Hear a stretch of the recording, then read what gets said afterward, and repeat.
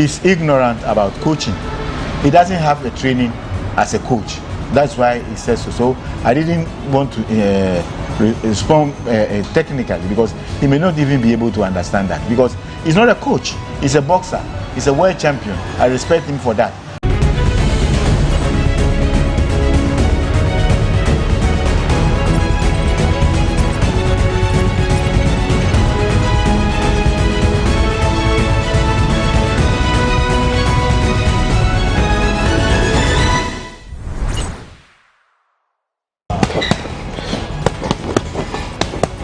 Woo! This is not an easy task at all. Well, that is what the coach of Ghana's amateur boxing team, Boakye Asare, has been doing to train Ghana's boxers at the 2022 Commonwealth Games in Birmingham, where we won 3 medals in boxing, 2 silver medals and 1 bronze medal. Well, in this episode of Sports Check here on GhanaWeb TV, we are coming to sit down with the legendary coach to have a good discussion with him on how he trained his boxers to go ahead and win 3 medals for Ghana in boxing. My name is Joseph Adamafiu, and we're taking a short break. When we return, we'll delve into the conversation.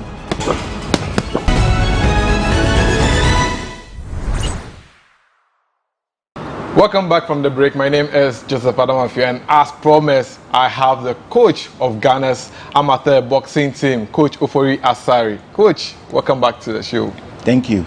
Last year, I was with you prior to the Olympic Games.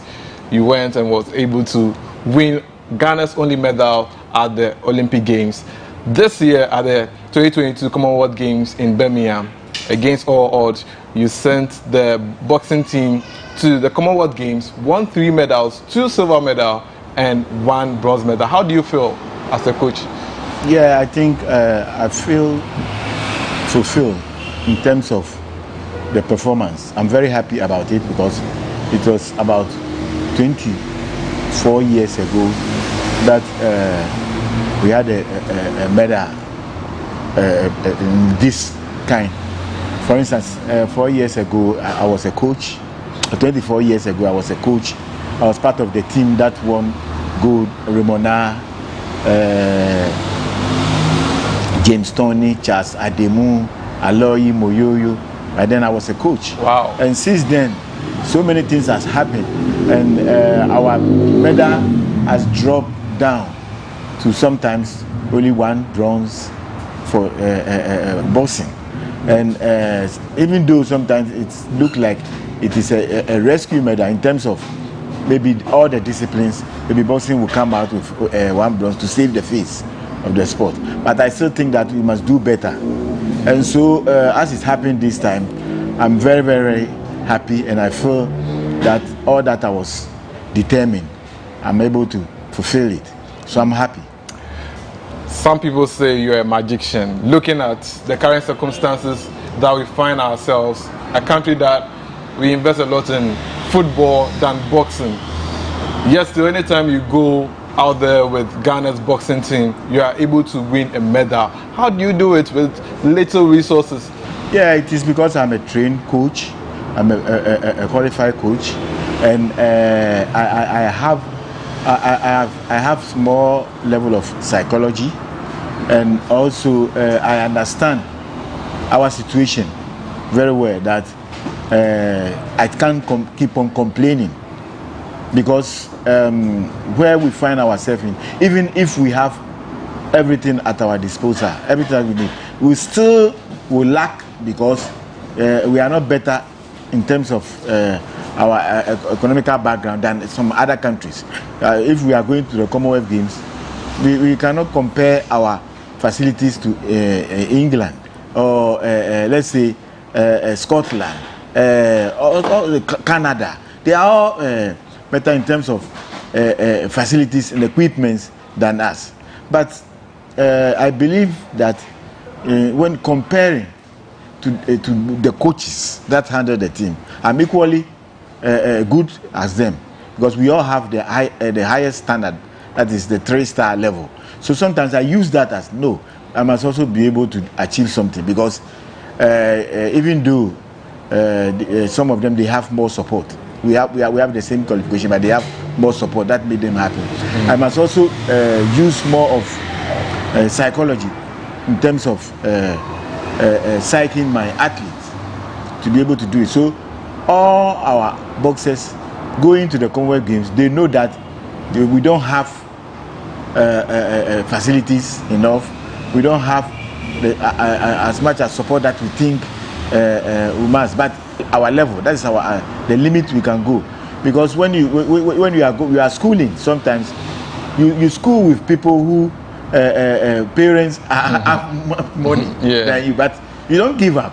You sacrifice. You work very hard to be able to get yourself into the race. So I see it from that angle that yeah, our father doesn't have enough, but we will not let it go. We will make sure that we put up our best performance. Okay. And sometimes poor people also achieve certain things. Okay, so poor people also achieve something, but 9 boxers. Let's zoom in into the Commonwealth Games proper. Our first bout, Olena, sat with our female boxer. When she went there and she lost the first bout, now you were left with 8 boxers. At that point in time, what were you telling the boxers?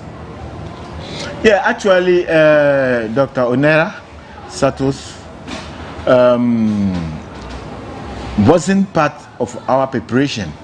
Even though we selected her, we selected her based on a past performance. She's the only female boxer who has level that can compete at the Commonwealth Games. Is our only, is our only female boxer who won bronze at the international level. And so, even though we choose her, we were asking the organizers to bring her down for us to get into our preparation, but we didn't get that opportunity to work with let me her. chip in. Do you think in future she can be able to win a medal for Ghana in terms of boxing, maybe the All African Games or probably the next Olympics or Commonwealth? Yeah, Onera is good, and she's intelligent as well, and you don't downplay intelligent people because she knows what to do. We communicate enough, but in person, when you are preparing somebody in person, it's good that you get the person closer. And that was what we were asking for, and we couldn't get it until we get to the Commonwealth, because ticketing and financing. Our problem is money, no money syndrome. Our problem is the no money syndrome thing. So we get together about 2 weeks, a week before the actual competition. So a little that we can do, we did that. Okay. But I think if we have get more opportunity in terms of time, she will do better. But she's good. She's good, and if we manage her proper, we can achieve a lot with her. Okay. So moving on, at the Commonwealth Games, Ghana was struck with the biggest shock of the tournament. Our boxer, who is Samer, was suspended for some issues. Was it a surprise to you that a boxer from your camp went through suspension and for doping? Because you've managed the team for a long time, so definitely you wouldn't have allowed anything like that to happen. So what went wrong? What happened? Actually, I've been talking about this support. We want all the departments available. I've been saying this time and time again. We didn't even have maybe education on doping. It is my knowledge that I advise them, don't do this, don't do that.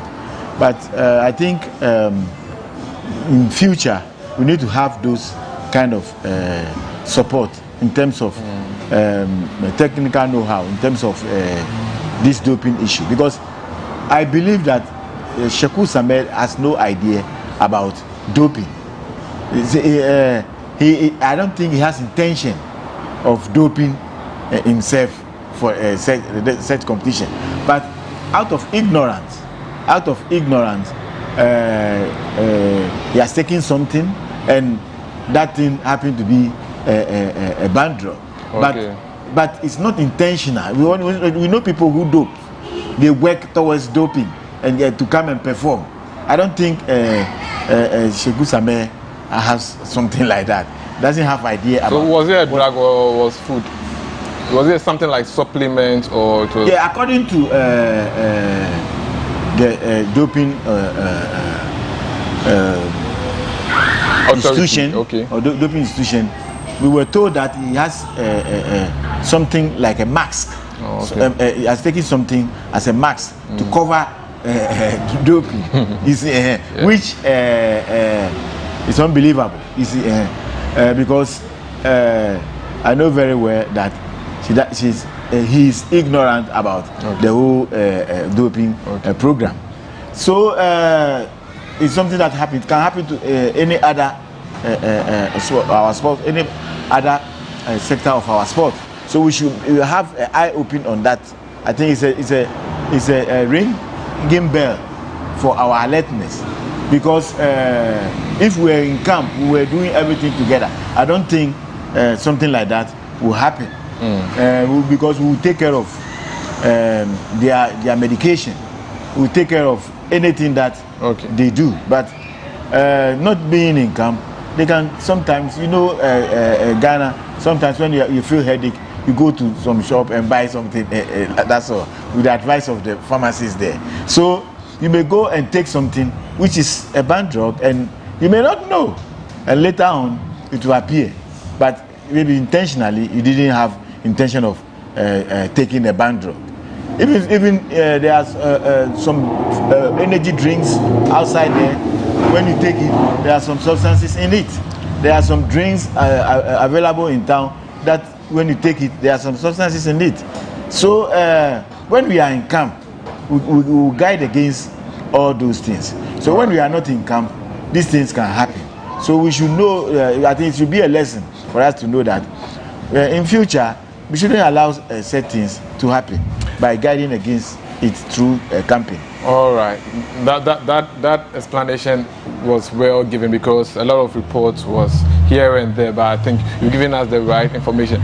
Before your team left Ghana for Birmingham, there were reports about interference in the boxes, because there was a justify to pick the boxes for the amateur team.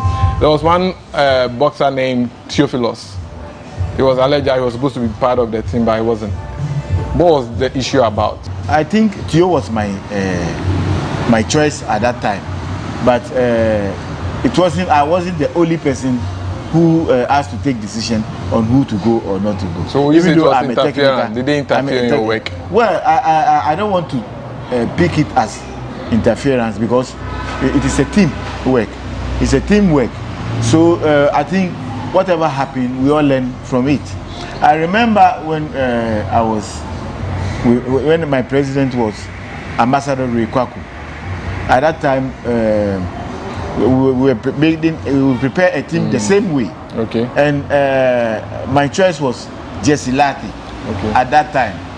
And Ambassador Kwaku advised me that he's not happy with the recent performance of Jesse Lati. So he wants a replacement, and so he proposed Isaac Dogbe to me at that time. And he being the president and also have idea about the sports, I didn't hesitate. I just accept, because he didn't select the whole team. At least he proposed some of his something that he think is good. And when we went there, Dogbe performed.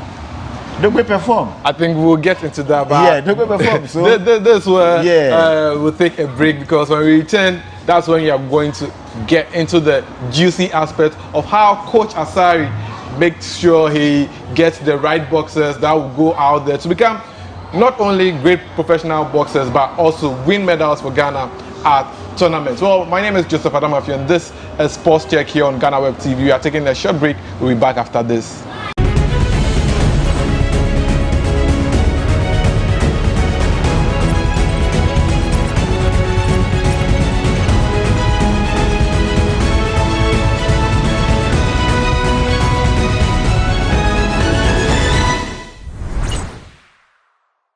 So you're welcome back from the break. My name is Joseph Adamafi, and you're watching Sports Check here on GhanaWeb TV, and I'm here with Coach Ofori Asare.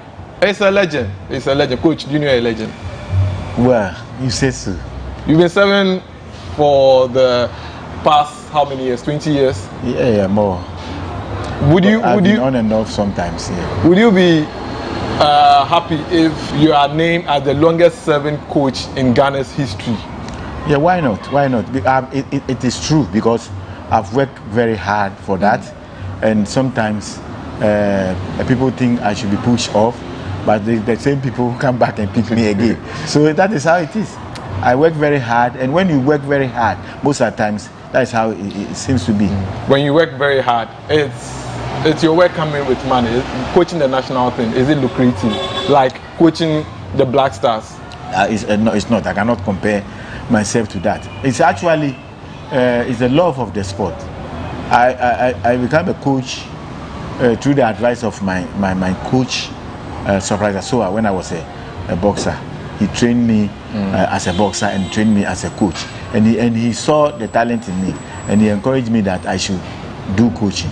Okay. You see, so I pick it from him. He's also a great coach, and he already told me how great I can be if I stick to coaching very well. So I was doing it, not thinking about money. But you get paid? Yeah, actually, payment in terms of my coaching in the national team, no. But I work at the National Sports Authority. So wow. Because I work at the National Sports Authority, it is like I'm obliged to work for the national. So you are not paid like the Blasters? No, nobody pay me about that. This is quite that is the sacrifice I does that people don't know. You see, sometimes some people also think that I'm getting some money or something. But so far, how many medals have you won with the national team? In terms of medal, adding this 1 to 8, I have about 47 gold. I have 42 silver and 41 bronze. What coach is saying? Which is in all 130 something plus. What coach is saying is not only Commonwealth, it's not only Olympic Games, it includes all African Games, which other tournaments? ECOWAS Games, Commonwealth Games, African Games, African Championships, African Zone Competition, Black Expo Games, okay, all those things. But we are talking about Commonwealth because that is the moment for now. Commonwealth Games, I was monitoring the team very well. I saw the likes of Omar Wahid, I saw the likes of Joseph Kome. Then Abraham came next, Abraham Mensah. Abraham was lucky, I must say, because he fought one bout and made it to the semis, I think. Then he went to the finals. These three boxers, were you really hoping that they would be able to get the gold medal? Well, actually, all the boxers I sent, I was determined that we may be able to say through. It is not easy thing. When you go, sometimes you may have a very good boxer. Certain things, circumstances may pull your boxer out of the competition, like what happened to Sheku Sameh. I was having Jesse Latte, who is also my medal prospect. Also, circumstances pulled him out. The reason that many people don't know was that Jesse Latte didn't fight in his weight category. Oh, okay. Because of wrong documentation. His name was entered in a different weight category. Really? And when we reached there and I protest about it, it seems there's nothing they can do about it. So I have to just accept him fighting in that weight category. So it's not that Jesse Latte didn't perform, But it is because of the weight category that he find himself in. He's someone who listened and he always wanted to do it. You could have said he will not box, or he could have just say, because that is not his weight category at that time. But he accepted the challenge, and what happened was that he couldn't win. Okay. So for Omar Wahib, were you hoping that he would have won a gold medal? Because from the way he fought from the preliminary stages, I think he earned a knockout as well in one of his bouts. Were you hoping that he would win a gold medal? Yes, that was what I was determined. Sometimes balloting counts a lot. He didn't get a very good ballot, so he has to fight from 132. So he has about 4 fights before getting the bronze. Somebody may have 3 fights, 4 fights, and may win gold for his country. So Wahid Omar did marvelously well, but he didn't get a good ballot, so he has to fight from there. The same thing happens to Joseph Kome, who also has to fight from 132, being a new boxer as well. And it's not easy to fight within 10 days. Fighting 4 fights within 10 days. Wow. Let's talk about Joseph Kome. Do you know a lot of Ghanaians were rooting for Joseph to win gold medal because of his style? He had dyed hair and, you know, boxing and attitude. When a boxer has attitude and can get his opponent annoyed and everything. How disappointed was it knowing that? Yeah, actually, I always say that boxers, athlete life first, winning is second. The athlete life is more important than any other thing. He can live to win another time again. When we find out that he's sick, he was complaining, and I have to call a doctor, and the doctor confirmed that he's really sick. But he is a determined boxer. He wanted to do whatever he did, but he can even die in the ring. But it was a Northern Ireland boxer. He could have beaten him. What do you think? Yeah, he could have beaten him, but what if he fell down in the ring and then dies? You see the whole thing. So we need to listen to the doctors. You know, I always want to work with specialists, people who understand the sport. Maybe if we don't have a doctor at that time at the village, we will just do what our own thing, and something else may happen. You see. So what happened to us? It's rather unfortunate, but we take it that that is how it should be. For these 3 boxers that have so far won medals for Ghana, if they decide to go professional? Yeah, you know, if you could remember, when Samuel Techi came from the Olympics Games, he took a very strong decision. Nobody was able to persuade him. He said he's going to professional, and he's really professional now. That is a decision of the boxers, because as difficult as it is in making a champion, their life is also very, very important. You see champions, or you see potential boxers who can be world champions, and they may not be able to do it. So you will not be disappointed if they go professional? I will not, because I told people that I will replace Samuel Techi, and I did it. So you replaced these boxers? Yeah. Kome is fighting in Samuel Techi's weight category. He was fighting in the weight Samuel, and I told people that I can replace any boxer who leaves the national team. And so the boxers, we must sometimes allow them also to take their decision, because if Samuel Techi become a world champion for Ghana, it's the same. With Samuel Techi, Ikwete made some statements about you saying that the boxer lacked some basic training, and that it was Samuel Techi's own intelligence that he used to win a medal for Ghana at the Olympic Games. What do you have to say about that? Yeah, you know, he's ignorant about coaching. He doesn't have a training as a coach. That's why he says so. So I didn't want to respond technically, because he may not even be able to understand that, because he's not a coach. He's a boxer. He's a world champion. I respect him for that.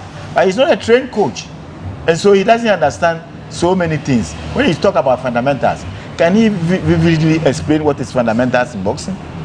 You see, he doesn't have those knowledge. So, but people hail them because they are world champions, and but that doesn't make him to just criticize unnecessarily. Somebody won bronze something that you couldn't achieve when you are as an amateur. You couldn't achieve that, and you downplay that person, that he doesn't know basics, he doesn't know anything. Do you think winning bronze medal is just lucky or magic? Olympic bronze medal, qualifying to the Olympics Games is not even something just happening. You have to box and win. You see, so those kind of criticism, I take it in good faith, because you don't expect to be a coach and you don't have somebody to criticize you.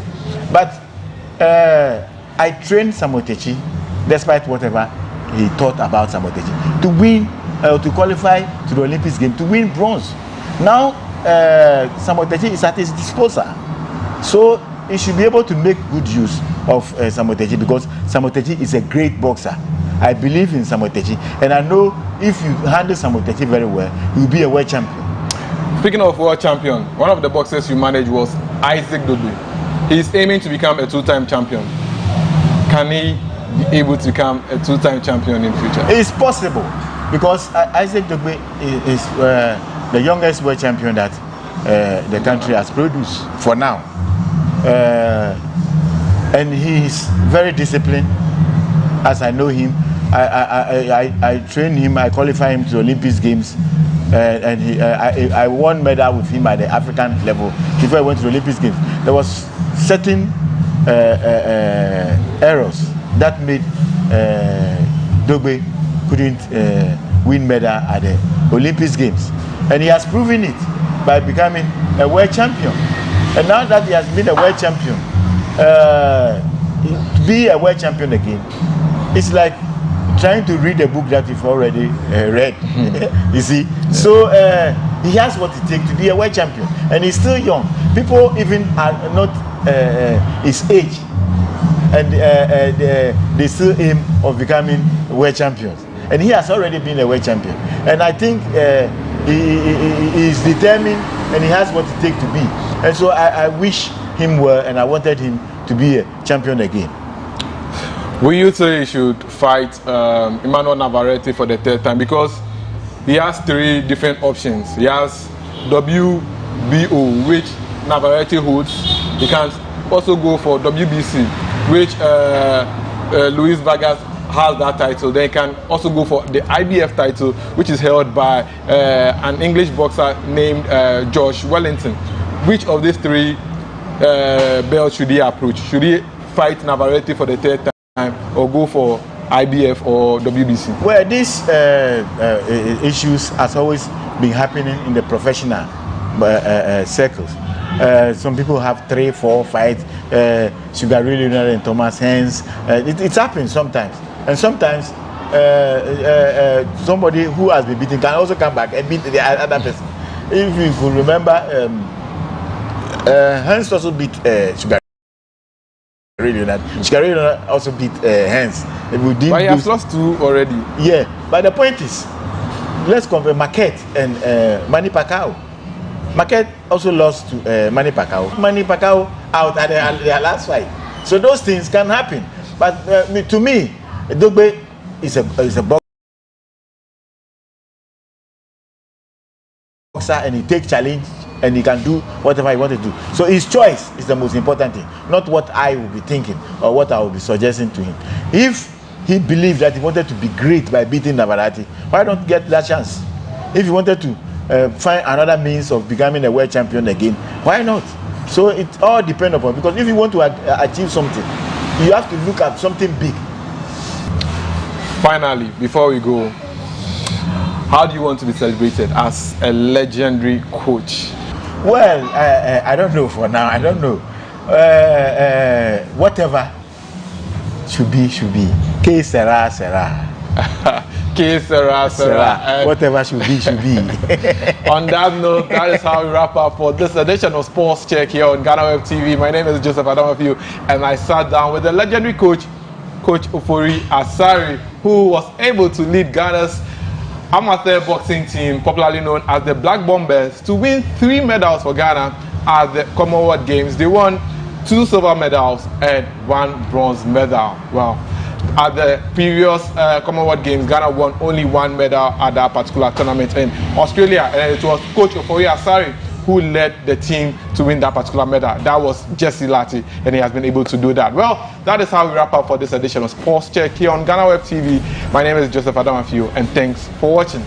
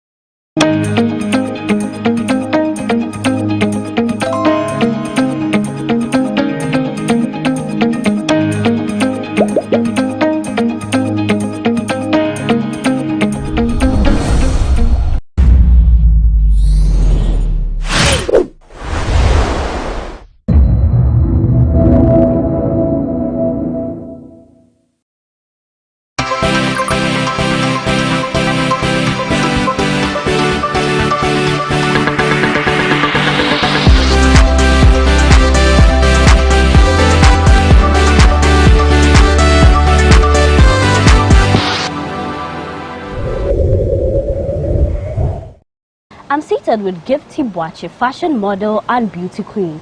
She recently made Ghana proud on the world stage at the Mr. Promotional Beauty Contest in Poland. There's more about this beautiful damsel that we are yet to find out. This is Talkertainment on GhanaWeb TV. I am Paula Amabroni. We'll be right back.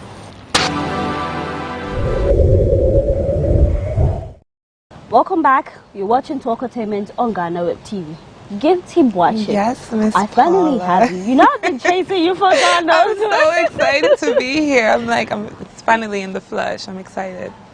It's good to also have you here. Thank you. And I see all the things displayed. Yes. The Mr. Pronational Influencer 2022 Yep. and then Mr. Pronational Ghana. Yeah, It's a whole lot going on there. a whole lot. I know you've been chasing the crown for long, but one would say that when it comes to beauty pageant, it looks like women who got the heart to wear the crown and embark on such projects. It looks like it's addictive. Can one ever stop chasing the crown? The thing about pageantry is something that you're born with as far as loving, right? And you realize there's different steps you have to take to get to the crown. So I wouldn't even consider it chasing. It's more so something that's already there for you to go and get.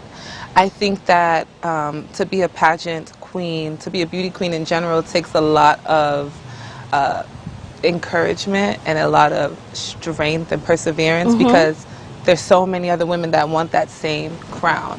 I wouldn't consider myself someone that chased the crown. I think that it was a purpose that was put on me, and obviously in the past few years we've done what needed to be done to get there, and so I'm glad to represent and wear the sash in honor of my country.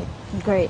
But then I've seen, well, I was there before with this whole pageantry thing. I tried Miss Ghana, and when my heart was really broken, I was like, this is it, I'm done. Yeah. But we've seen some ladies.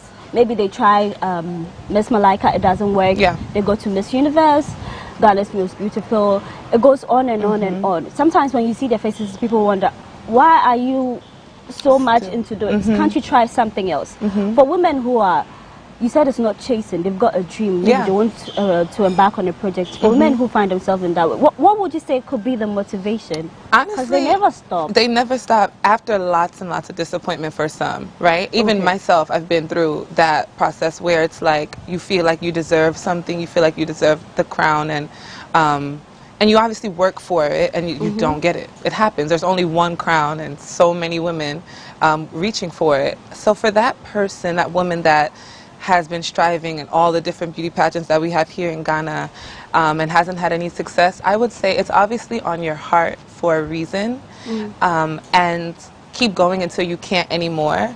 There are certain, obviously, requirements and limitations as far as age and things like that. So if you've continued and continued on and you age out, then you know you've given it your all. But I encourage, especially the younger girls, to start early. Learn from whatever they did the year that it did not work out for them. Okay. Ask a lot of questions. Get a pageant coach. Pray a lot, because you're going to need it to continue to build your confidence, because it's not easy. You did Miss Ghana, so you know I was so disappointed. You did it, wait, you did it like, one time. This is for me. And then I went. I was so disappointed. I was like, this heartbreak. I'm not sure I'm gonna do. Did you place? So I made it through the regional stages. Okay, which is big, which is also a big, and I think women forget that. In pageantry, it's not always about the crown. It's about the process. It's about who you meet on that journey. Okay. It's about connections and introductions that are made throughout the process. I know for me in Poland, I feel like I came, obviously Lali won the overall Miss Supranational crown, but I also feel like I won. One, seeing my sister, a fellow black woman, she was the first black woman to be crowned Miss Supra. That's us winning, right? Yeah. Me meeting people throughout that whole process in Poland, representing Ghana, having people want to come to Ghana and meet all the people here and be introduced, and me being an ambassador for the country is winning. It's winning. So you should understand it on that level. It's not always about the crown. It's not. And I'm going to be very honest with you. You know me, Paula, I'm very real. I've seen queens in the past from all pageants, the Big Five, Miss World, Miss Universe. The queen, the winner herself, in my opinion, has done less than some of the women that have went through the pageant. Like, it's very much how you take the journey and what you do with it. When you look at it like that, it's not as painful. You understand? It's not as painful as, you know, I didn't get the crown, my life is over. No. Great. It's the impact. I appreciate that too. Yeah. Now, walk us through memory lane from your very first to the current beauty pageant, if you can remember. Oh, my favorite. Yeah. When did so a little bit of background. I started as a model. Modeling has been my profession for about 14 years. Oh, great. I started when I was just 15, and in Ghana? In New York. In New York, yes. So we left Ghana when I was like maybe 4 or 5, and so I did my schooling in the States, and then right after high school I decided, New York, here I come. So modeling and pageantry are very much like oil and water. Pageants look at models and they're like, they're boring, they're straight. Models look at pageants like they're superficial, they're, you know, robots, whatever. So when I transitioned and decided to do both, my first pageant was Miss Virginia to go for Miss USA and then further Miss Universe. So that was my first pageant. Girl, I did not know anything about pageantry. At that time? I didn't have a coach. I didn't even know you needed a coach. All I knew was that I wanted to try this thing, right? I had just, I think, finished my first degree. So I was like 21 or 22, and at this point I'm coming back and forth between Ghana and the States, and I was like the only black woman that made it into top 12 for Miss Virginia that year. And I can remember feeling so out of place, feeling so defeated, feeling like I didn't belong, and I just felt like that's it. You know, when I didn't get further than that, top 12, I was like, I wanted the crown, that same mindset. The feeling. And then I took a break. I was like, yeah, back to modeling. I took myself right back on the runway and did what made me feel comfortable. But there's danger in comfortability, right? Because if I had given up there, I wouldn't be sitting here with you today with these sashes on my chest. And so I went back into Miss Universe Ghana. And that was a great experience. That was my first pageant in Ghana. In Ghana. Yes. And so I was Miss Upper West, and I learned so much about the Upper West. I'm actually from the Eastern region. So I'm from Akutia. So I was like, where's my Eastern region sash? They were like, no, they appoint you a sash, you learn about the region, you know, which was educational for me. So was it a challenge? Yeah. It was very much so a challenge. I was living with 16 women, so I advanced to top 16, which was a big deal. And so at this point, very, right? Yeah, it is, very, right? So we were all lodging in Ouija at Eden Heights, and so that was my first time living with so many women, competing for the crown, right? But in that moment, I realized and learned, like, there's a sisterhood here. If you go into it thinking, like, this girl's my competition, I'm not going to laugh with her, I'm not going to smile, you'll be miserable that we were there for 6 weeks. 6 long weeks. And I built some of the most beautiful friendships in that process. When the finale came, we placed top 5. Ooh. And yeah, and so we got to the point where it was time to answer questions, which I was very excited about because I'm very passionate about, you know, sustainability. I'm studying to get my master's now in international development. So it's funny, Kafui was the presenter and he asked me, "We know you love buffalo." And he asked me, can you imagine? He asked me, that was my question to get into top 8. And he asked me, like, what's the process of making buffalo? And I said something witty. But yeah, Miss Universe happened. That was a life lesson for me. That was that was last year. That was last year. Last year, 2021. That was 2021, yes. So I was living in Ghana at the time, and that was a very interesting experience. There was a lot of noise and backlash after the finale, and because I had the mindset, if it was the 21-year-old me, I would have been down, and I would have maybe fed into some of, you know, the articles and, you know, the drama. Well, can you tell us about the drama? There was just, you know, some people felt like the placements were not accurate. Some people felt like, and if you watched the process of Miss Universe Ghana, it was filmed every week on Joy Prime. Every Sunday it would come on. People could vote and things like that. So they were watching the progress of the queens. They saw all of our challenges. They saw, you know, all of that. And so some people were upset. Some people had questions. But I went on my platforms, all of them, and let them know, like, you guys, the winner has been crowned. She's an amazing woman. She's going to make Ghana so proud. This December, I believe, is when they are going to go. And I'm happy for her. There's no need for anyone to throw shade at anybody in the organization, especially if I'm not throwing shade. Like, what? Let's.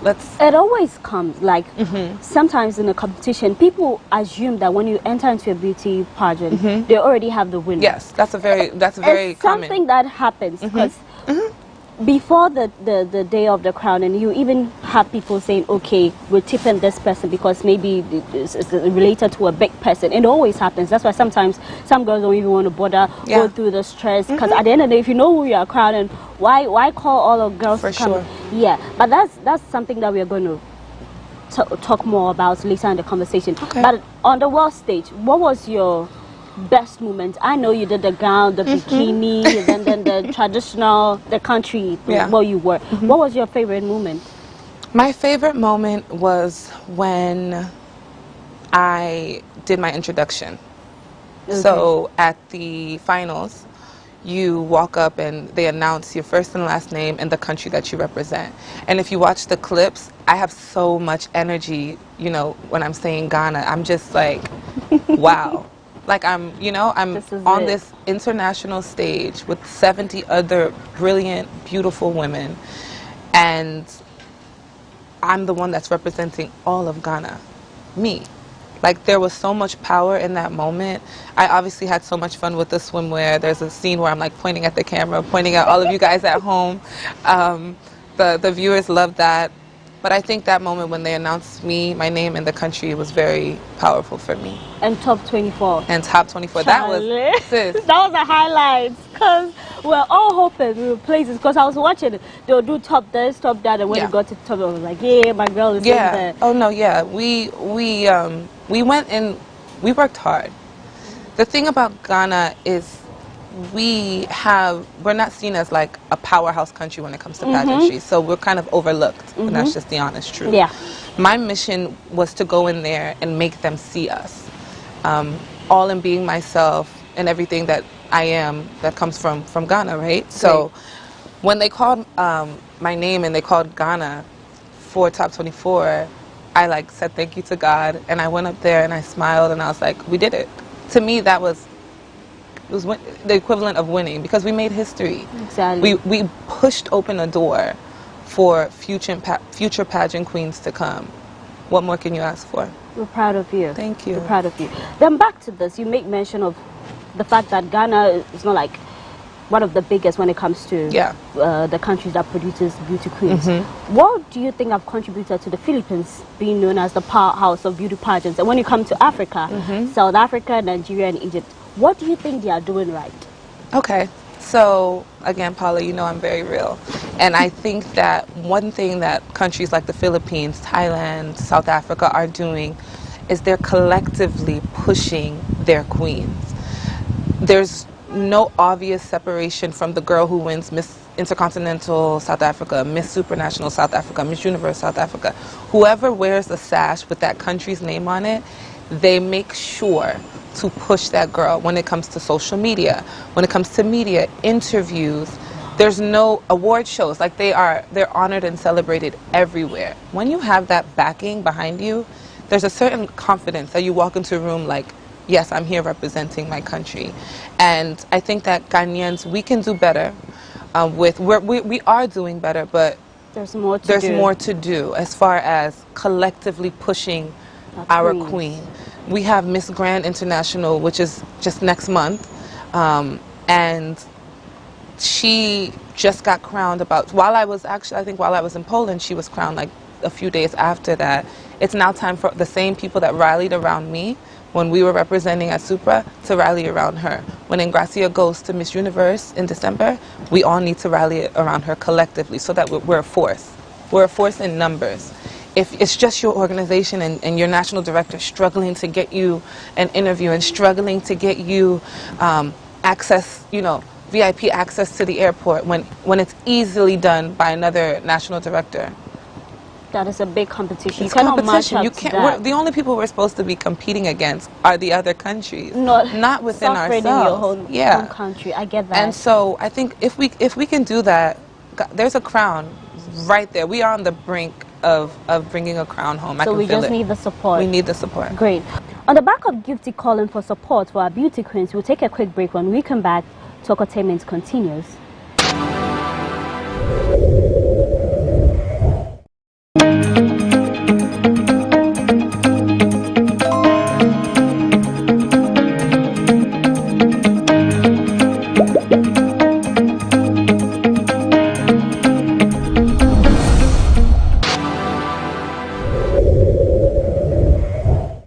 Welcome back. I'm seated with Gifty Boakye, Miss Supranational Ghana 2022. She also made Ghana proud recently in Poland when she placed top 24 at the Miss Supranational Beauty Contest in Poland. Yes, I already stated. Now, Gifty, we've heard a lot about beauty queens, pimping. It comes up yearly. Is it a myth or a reality? It is. Don't say you're choosing your words carefully. Let us know what's happening in I'll there. give it to you straight, no chaser. For me, it is a myth. It's a myth. For me. For you. Okay. In past scenarios, things that I've read, conversations that I've had, it's been a reality for some women. And it has to stop. I think that we are beauty queens, yes, but we're very intelligent women from the queens that I've encountered. And our minds shouldn't be neglected, and we shouldn't be put in a position where we have to compromise our integrity to wear a crown. And I would encourage any woman, any queen here in Ghana or around the world that is ever put in that position to stand your ground. There will be more opportunities for you. Do not jeopardize your integrity in that way as far as being pimped out or any of those situations. It's really not worth it. And in the end, whatever's done in the dark always comes to light. So it hasn't been a reality for me. My Miss Universe Ghana experience, my Miss Supranational experience, I didn't experience anything like that. And I'm thankful for that. But I do know that it's real and it happens, and not just in pageantry, but as women in any field. In any field, you understand. Yeah. And there's women that have to feed their families. There's women that have to be the breadwinners, and some of them feel like they don't have a choice. And I think that go into any situation understanding that may be the case, but you always have an option. Great. Thank you. Thank you for that advice. Now back to modeling. What has been your biggest gig? Oh my gosh. Like the biggest. So I don't know if it's a fashion show, working with a brand. What has it My been? biggest gigs would be the fashion weeks. So Paris Fashion Week, London Fashion Week, and New York Fashion Week every season since 2011. Ooh. And I think I've done Miami Swim Week, which I think is my favorite because I love swimwear, I love bikinis. I love all you got that. the budget. But yeah, those have been, so I've walked for like Michael Kors, Jimmy Choo, BB, Montclair, Vivian Hugh, some of the bigger brands. Yeah. What's up with the Nike thing that I saw? Nike, yes, we just did a Nike shoot, a Nike campaign for their newest Air Force One sneaker in celebration of their 40th years, and the shoe is actually inspired by Ghana. It's called the Little Accra shoe, which is the first shoe that Nike's ever done for in representation of Ghana, and we did that like about a week and a half ago, and did the launch party, which has been huge. So yeah, we add Nike to the list as well, and makeup brands, Ulta, Sephora, Morphe, you could name it. Yeah. You're a big girl, yeah? I'm thankful. Yeah. God. So I want to ask you, Gifty, are you open for a nude commercial, a nude photo shoot? Would you ever consider that, or have you done that? I've never done fully nude. Fully nude. I've done topless. Okay. And that was for a shoe campaign, so you could not see any of my goodies. Yeah. That is a stipulation for me, since I'm still a Ghanaian woman. I still have mommy and daddy at home, looking at me. But anyone that does do nude, that's your prerogative. I just don't. The closest you'll get is probably like swimwear, and people see my swimwear shoots and my swimwear shows on the runway, and they're like, oh my God. So it's to each his own, you understand? The biggest thing that I think I would probably have gone nude for was Victoria's Secret. You were tempted. Yeah, that's like my dream. That was like my dream. Oh my gosh, Victoria's Secret was like my dream. Or like Stuart Wiseman, who's like a very big shoe designer. He has the thigh-high boots, and Miranda Kerr is like topless. Maybe that, but Maybe other than that. Okay, I see. But I know you love to tour the world. You've been to a lot of countries. How many countries have you done so far? I have, maybe around the world, maybe 45 countries. Okay. In Africa, how many African countries have you done? Let's count. You've lost count. I've lost count. I've done most of West Africa. I've actually never been to Nigeria, which is interesting. Oh. Yeah, every time my flight is, I'm ready to go. I was supposed to go for Arise Fashion Week with my Tafu, who makes all of my red carpet gowns. Oh, okay. Something happens, but I've done a lot of East Africa, Morocco, Ghana, Togo, Cote d'Ivoire, Tanzania, Kenya. The list goes on. The list goes on. Wait, I'm missing some. I'm missing a few. Maybe you'll come. Egypt. Oh, Ethiopia. Egypt. Rwanda? Yeah. You done? Never done Rwanda. Oh, okay. Never done Rwanda. I will be doing Zambia soon. Me and Miss Zambia are gonna do some girls trips. And yeah, I'm excited. All right. Now the big question: are you still an Arsenal fan? Oh God. Yeah, I'll put you on the spot. You know how we do it. So when I said I was going to have Gifty, everybody popping up about, oh, Paula, you should throw that one question in there. You see, I asked you before we started. Yeah. Am I an Arsenal fan? Yeah. Arsenal's a great team. Okay. Arsenal's a great team. Okay. That's your answer. Yeah. Wait. But you have a lot of fans here in Ghana, worldwide. Yes. And one thing that we're really rooting for was your relationship with our Ghanaian footballer, Black Stars player, Thomas Partey. It was something that we were all rooting for. Then we just saw in the news that that ship had sunk. What happened? It was something, I was also rooting for it. I just don't know why. If you just love to share something small. What are you asking? You're asking me what happened? How did that ship sink? Like, we didn't see it coming. So I'm going to be very frank. Okay. And Paula, you're my girl, so I'm going to entertain this conversation because for years I tried to keep my personal life out of my interviews. Thomas and I's relationship was very public and against my wishes.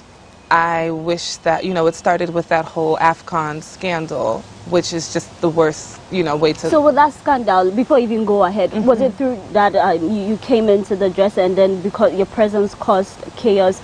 It's a whole love story. So if you want to just debunk that rumor, tell us what that really was very happened. much a rumor. I don't have the time to sneak or be smuggled into any camp. That's not something that I would ever do for anyone.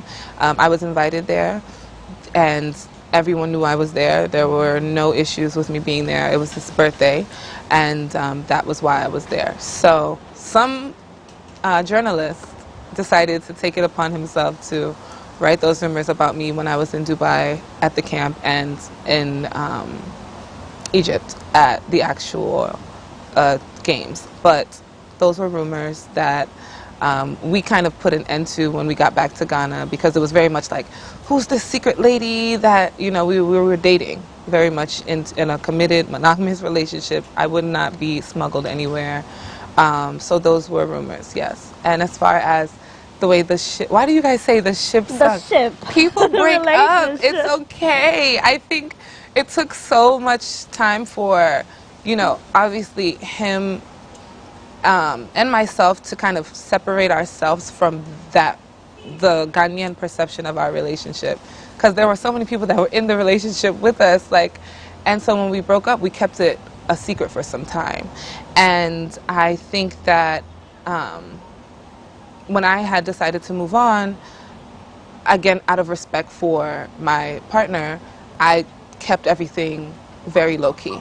I don't think that you need to flaunt the person that you are with after the previous relationship, because you loved this person at some point. You thought that, you know, that, and at this, even today with everything that's going on in the media with him, I pray for him daily, and you know, we're good.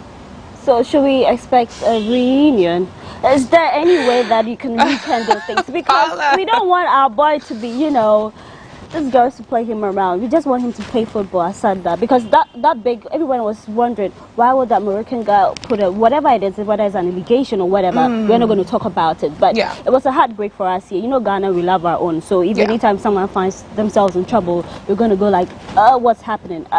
So how do you said you prayed for him, you know? Constantly. Oh, constantly. We come from the same home. He's a Krobo, I'm a Krobo as well. Yeah. You know, and I don't ever want to see a black man, whether Ghanaian, whether American, whether British, whatever, in that position, in that situation. No matter what our differences were, I think that prayer is key in that kind of situation, because it's not a good situation. You know what I mean? I do think that we all have to take our actions, you take accountability for our own actions, and as much as everyone is praying for you, you have to pray for yourself. And as much as everyone is hoping that you make the right decisions, you have to make the right decisions for yourself. And so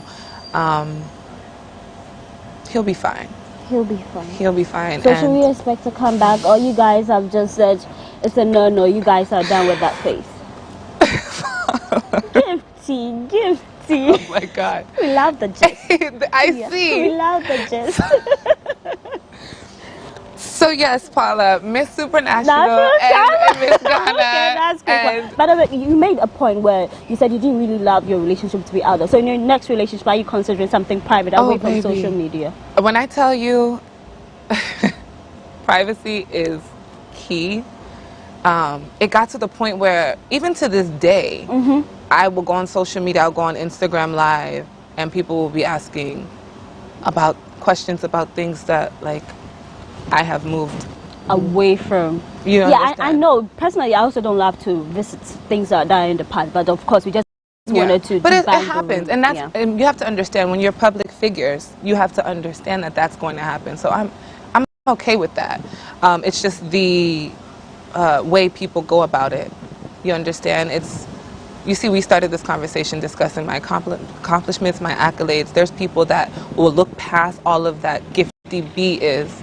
And I built my brand from the ground up before my relationship with him. You did. And so I think that it's important for people to understand that Gifty B was Gifty B before. Gift. She's still Big Gift now, and she's going to be Big Gifts in the future, whether she marries whoever she marries, whether she marries your favorite people, whether she marries someone else. At the end of the day, Big Gift is Big Gift, and I want to keep that separate. So my relationship status is very private now. Period.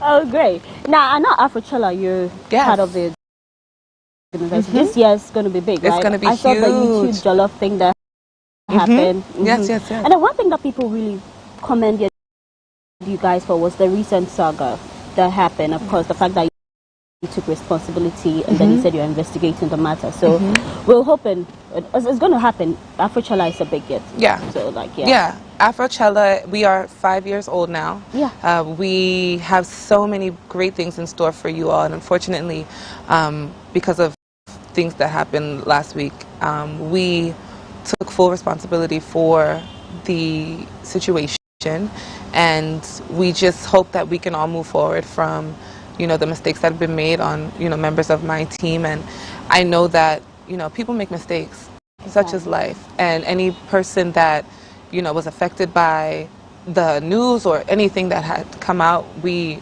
apologize.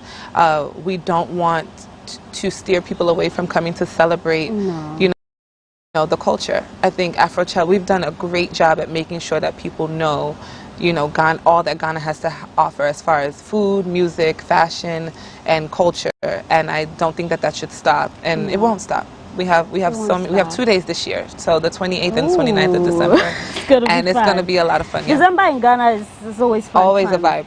Now Ghana has become that destination in Africa when like in December. Great. Now before we wrap up, what projects are you working on? What do you want to tell us? Is there anything we need to know? Yes, of course. So, I mean, obviously, I'll be passing the crown to the next Miss Supranational Ghana. She'll go and represent, so you guys can look out for that. I have my store, Native. We're actually 4 years old now. I bought you a gift. Oh, boy. Yeah, so I bought you a cute gift from Native, but we are looking to expand. So we'll be doing a job fair to be hiring young women and men, preferably the youth, to get into the sales and the e-commerce business here for Native. So look out for that. And I know Sister Slay too. Sister Slay, yes, is my nonprofit. So we do our Girl Boss Brunch every December at the Villaggio. So that will be happening. I'd love to have you as one of our speakers, Miss Paula. We love to celebrate boss women and strong women that have been through things and can stand and tell their testimony. So we have that going on. So all of that. Hopefully there'll be some wedding bells. Oh, okay. Soon on your path. Okay. I love that. Congratulations. I didn't say anybody's part. I said wedding bells. Soon. On your part, maybe. On your part. Maybe on your part. Please, you better invite me to your wedding. I will, definitely, when the time comes. Oh, most definitely. Okay. It was nice having you, Gifty. Thank you for having me. You are doing amazing. I love that you're changing the narrative. You're selling Ghana to the world. And what you did for us on the world stage too, we're so proud of you. Continue doing the good work, and all the support you need to, we'll be here to offer you. Thank you so much, Paula. Great. So I did this with Gifty Boakye. She is a fashion model and a beauty queen. I am Paula Amabruni. Thanks for watching.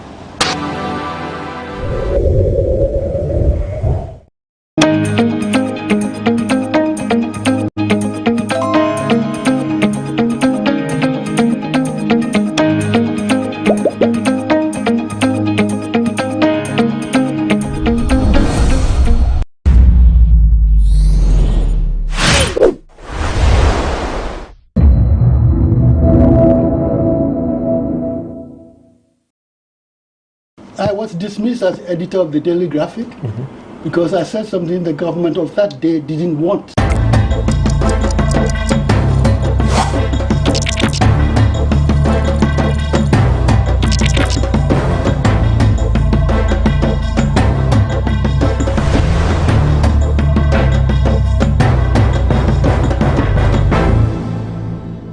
Welcome to the Lowdown on GhanaWeb TV. This is the most informative socio-political and personality interview program you can find online. My name is Ismail Akwe. In this episode, we are going to tap into the life and brains of a Ghanaian legend. He is a journalist, a novelist, and so many other things around the media. He started writing in the 1950s and he has since not stopped. Our guest will be introduced to you after this break. This is the Lowdown. Don't go anywhere.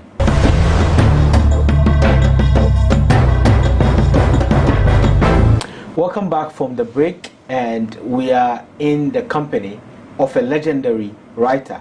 And our our guest was born in 1935, and I'm sure a lot of our viewers are not in that age bracket when he was born. However, there are others who would remember a lot of his works and may not know who he is.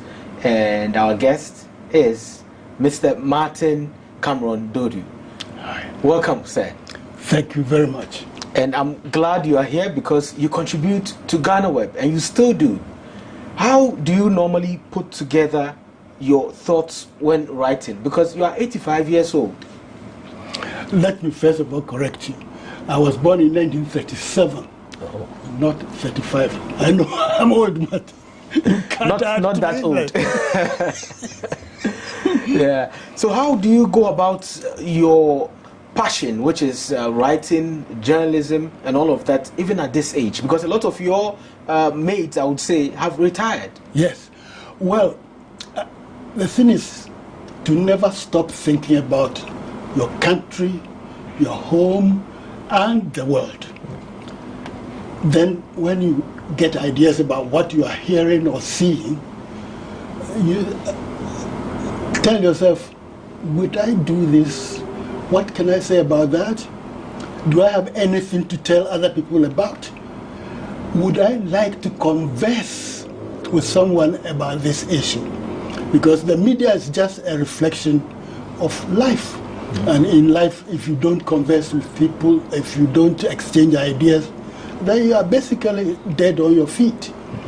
Now, the reason why I keep writing, and I write 2 columns a week, one for the Daily Guide of Ghana and the other for the Ghanaian Times.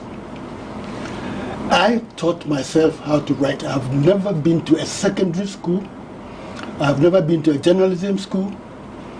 I just, out of the love of communicating, began to read a lot, listen a lot, and make the world know something that I'm very familiar with. And I go on doing that because so long as God has given me this brain and it isn't dead yet, I have to use it. If you don't use it, it will die on you. And a lot of journalists retire from 50, some after 50, some even before 50. But you were a freelance journalist and a writer from the 80s. Yes. And by then, were you supposed to have retired in the UK, or you were actively working alongside being a freelance journalist? Well, who tells you to retire? It's only your work. In journalism, nobody supervises what you do, especially if you're a freelance. So long as you write well, you remember events, and you are not too lazy to check up on your facts, you don't retire. Good journalists don't retire. When you want to retire, it's probably after you have written your autobiography.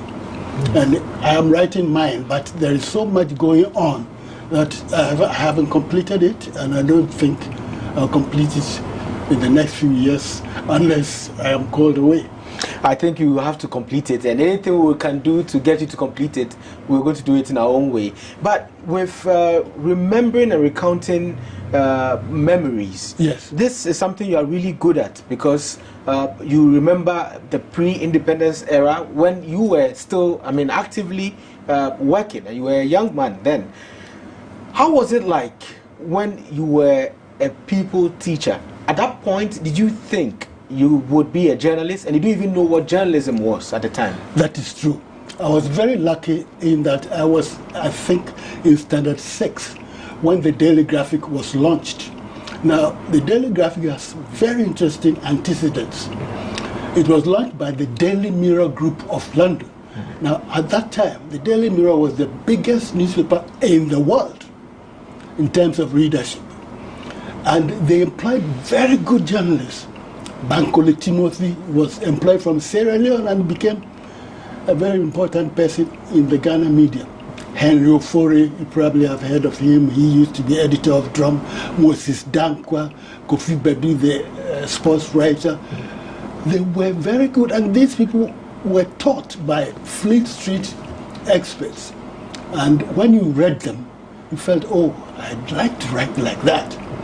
And so even when I was in middle school, I was writing good essays, and I was lucky to have some very good teachers who helped me along and taught me that first of all you must master the English language, and secondly you must read so that you know what interests you and learn from that to make your stuff interesting to other people. Where do you get your materials to read? Were you reading newspapers at the time? Yes, newspapers, and also yes. I come from Esiakwa, which is near Chebi, and Chebi had a library at the community center. I used to go there every week, paying out of people teachers' salary about £7 a month. I was taking lorries at 1 shilling a time, go to Chebi, borrow a book, bring it back to Siakwa, read it. As soon as I finish, I go and change it, and so on. And what kind of books were in the library at the time?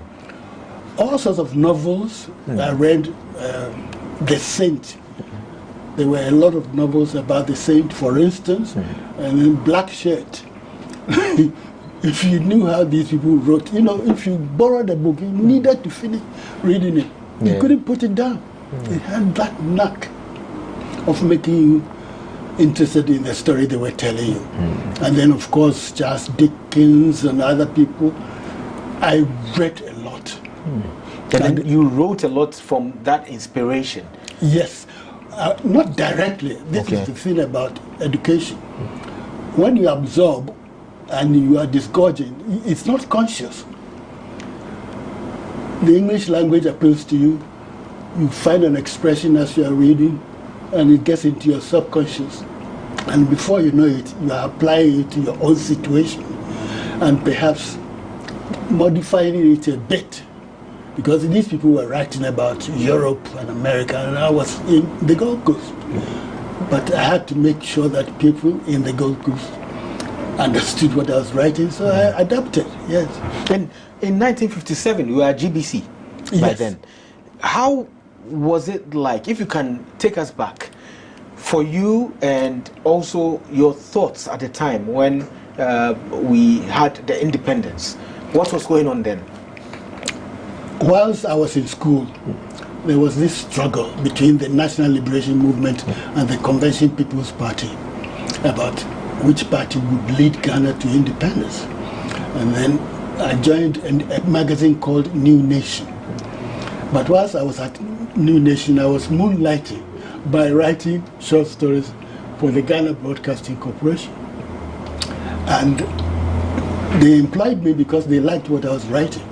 So I was there when independence occurred. We had a head of news who was from the BBC, seconded from the BBC.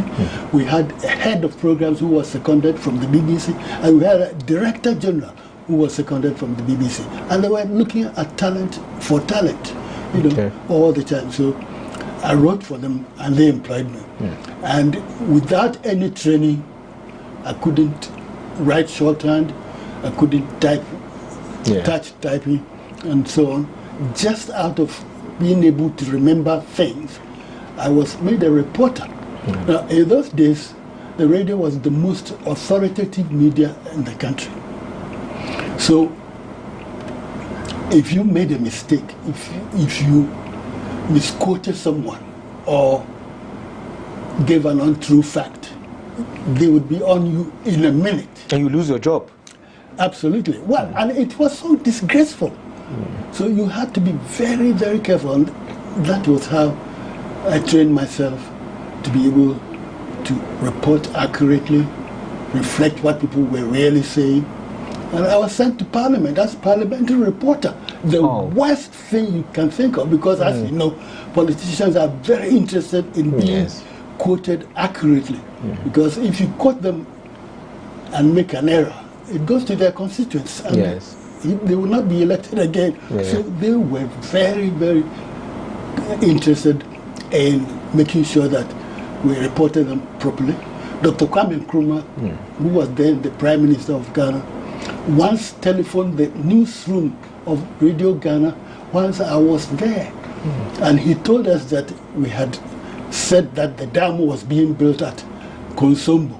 It wasn't Konsombo, it was Akosombo, Akosombo, and he spelled it for us. So just imagine this happening, and everybody knows.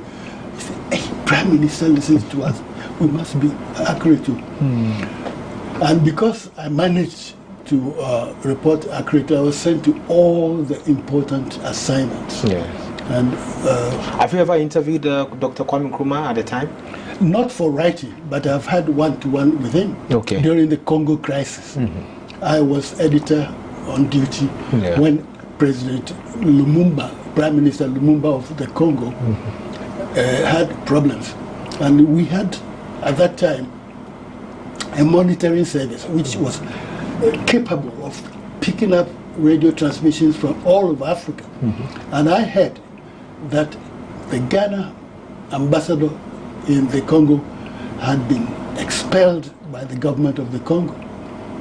At that time, Ghana had sent soldiers, artisans, and a whole lot of people to the Congo. So I realized that if we broadcast that news, people would panic. They say, hey, if we have no embassy in the Congo and our people are there, what will happen to them if anything occurs? So I said, I'll send this news to the Prime Minister. And out of my own initiative, I sent it to his office at Flagstaff House. And within 30 minutes, they sent a car for me. And I went there and he sat me down and said, why did you bring this news here? And I said, I know that we have soldiers in the Congo and you have an embassy, but we, according to your instructions, have set up a monitoring service so we can hear Radio Leopoldville direct.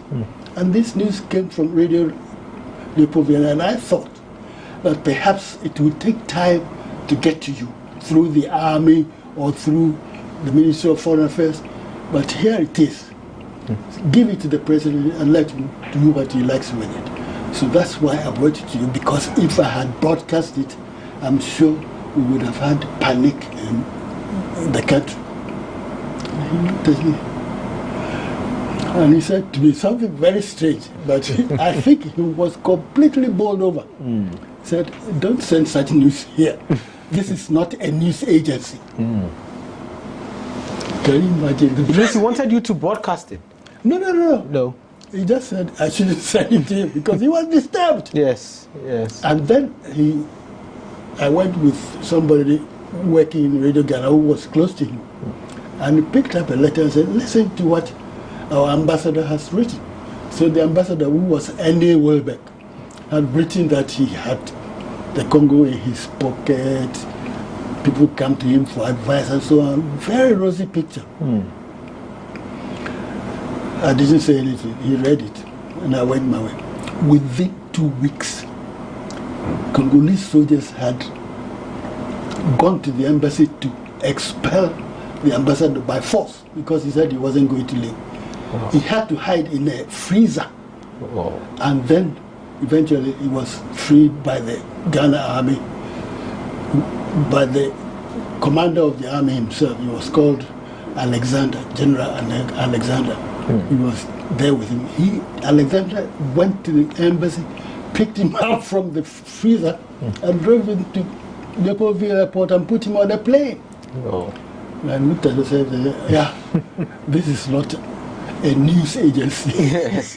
So if they had worked on it, probably that wouldn't have happened and it could have prevented maybe some That wasn't my business. Yes.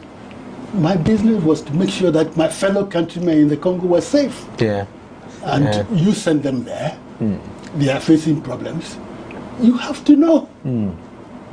But of course, as I say, this is what I mean by using your intelligence. You go and broadcast it, everybody will hear about it. And your brother is a carpenter who has been sent to the Congo to help them. His brother is an electrician. His brother is in the army. What would they think? So, you use your judgment in journalism. That's why I say that There are a lot of people in this country who think that if you get a microphone, that's the end of the story. It isn't. You must think about the person who is going to listen to you. You must think about the person whom you are going to talk about. What would they say if they were face to face with you?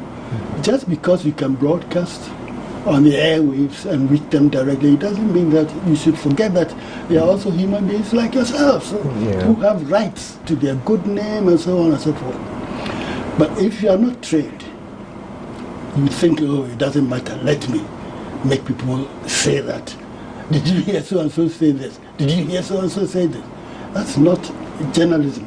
This is quite an interesting story and also quite an expose on the responsibilities of journalists. And we'll be going deeper into those days and how you handled certain situations that came your way, and also the differences in the media in Ghana and then the UK, where you lived some part of your life. Yes. This is the Lowdown on GhanaWeb TV. My name is Ismail Akwe. We'll be right back and continue the discussion with Martin Cameron Dodi.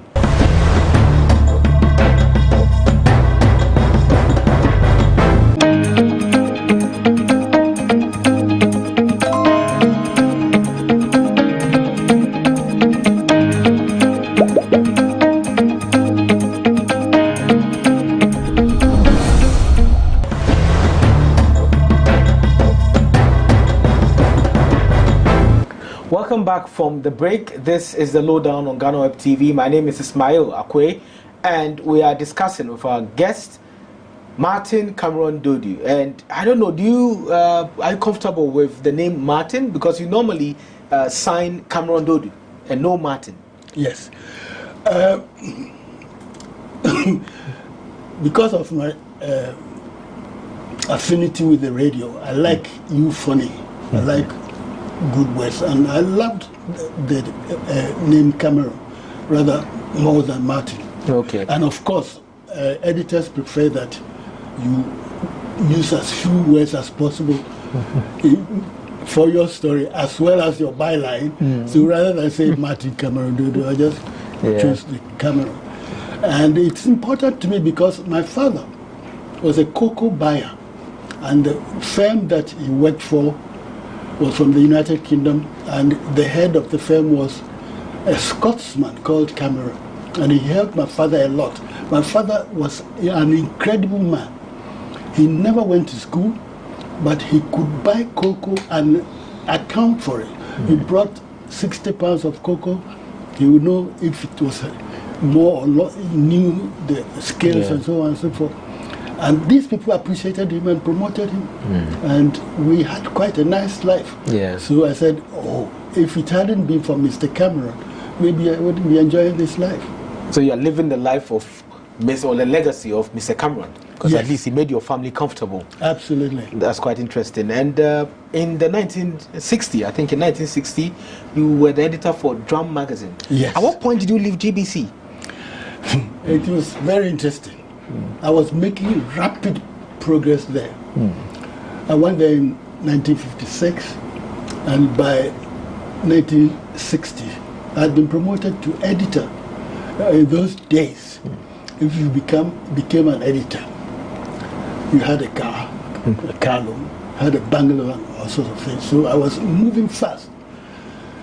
When Henry Ofori, I have mentioned him, came to interview me at GBC about the stories I was writing, which were being broadcast not by the news section, but by the programs section.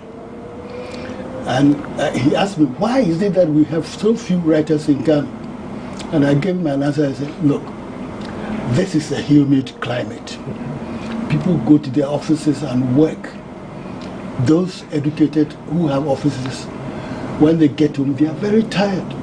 And writing is a tiring occupation. Not only that, but they hardly pay anything. Which incidentally, GhanaWeb has been perpetuating. You use a lot of stuff which you don't pay for. How do you expect your freelancers to exist and continue producing stuff for you? When I became editor of Daily Graphic, the Drum, I paid well. I fought for contributors' fees because without them, what are you? Okay, you may be bright, you may be a very good writer, but you need the input of other people because they are different people. Yeah. They have different experiences. They are all over the place, and you are sitting in your office, and the person brings you a story which you put in a magazine and sell. If you saw those days, at the end of the month, you see about 10 kids on this road here. African drum, and people used to like to buy the drum. So if they are buying and paying for it, why won't you share it with those who help you to make it popular? Yes. We have to be absolutely truthful to one another. Yeah. I regard GhanaWeb as my second home. I used to write even for Say It Loud. Wow. Yes, I took part in some of those very serious, controversial debates. I hope you didn't go anonymously. I think I didn't use my name. Okay. Because some of the stuff there is, you know, it's almost disgraceful to be associated with it. Yes. But we've toned it down now. Yeah. That's very good. But you've done very well. There's nobody I know of importance in politics or business who doesn't use GhanaWeb every now and then. Yeah. And also I like the idea that you encourage people to express their opinions about what they read.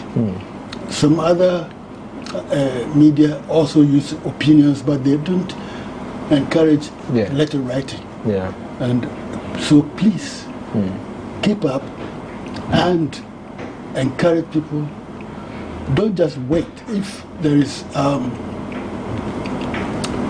an issue that you want people to talk about, find someone who is competent on that issue and go to the person and let the person, invite the person. You'll be flattered that you have come to him. Then after he has given his opinion, you can generate a discussion of it. The country needs discussion because things are moving very fast and things are difficult. That's inflation all over the world, there is hunger here and there. And in this country, we are sitting on one of the worst man-made disasters you can think of, which is Galamsey. Yeah. That the people of this country, with all their culture and knowledge, will turn River Ankobra into a chocolate-faced river. Brim, where I was reared in Achimabwakwa, you can't drink it. Last weekend I was at Esiakwa. We used to have Supon, Trafo, and Brim, so they now take water from the ground.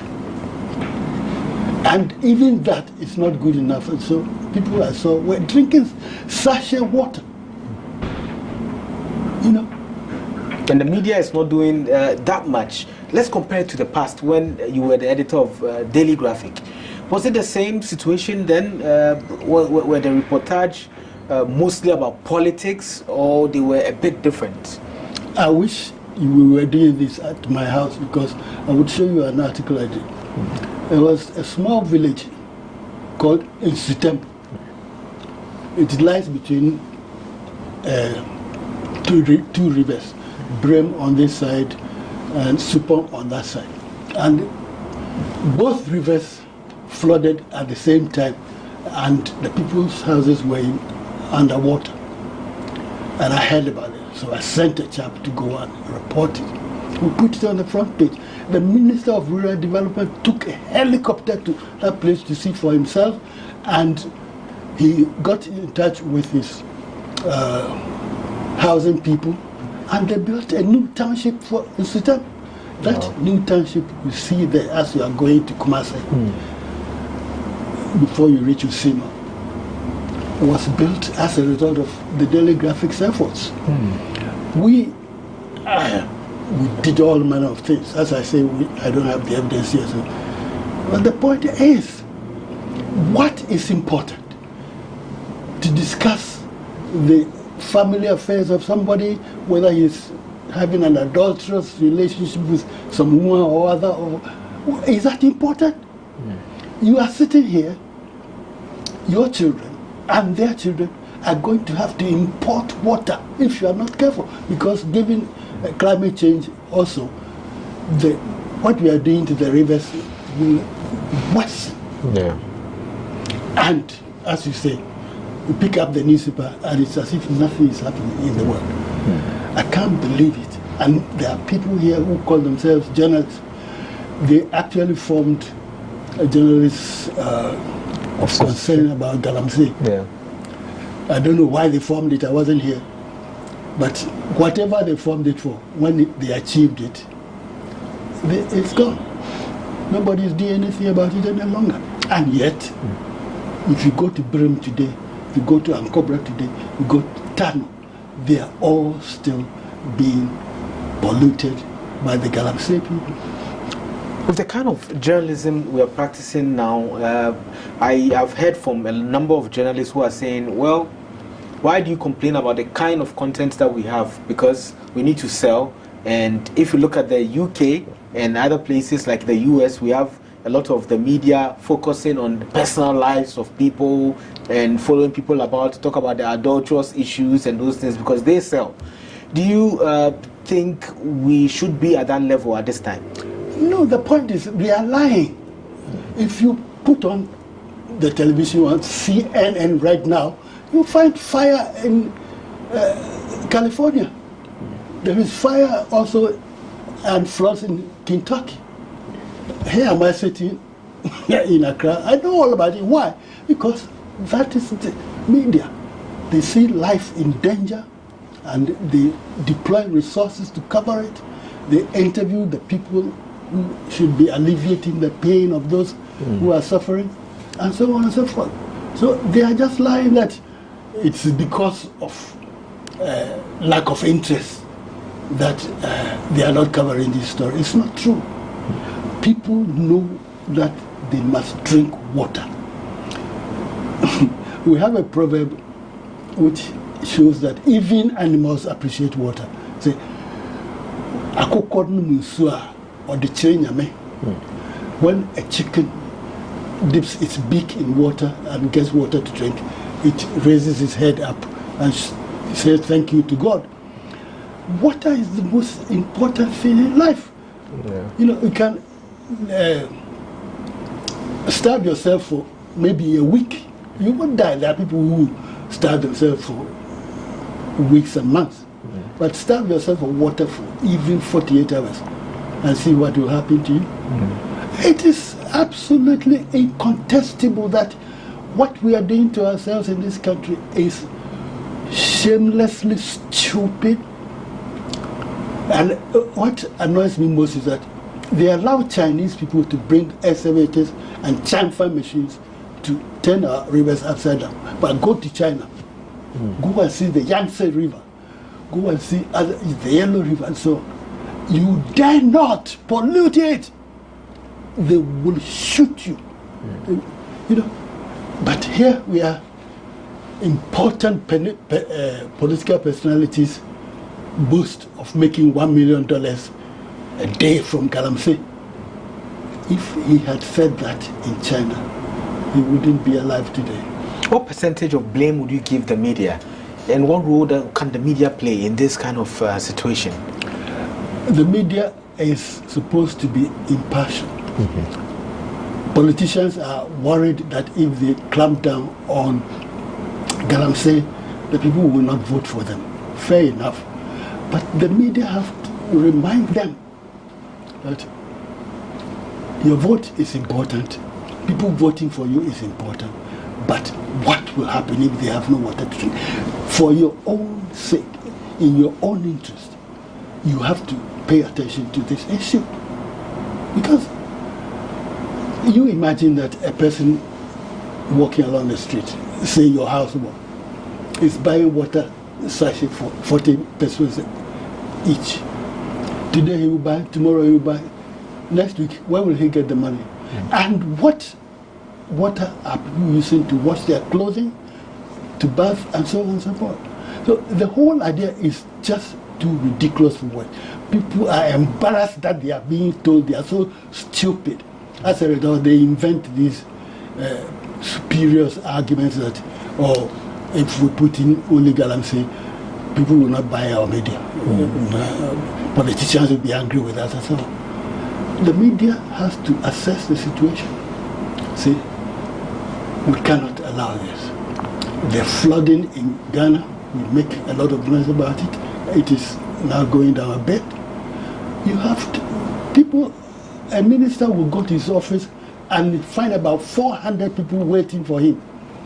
They want jobs, they want this, they want that. So by the time he gets home, he's not thinking about Galamsey.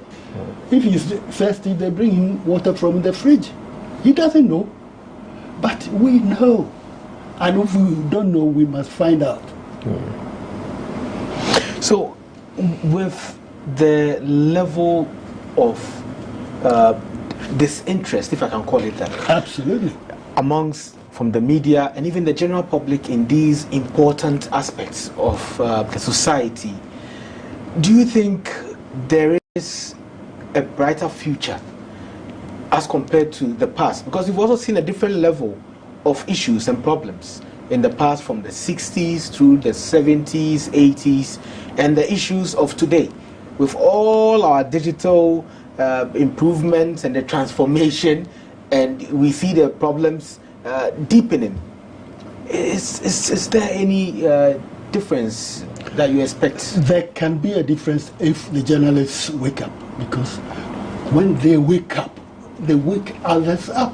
So the first point of call is journalists? Yes. Okay. You probably have heard that Thomas Jefferson said that given freedom of the press and no government, I would prefer to have freedom of the press and no government. It's as high as that, because if you don't know about the issues, how are you going to vote for someone? And if you don't vote for someone, who is going to govern? So it is important that the journalists wake up, and if the politicians don't allow themselves to wake up, you kick them in the butt so that they will wake up. But the journalists own, the politicians own a lot of the media houses. That is true. I was dismissed as editor of the Daily Graphic because I said something the government of that day didn't want. Do you remember what you said? Yeah, 1970. Professor Boakye, the Prime Minister, wanted Ghana to engage in dialogue with South Africa. Apartheid, you know, where a man's skin determines his fate in life. And I said, no, we can't do this. We have to help the blacks in South Africa to overthrow the whites so that they will all become equal. And I published this, and I ran a campaign in a government-owned newspaper. Because I believed that the government was holding the papers in trust for the people. So the people's interest was that. And I did other things like what I told you about the water. Yes. And I was dismissed. I knew I might be dismissed, but who am I compared to 30 million black Africans in South Africa? Their interest. So you knew you would lose your job for doing that, and your subordinates agreed, and then they implemented the campaign. Oh, well, as an editor, I write an editorial, how can you not publish it? No, I did it. But the important thing is this, that the journalist of intelligence doesn't put himself above the people. Even now, that was 1970. How many years now? 50. That's 50. about, over 40 years. People still remember what I wrote and what I did. And it's there for the records so that people can see that you don't say that person owns this medium and therefore I can't use it to say what I think. If you couldn't think, he wouldn't have employed you. Okay? Yeah. And if he employs you and he doesn't respect your intellect, then who is he? You have to be challenging these ideas all the time. Definitely be respectful, explain yourself, and let people know why you did or you are doing certain things. But to say that, oh, my boss wouldn't like this, so I wouldn't use it, when you know that it's in the interest of the people, it's a different matter altogether. So you resigned from GBC. you went to drum. Yes. You resigned from drum. Yes. Went to graphic, and you were fired from graphic. Yes. We'll continue the story after this break. We are speaking with Cameron Dodu. Is a legendary journalist, writer, novelist, and everything you can think of in the media, a broadcaster as well. My name is Ismail Akwe. This is the Lowdown on GhanaWeb TV. We'll be right back.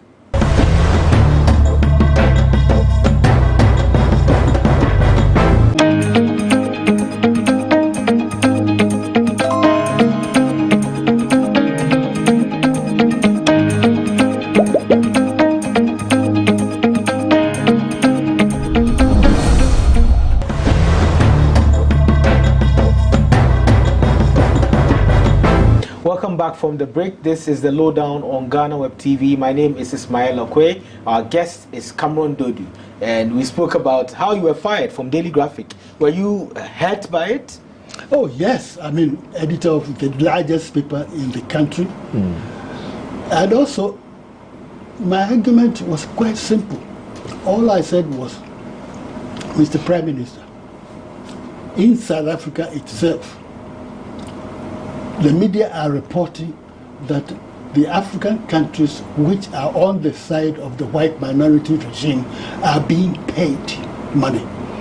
Ufwe in the Ivory Coast, and you are his friend. And so people will put two and two together and say that maybe they are giving you money. Malawi is opening an embassy there. We know that Dr. Banda has got money from them, or he intends to get money from them. So don't do that. Ghana has a name which the black South Africans respect, because we used to train some of their guerrilla warfare people. Now, if they hear that Ghana is engaged in dialogue with the white minority regime, they will be hurt. And even those who want to fight and die for their country will be detailed, saying, oh, we have no hope. So please don't do it. And you fire me for that. Thank God for it. I have that history. Yeah. And Nelson Mandela was eventually released from prison. I went to the inauguration when he became president. Oh. Yeah, I saw my work bearing fruit, you know, and that is important. Yeah. So it was one of the proudest moments of my life. So what happened right after graphic? What did you do next? Well, whilst I was before I even joined the graphic, I was correspondent for the Financial Times of London, and also for the Fox Grant in Amsterdam and other people. Yeah. So I never ever felt that I should fear. If you fire me from the Daily Graphic, I have the Financial Times, and eventually I even moved from there to the Sunday Times, a very rich newspaper, then from Sunday Times to the Guardian, and so on. So I have faith in myself that my talent can be appreciated by other people. And can you imagine? Here am I, Ghanaian, no degrees or anything, and my byline appears in the London Times, the London Sunday Times, the London Observer, the Volkskrant Amsterdam, Ons Vereld and others. Oh, yeah. And all of them were getting different stories. Absolutely. Not the same story across the papers. That would be stupid, because they read. Yes. They read on another. So I managed. And they paid as well. Very well. And they paid expenses. For instance, I was sent to Gambia by the Sunday Times. I was sent to Liberia to cover those schools and other places. They know what stories are. And all they want is a good story. And thank God I had the preparation for that. You know, GBC and other drama and so on have taught me how to write. So at what point did you decide to live in London? Is that where you lived, London? That was in 1983. Okay. I reported the murder of the judges, 3 judges and a retired army officer, for Focus on Africa on the BBC. They were suppressing the news as it came out of the special, not tribunal, special commission that was investigating the murders under Justice Azukra. At the time you were in Accra? Yes. Yes. Now, because they owned the Daily Graphic, the Daily Graphic wasn't publishing what was going on. Yes. Ghanaian Times, Duka. But by 3, 4, 5 o'clock, I was on the BBC reporting on it for Focus on Africa. And I was called by someone and told, be very careful, otherwise we shall even prevent you from sending stories, because we control the external telephone service and the telex. Yeah. And I got other hints. One day I was having a pee in a public place in a restaurant. Somebody came there, I don't know who he was. He just looked at me and said, "Camera, are you still in this country?"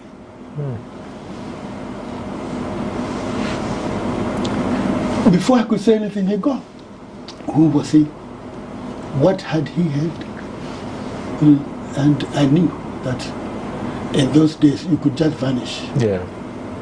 Not only that, but during that time, my son was driving my car and he had a mysterious accident at a crossroads. In Accra? In Accra. The car was a write-off. It's very lucky that he wasn't hurt. But if they were picking on my family.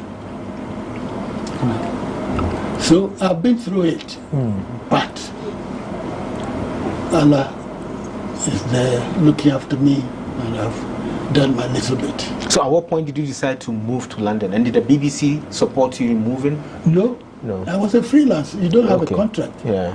I just turned up there, and then I began to write for, you see, my freelance outlets. Did you move with your family?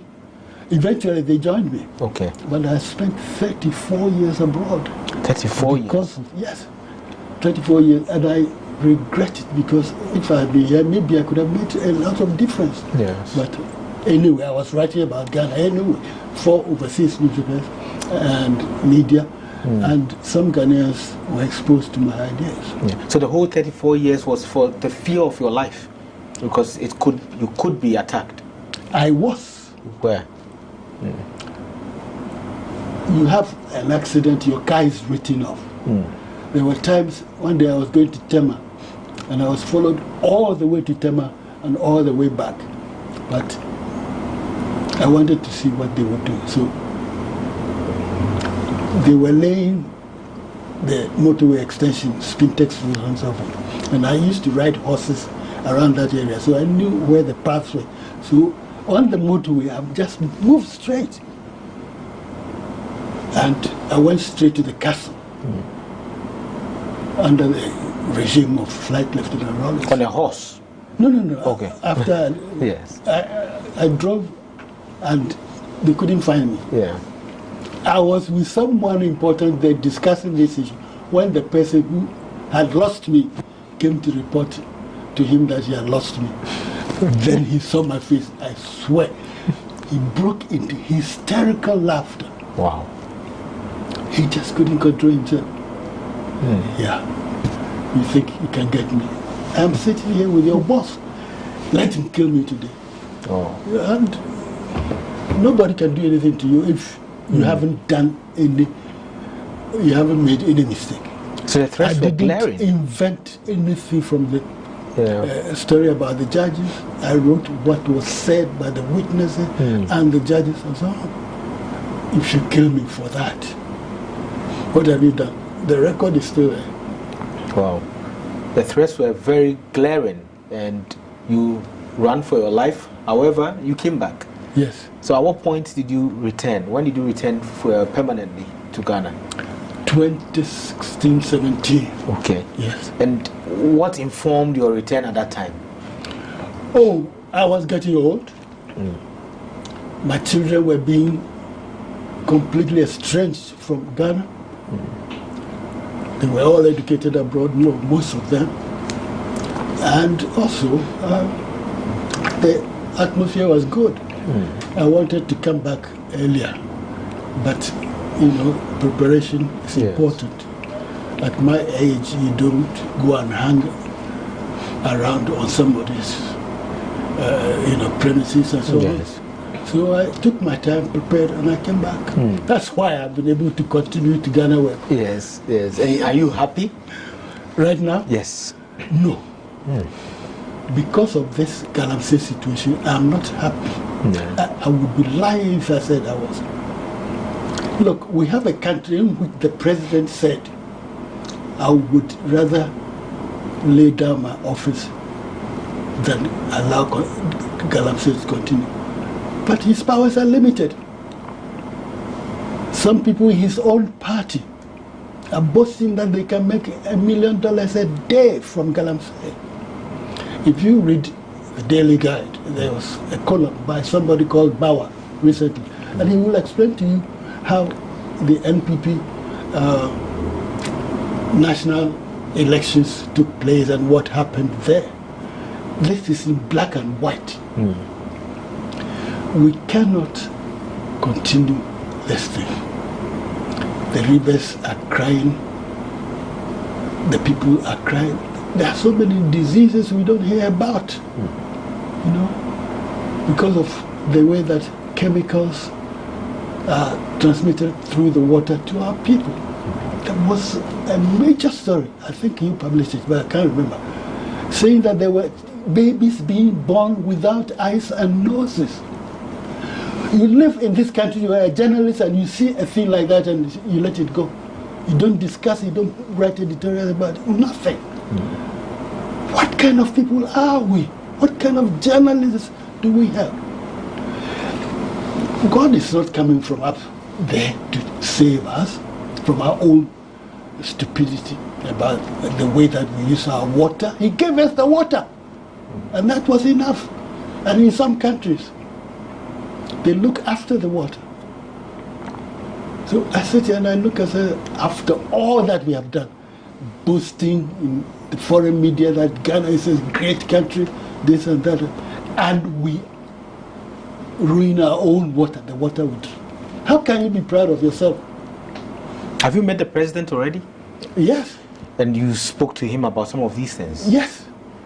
But I'm sure you didn't get any Well, response. he did his bit, but the point is, as I said, the president said it publicly to everybody. Yeah. His party people know that he has said it, and that is his policy. They increased the penalty for galamseyers a lot. And they are still doing it. Because he cannot control all of them in the regions, in the districts, and in the villages. So that is why he needs help. He needs our help to awaken those people. The people who go to GhanaWeb every day, they must get a message that something is very, very wrong in Ghana. Yeah. Now let's talk about family. How many children do you have? I have, thank God, 6 children. 6 children. Yes. Yes. 2 girls and 4 boys. And they are well educated and everything. Yes. And do you have a wife currently? I used to, but unfortunately my wife passed away. Oh, okay. Okay. So I haven't married. And if you have a nice young sister or a nice young girl somewhere you want to introduce me, I'll be very grateful. That's quite interesting. So now let's talk about the autobiography. I'm sure we would have read a whole lot if it was completed. And you are saying it would take some years. Why would it take some years? Where have you reached? I want it to be my last testament. Yes. And so it needs time. And I want it to be very, very good. You know my standards. Yes. I want to write a fantastic book. So is it about style or context? All of it. Yes, I want to leave Ghana a very good book, starting from way back. Yeah. So what's And also to inspire the young people. Because as I've told you, I didn't go to secondary school. Yes. I've told you I didn't go to journalism school. And my standards has reached overseas, not only Ghana. So it means it can be done. Yeah. And those kids and young people who are saying that, oh, I don't have money, this and that, it's not an excuse. I passed my GCE levels through private study at home with a candle. There was no electricity. And I passed GCE level in 15 months.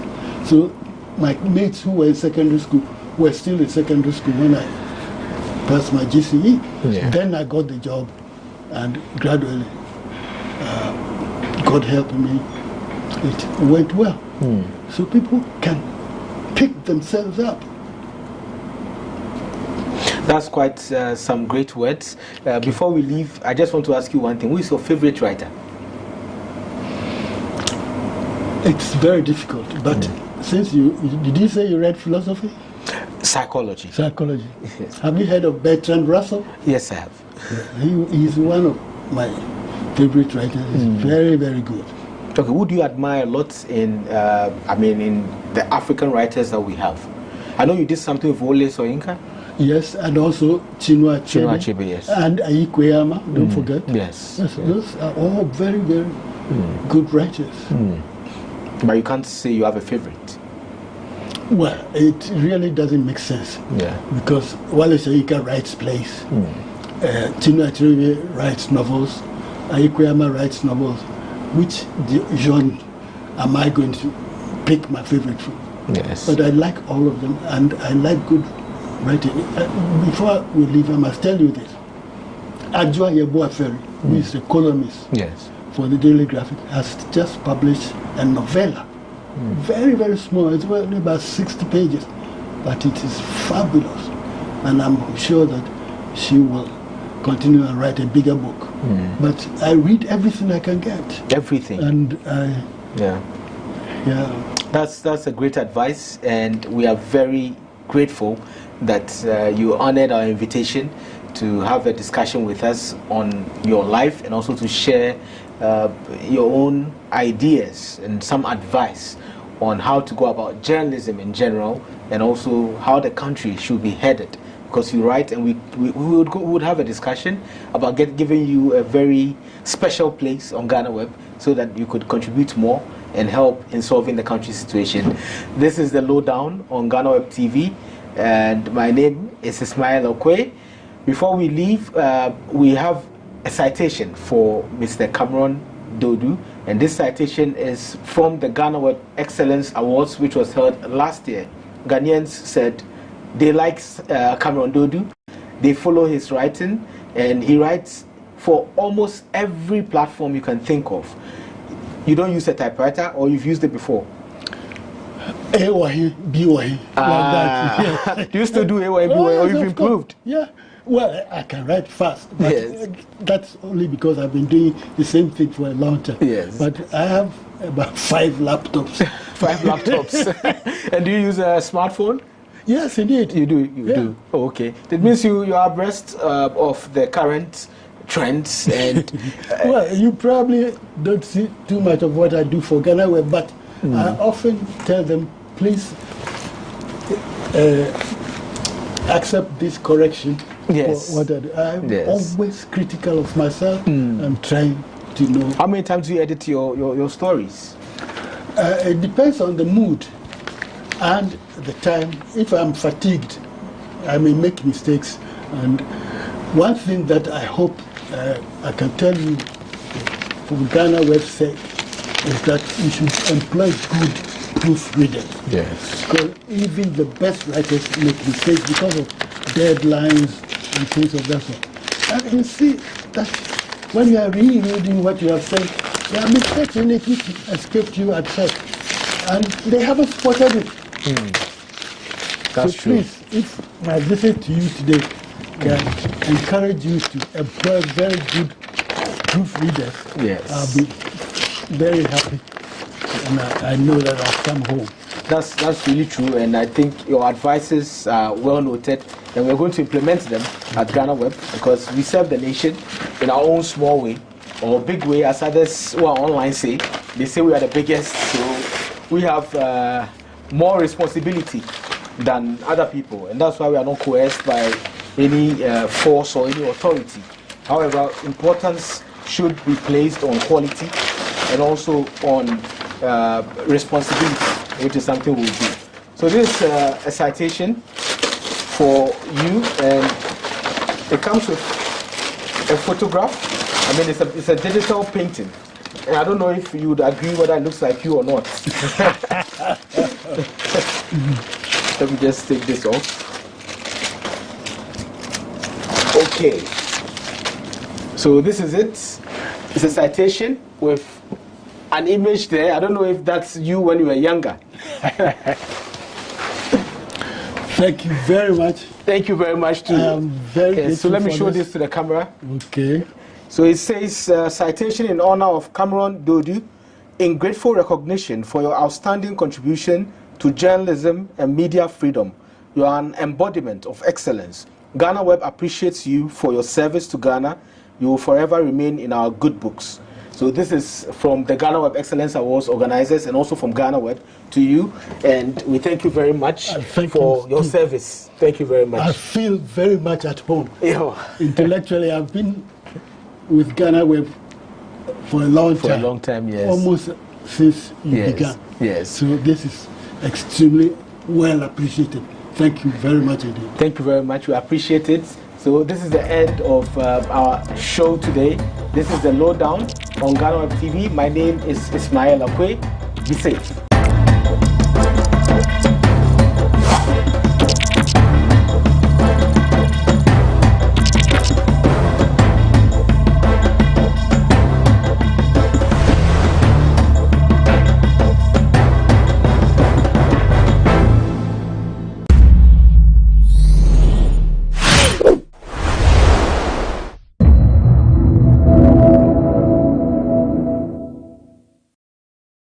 We are in to pay bills. Nobody can say you will not pay bills. You can't do that. You can't use electricity and say I will not pay bills.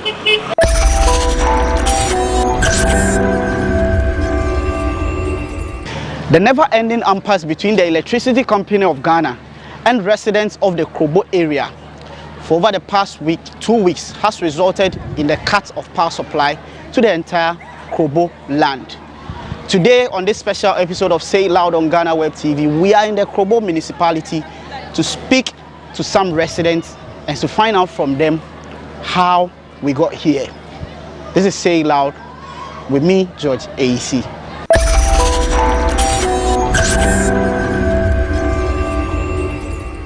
The people of Krobo land, just like any other Ghanaian community, enjoyed electricity supply until 2014, when the business relationship between residents of the area and the Electricity Company of Ghana took a different turn. The issue that brought it up, overbilling. So from 2014 to 2017, a committee, Kofi Afel committee, also stated that 2014, 2017, that bill should be cancelled. There is a chart with ECG also show that that bill is refencing. There is difference between cancellation and refencing. Refencing means maybe tomorrow you can bring that thing out, that this is your debt, you will pay. By my understanding, from 2018 to 2022 or 2021,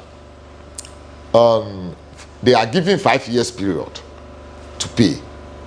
Now, our concern, major concern is, if I then a Sakino, this house, I own a debt. I must know that maybe I own 20,000 Ghana cedi on my meter. So by giving me prepaid, maybe you will be taking 5 cedi. Anytime I buy prepaid, then I know that by 1 year, that bill will be clear from the system. So that after 1 year, if you are still charging me, then I have to find out why you are doing so. If that thing having been done, and you say I own you, without knowing the history of my meter, the amount that I own on my meter, which means if 30 years, and you say you are taking that debt, I have nothing because you say I owe you. I didn't know the actual amount. You just summarize everything that the Krobos own 160 million Ghana cedi. 160 million Ghana cedi. Every meter, we have to know, technically, we have to know the amount that every meter consumes. If that has been done, because there are some new meters which have been given to people, even they are not operating yet. Those meters, there is no depth on it.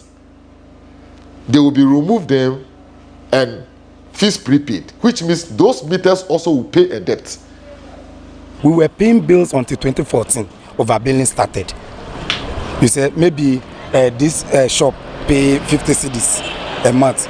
All of a sudden, 5,000 start coming. 1 meter, one shop, 3,000, 2,000. So abnormal bills. So when we started the noise, they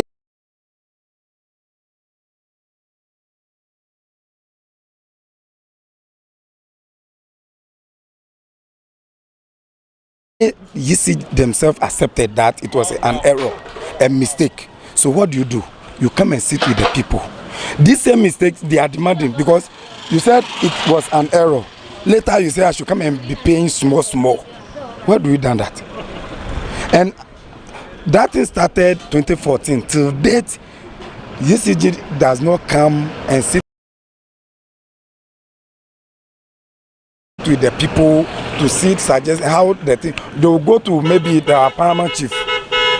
When they go to the paramount, whatever the paramount chief will say, then they took it like that. But the paramount chief doesn't, excuse me, so he doesn't pay bill for me. I am the victim. I'm your customer. UCG, you are my customer. So come to me. Since 2014, since the demonstration 2014, they stopped bringing in bills. So they accumulated the bills. Then they came and they say we should pay all. I can't pay like that. About 5 years ago, when this thing happened, it started with overbill. So when the overbill came, we tried to solve it. We couldn't. Anytime we make effort to solve the problem, we couldn't solve it. So that's till now, that problem is still there. Why is the problem not being solved? Is it that you are refusing to understand the position of the ECG, or the ECG is refusing to understand the people of Kobo? The ECG, they don't want to understand us. They want us to do what they want, but they don't want us to do what we want. And what is it that you want? The prepaid is not the problem. When there's no problem, when the prepaid come, we accept it. But now there's problem, so you have to solve the problem first before the prepaid.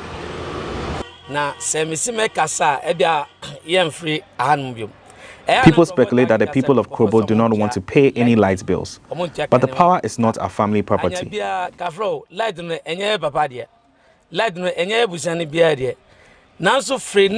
never had any issues since 1969, when electricity was first brought to this area. But from 2014 to 2016, we're receiving bills as much as 8,000 Ghana cedis. Imagine an old lady at home being asked to pay a bill of 8,000 Ghana cedis. So we said no. From 1969 to 2014, we have never received such bills. 1969, ever drew 2014. Let them massa.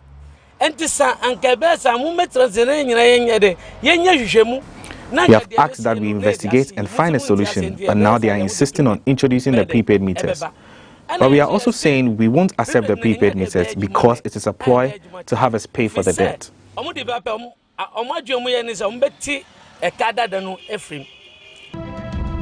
To find a lasting solution to this, ECG has sought to replace all the existing postpaid meters in the area with prepaid meters, but this has been met with resistance from residents. I can't be all of a sudden we didn't know they bring in soldiers. The meter, the last time I checked, that meter in my house belonged to me. My name on it. So when you want to change that meter, you have to talk to me and tell me the reason you are changing the meter. I should accept before you take it off. You can't put gun on me and say, because I saw a military man handing gun, you have to take my meter off, then you feel prepaid for me. We don't do that. They don't respect us. ECG doesn't respect us. we are in to pay bills. Nobody can say you will not pay bill. You can't do that. You can't use electricity and say I will not pay bills. We don't say that. We are paying until they started overbilling. The whole issue started with overbilling. I know a house around my house. I can take you there. They gave me 40,000 a household.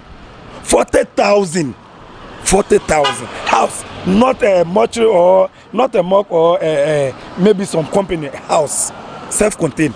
He lived in the house with the wife and the kids. 40,000. He made a move to the ECG office. They said he should wait. He should be coming and be paying small.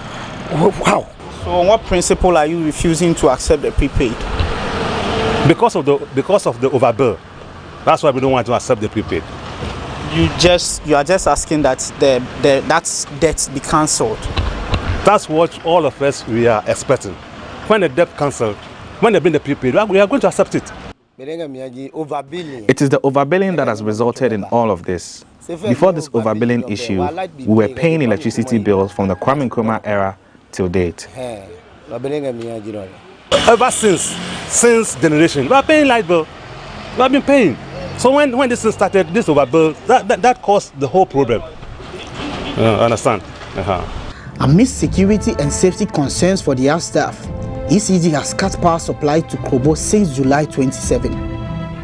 This has had a significantly devastating effect on both social and economic activities. Look at how people are suffering. Innocent people are suffering. Students are suffering, hospitals are suffering, and market women and myself. You see my shop, because I work with the fitters, the welders. Because of the light, my shop is down now. We are suffering because we don't have lights now and we have to use generators. We use up to 3 gallons of a petrol a day before we are able to make ends meet. It has become a problem for us in Krobo land. And we know our customers do not have money to even get haircuts.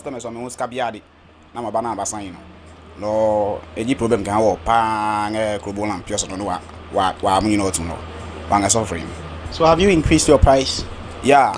I have now increased my prices. I used to charge about 7 cedis for a haircut, but it's now 10 cedis because of the fuel cost. You say that because of that people are not coming that as they used to? Because the money... Patronage is also low because businesses have come to a halt because there's no money in the system. As a result of this, when they come, they ask for a reduction in a 10 cedi charge. So if this continues for some time, how do you envision this is going to affect you? It's already affecting you, but going forward, if the light still doesn't come, how is it going to impact you? It will greatly affect us because a lot of the folks have now relocated to villages and other towns. If the light do not come back on soon, it will greatly affect us.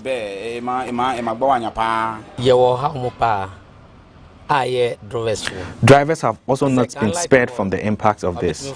Before the power cut, we had passengers traveling from Accra to purchase items including frozen fish. Now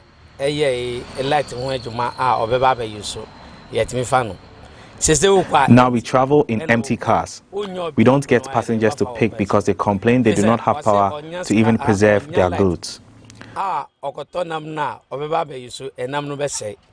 Dodo na first na ya go form buy na omo wo fridge omo na omo use light no better omo nya mfaso adechi omo sa be kwa akra asa goto enam no bi anasa ashama anasa tema enso light ni obia ntukwan biom. My wife sells fish, but she has to stop because of the cost of fueling a generator, which has become very expensive.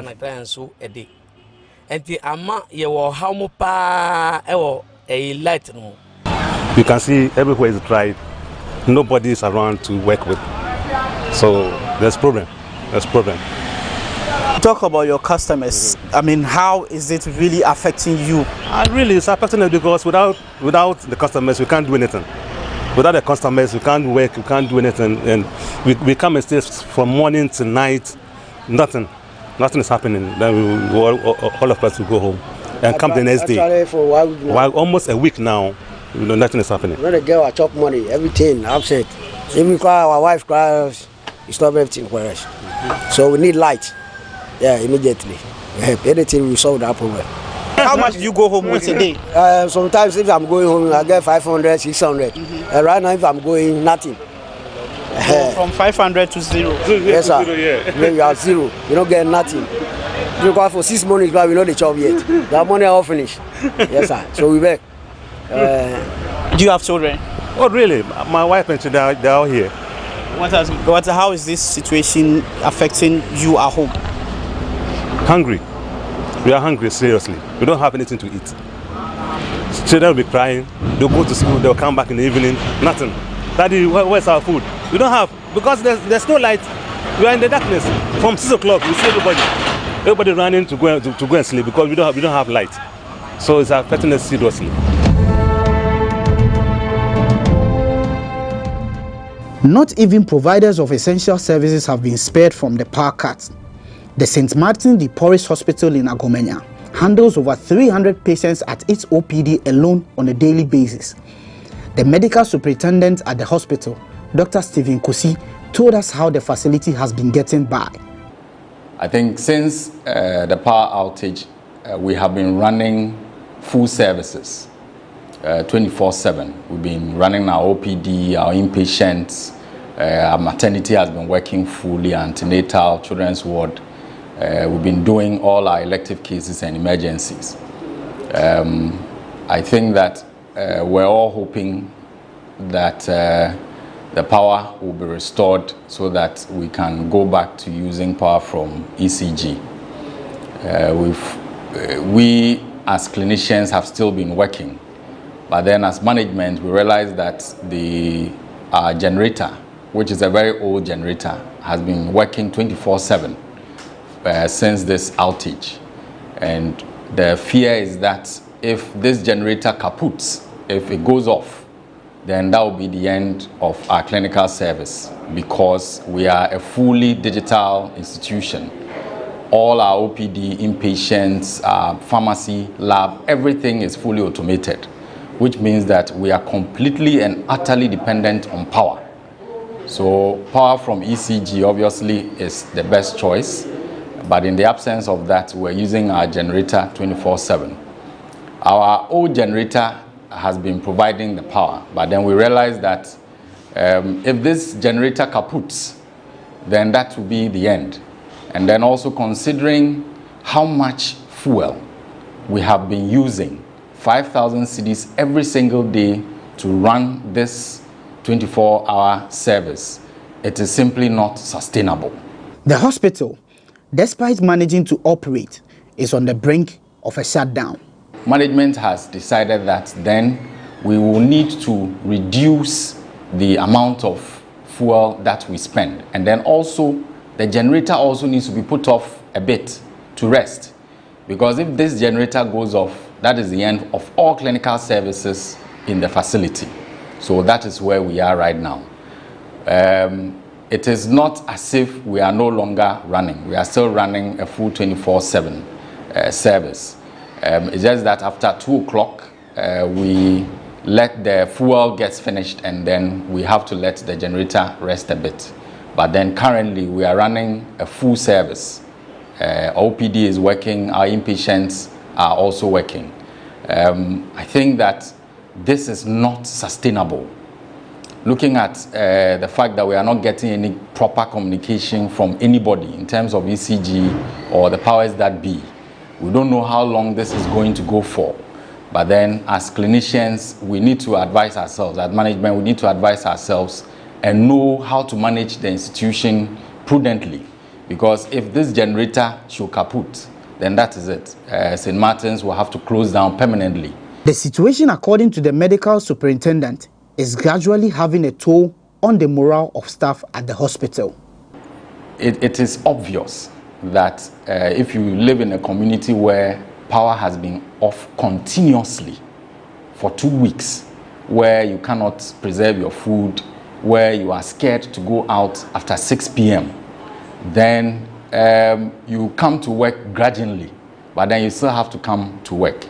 And I think that if it continues to go on, we will have some agitation, because you cannot continue to always come to work and then you go back home, there is no power to do anything at all at home. Okay, you cannot preserve your food, you cannot do anything at all. And it is, of course, the heat is also very, very unbearable. So the security situation is more of a priority to management. Because of that, I believe we've changed a lot of their schedules to make sure that nobody is traveling within the community to come to work after 6 p.m. Those doing night duty are here by 6, and by 6 a.m. then they go back home. Back in the towns, residents are keeping up with the situation by charging their phones and LED lights with generators at a fee. This proves an income-generating venture for some entrepreneurs. However, even those cashing in from the situation say they wish power will soon be restored to save their community from crisis. We have been managing for the past 3 weeks. This is the business I started as a result of the crisis to make ends meet. If you charge a YAM phone, it's about 3 Ghana cedis, and a touchscreen costs about 4 Ghana cedis. I charge the lamps for about 6 cedis. The YAM for YAM 3 cedi. Okay. Get touch of 4 cedi. So this will be the YAM, what you refer to as the YAM, and the smart ones 4 cedi.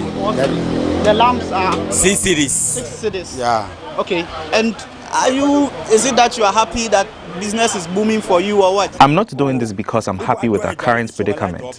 Not at all. When people come, they ask for a reduction, but I cannot do that because of the cost of fuel at the moment.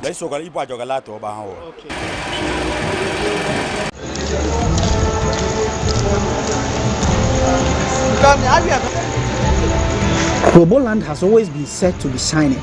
However, the experience in the last 2 weeks has been different for indigenes and other residents, including essential service providers.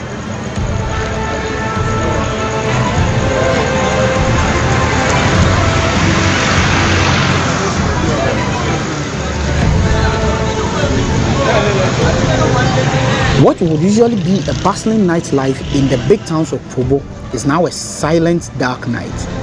Amidst growing security concerns and the negative impact on socio-economic activities, the people of Kobo want power supply to be restored with urgency, while measures are taken to address the impasse about metering and bailing. It hasn't been easy, my brother. I just got a new generator. It cost me 2,900 cedis, and then we are not working because there is no light. And the cost of fuel one of these days too, we cannot work with fuel. So I'm just waiting for 1 or 2 monies, Momo, so I can get to the station and get some fuel before I can start work. As you can see, I have a lot of things to work. This weekend there will be funerals around which I need to work for them, but yes, still I cannot do anything. So it's really not affecting us in our businesses. So we are pleading on the leaders so they should speak on our behalf. And we are also in need of the light, so we'll be able to work peacefully. Yes, we are pleading with the government to intervene, so the old debt will be cancelled. We don't have a problem. problem. But until that is done, we don't agree to any payment terms, and we are not also in favor of the I think this situation has gone on for a very long time. And I believe that we have opinion leaders in the community, we have politicians, and as a facility, our mandate is only to take care of the sick that come to us. So we only plead to the powers that be, ECG, the politicians, members of parliament, to come together and restore power for us. We are only here to take care of those who are sick, our own brothers and sisters and those who live within the community. It isn't right that us doing this work, we go through such hardship. So that is my final word to them. They should please help us sort out this issue so that we can continue to preserve lives. The Electricity Company of Ghana remains resolute that until the completion of its prepaid installation exercise and the safety of its employees guaranteed, it will not supply power to the people of Kobo. Residents of the area are also asking for the restoration of power before any form of engagement begins. This has been a special episode of Say Loud with me, George AC. Special thanks going out to my camera person, Richard Van Der Poy, my driver, Bright Boatin, and our correspondent here at Kobo, Mr. Michael Obete, for hosting us. Bye.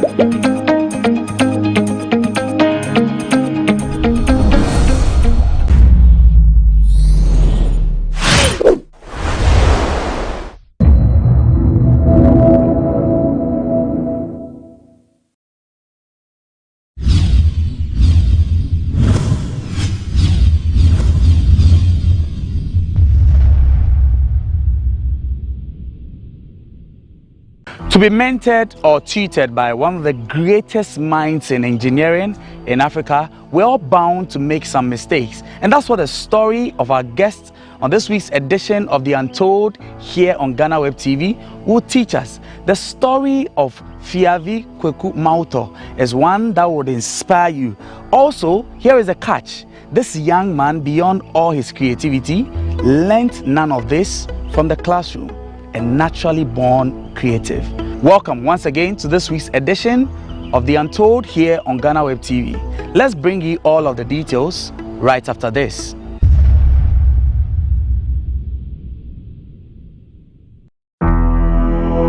Born an Ewe, Promise starts off his story by telling us how it is that he was raised as an Asante. My name is Fiavi Kweku Mauto. Other people call me Promise based on how I was born. So basically my dad is an Ewe. By blood I'm an Ewe, but I was raised by an Asante man. So I was being adopted into the Asante family. So my dad and my mom are alive. I have 6 siblings. They are all alive. So we were all living in Accra. I was born in Nansuma, DC. So my youngest brother, that was our last born, that is Kwame Safo. Because of him, I'm here today. To be named Promise was not just mere coincidence or chance, and he shares the fine details. When my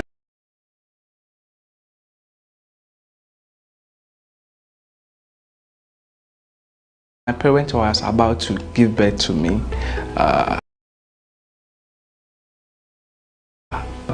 there was a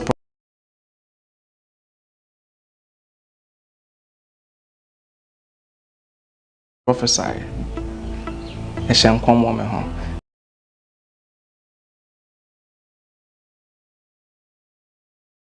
is why I'm called Promise. So after I was giving birth, the man asked them to bring me to him when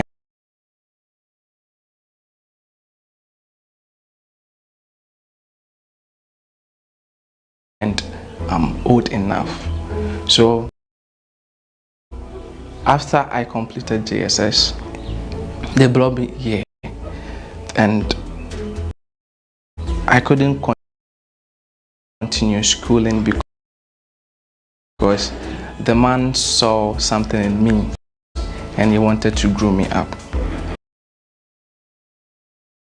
But very soon in his life, he learned the hard way on giving up on certain dreams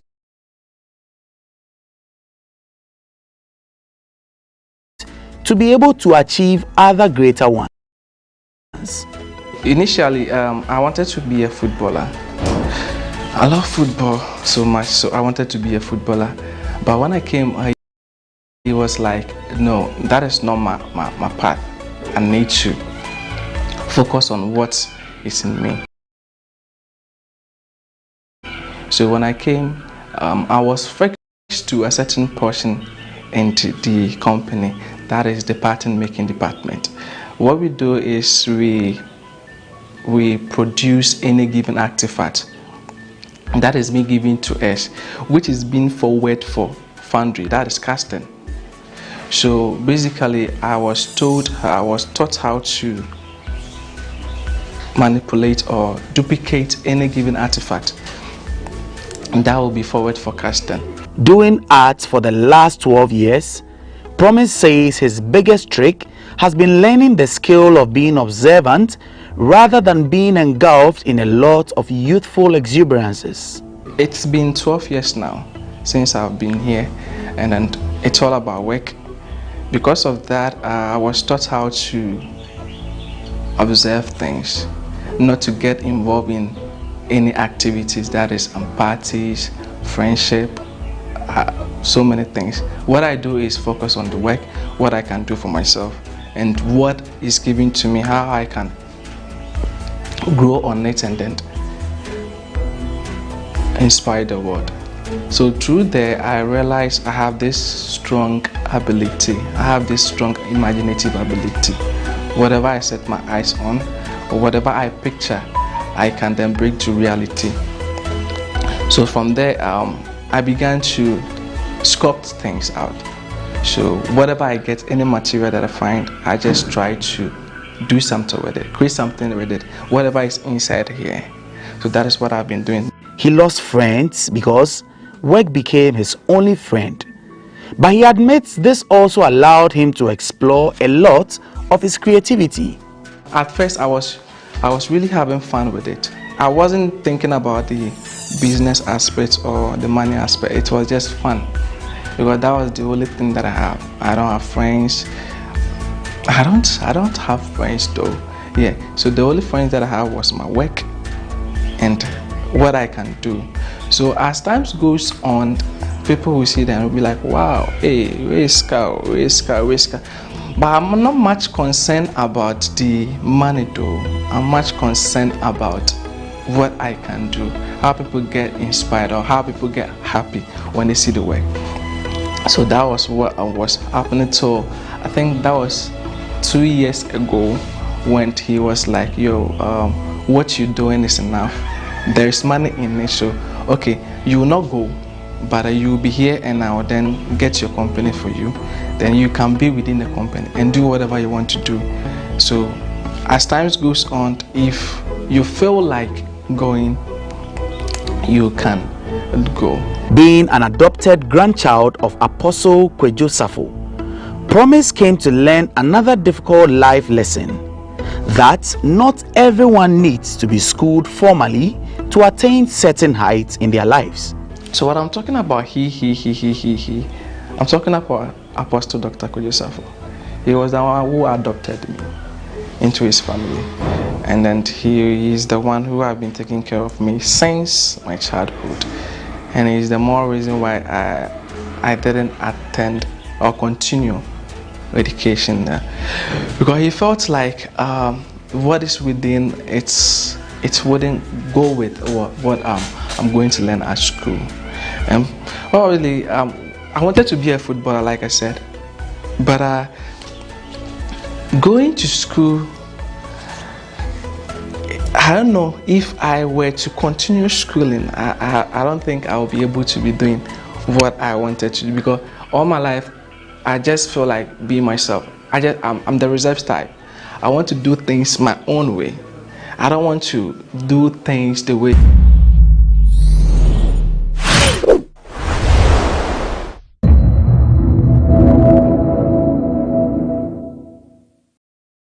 Welcome once again to the Accra City Hotel, where we are going to have a very, very important discussion that should lead national policy as far as football in Ghana is concerned. We would apologize for the late start of the summit, and we appreciate your patience. Before we begin today's business, we want to begin with an opening prayer. To help us with the opening prayer, I would like to invite Mrs. Eunice Tony to give us a short prayer. Let's give her a round of applause. Thank you very much. Could we all please bow down our heads in prayer? Heavenly Father, thank you for gathering us together to have a conversation about a sport that brings people together. We are asking, oh Lord, that this conversation is going to have positive outcomes, and we all will be happy to be part of it. Thank you for answering our prayer. In Jesus' name we have prayed. Amen. Thank you very much, Mrs. Eunice Tony. The reason why we are gathered here is not known to me, but one man knows it all. Programs Manager, ETV Ghana, Cosby Bigbe, will tell us why we are gathered here this morning. Let's give him a round of applause.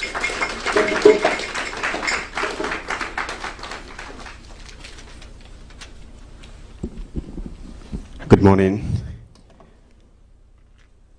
Distinguished ladies and gentlemen, I want to say good morning to you once again and welcome to the maiden edition of the Esports Summit.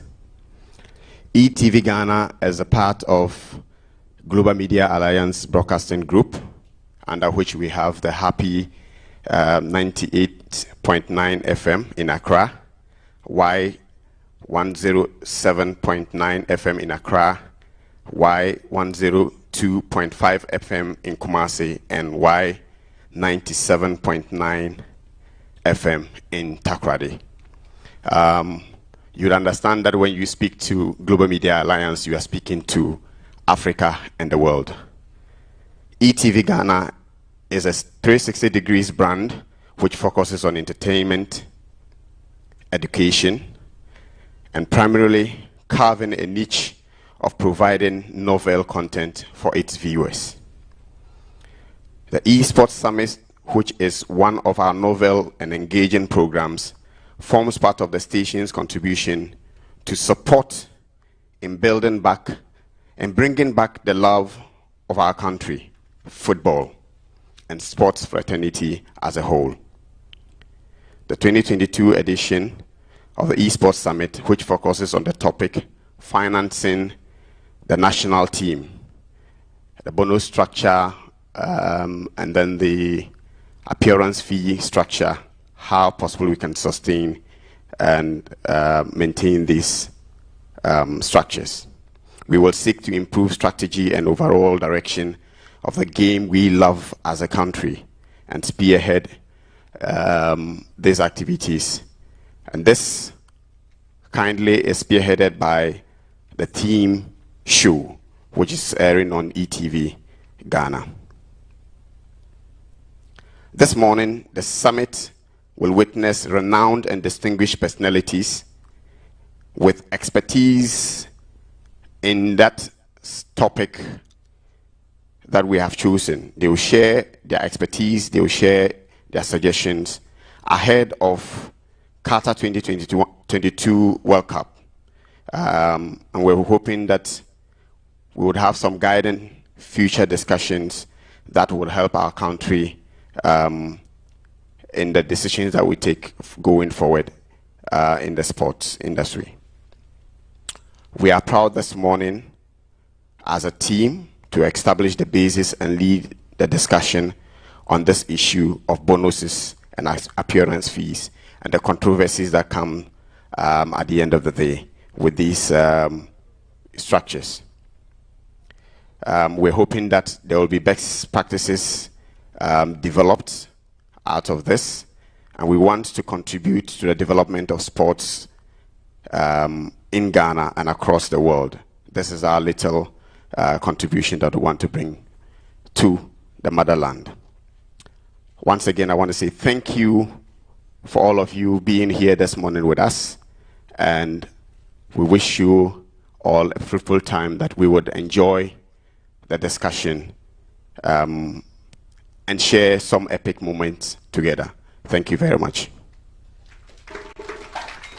Thank you very much, Mr. Cosby Bigbe, is the programs manager of ETV Ghana. Financing our national teams, the bonus structure and the appearance fee, the structure and its sustainability. That's the discussion we are going to have today. And when we talk about appearance fees, we talk about the Ministry of Youth and Sports. The Honorable Minister Mustafa Yusuf promised to be here, but because of his busy schedule, has not been able to join us here. But he sent us his best wishes through his representative. I would like to invite Alhaji M. Sani Adams, who's the head of Policy Coordination, Monitoring and Evaluation, Ministry for Youth and Sports, to give us his opening remarks. Let's give him a round of applause.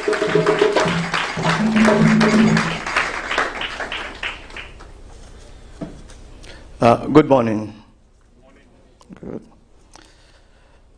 Distinguished guests, panelists, my dear supporters, ladies and gentlemen.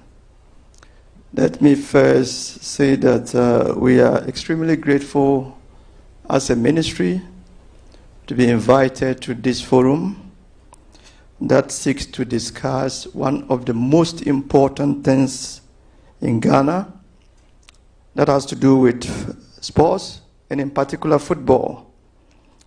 It is one of our integral part of our mandate as a ministry, and so any opportunity to discuss a way forward to ensure that there's better implementation of our mandate, we are more than grateful to be part and parcel of it.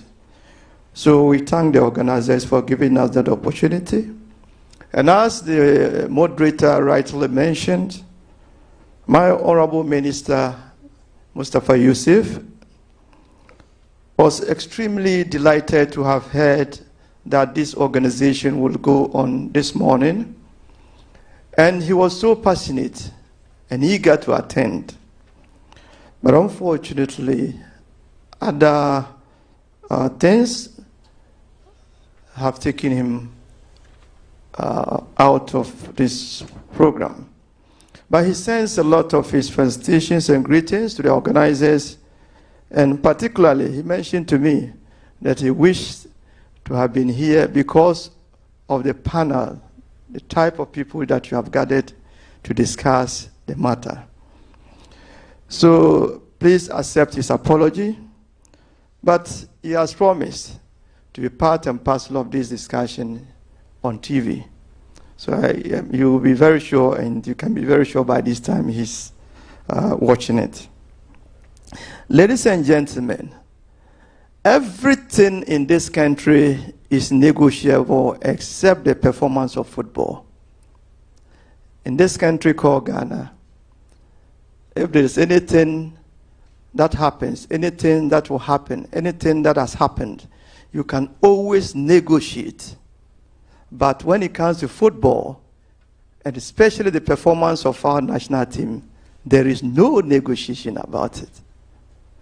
Ghanaians are so passionate about football to such an extent that when it comes to football, we forget about our tribes, we forget about our political affiliations, we forget about our peerism, we forget about our chronism, and we all unite as one.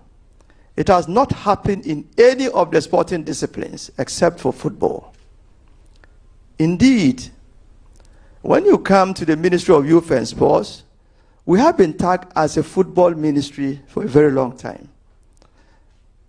But the truth of the matter is that well over 70% of the resources of the ministry is spent in other sports. But the fact that the interest and passion of Ghanaians is on football, anytime there's expenditure on football, there is more attention to football. And because it is unnegotiable in terms of performance, it presumes that we need to put huge investment into it. We need to invest in infrastructure. We need to invest in personnel. We need to invest in systems, structures, processes, and procedures. We need to invest in promotion and marketing.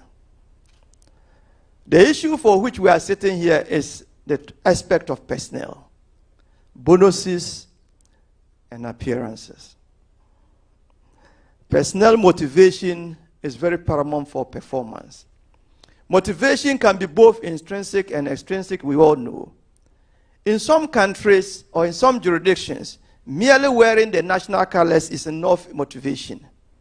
In our part of the world, particularly in Ghana, it may not be enough. And that may not be the fault of the footballer or the professional, but it may also be the systems and the culture of our people.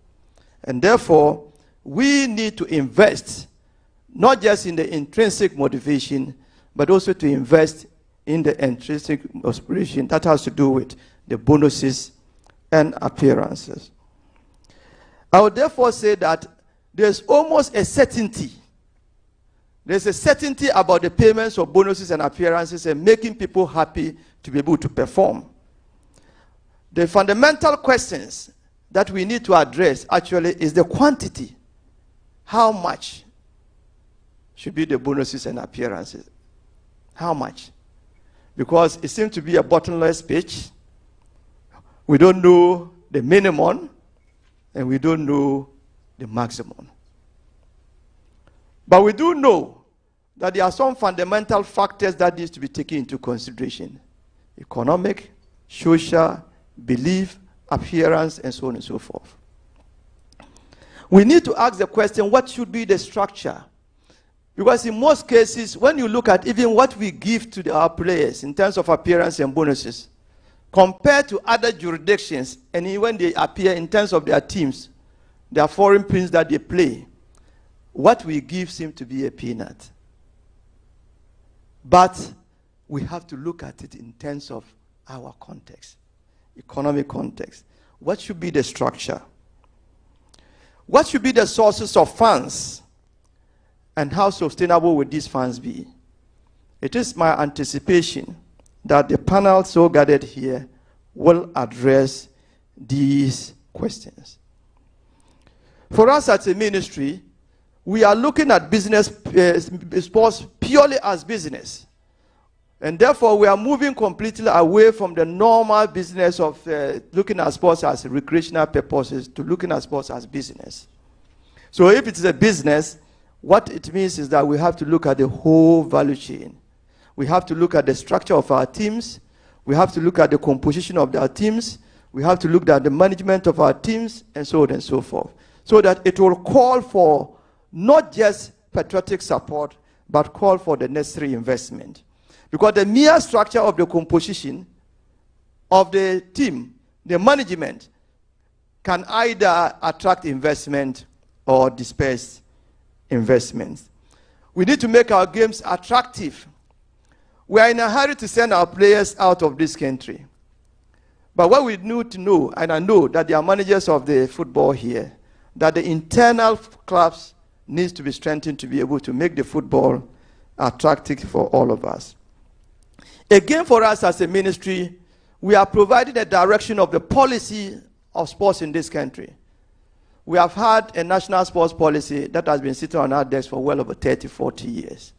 We are reviewing that policy to give direction to sports, particularly football and other very teaching sports that we think we have comparative advantage. Supporting this policy document will be a proper legislative instrument that will regulate many other sporting activities, including even the purposes for which we are here, bonuses, appearances, and other things. The legislation will look at that. But in looking at this legislative framework, we are so cautious about the independent nature of our football federations. But we are also aware that the national teams are the bona fides of the state.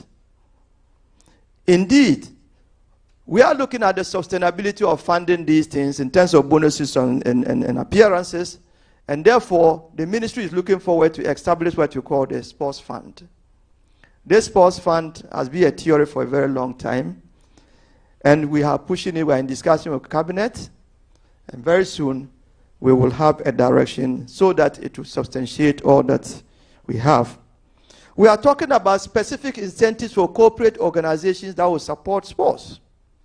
We know that there are corporate organizations that have been supporting over the years, but they will need specific support in terms of incentives, which we are negotiating with cabinet, and very soon there will be a direction to that. I will not want to take a lot of your time because I know the discussion would go on, and when the discussion proceeds, we'll be at the backdrop and we'll be listening to it. And at the end of the day, we expect that will be a comprehensive report that will be submitted to us, and we act through the report in terms of the direction of Carter 2022. So I wish to congratulate the organizers for this forum and to thank you very well for making this a possibility. Thank you very much, audience, for also listening to us. Thank you very much. Thank you very much. Alhaji M. Sani Adams is the head of policy coordination, monitoring and evaluation at the Ministry for Youth and Sports. He's sitting in for the Honorable Minister, Mustafa Yusuf. Thank you very much, sir. We'd like to acknowledge the presence of a few dignitaries here this morning. DCOP Lydia Donko is the Director General, Police Professional Standards Bureau of the Ghana Police Service. She loves sports and is the chairperson of the Police Ladies FC. Thank you very much for joining us here this morning. Frederick Latte Otu is Ghana Taekwondo President. He's also here with us this morning. Rita Ofei Asari She's also here with us this morning. Abdul Yati is also joining us here this morning. We have representatives from the National Sports Authority. They are here with us. We also have reps from the Ghana Olympic Committee who have joined us here this morning.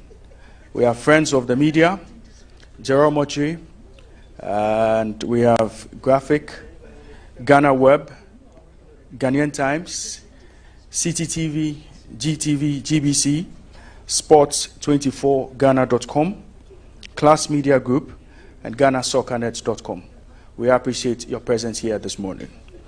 Before we get into the discussion proper, where I would introduce our guest speaker to deliver a paper,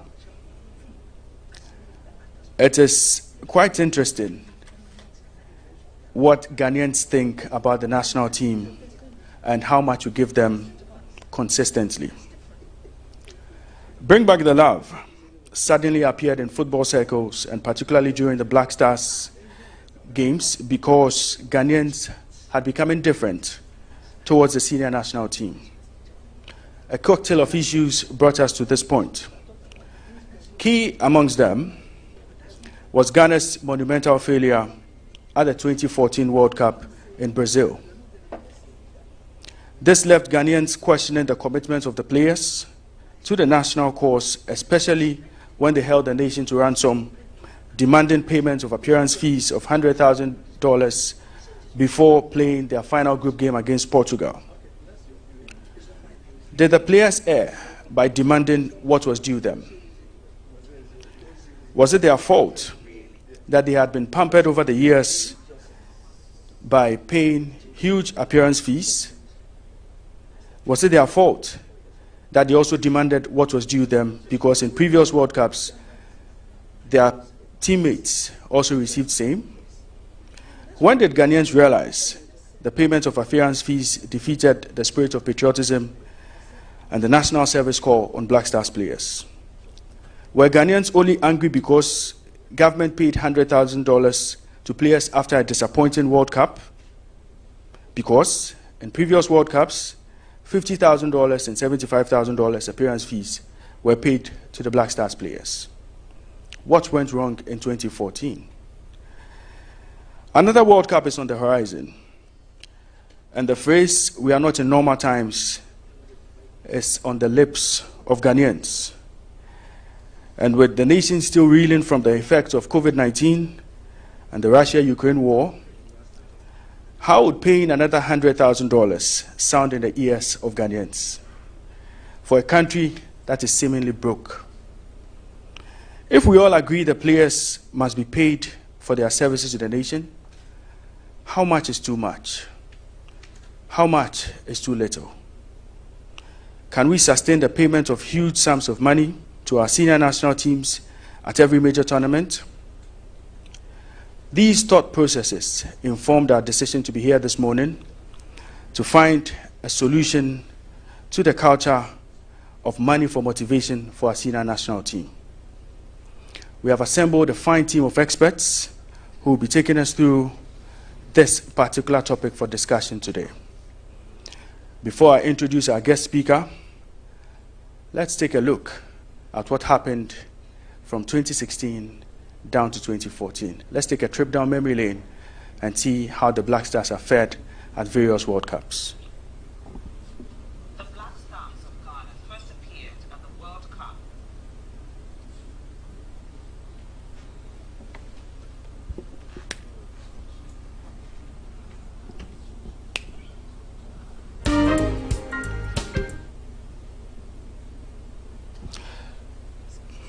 So before we join the feed,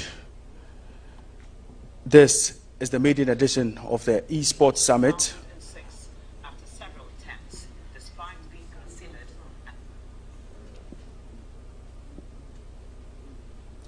This is the maiden edition of the Esports Summit, and I would like to say this event is live on ETV Ghana. We're also live on our Facebook pages. We're also live on the GhanaWeb streaming portal. So GhanaWeb is streaming this particular event live. We'd like to say a big thank you to GhanaWeb for joining us. Before we join the feed, let me quickly take you through the profile of our special guest.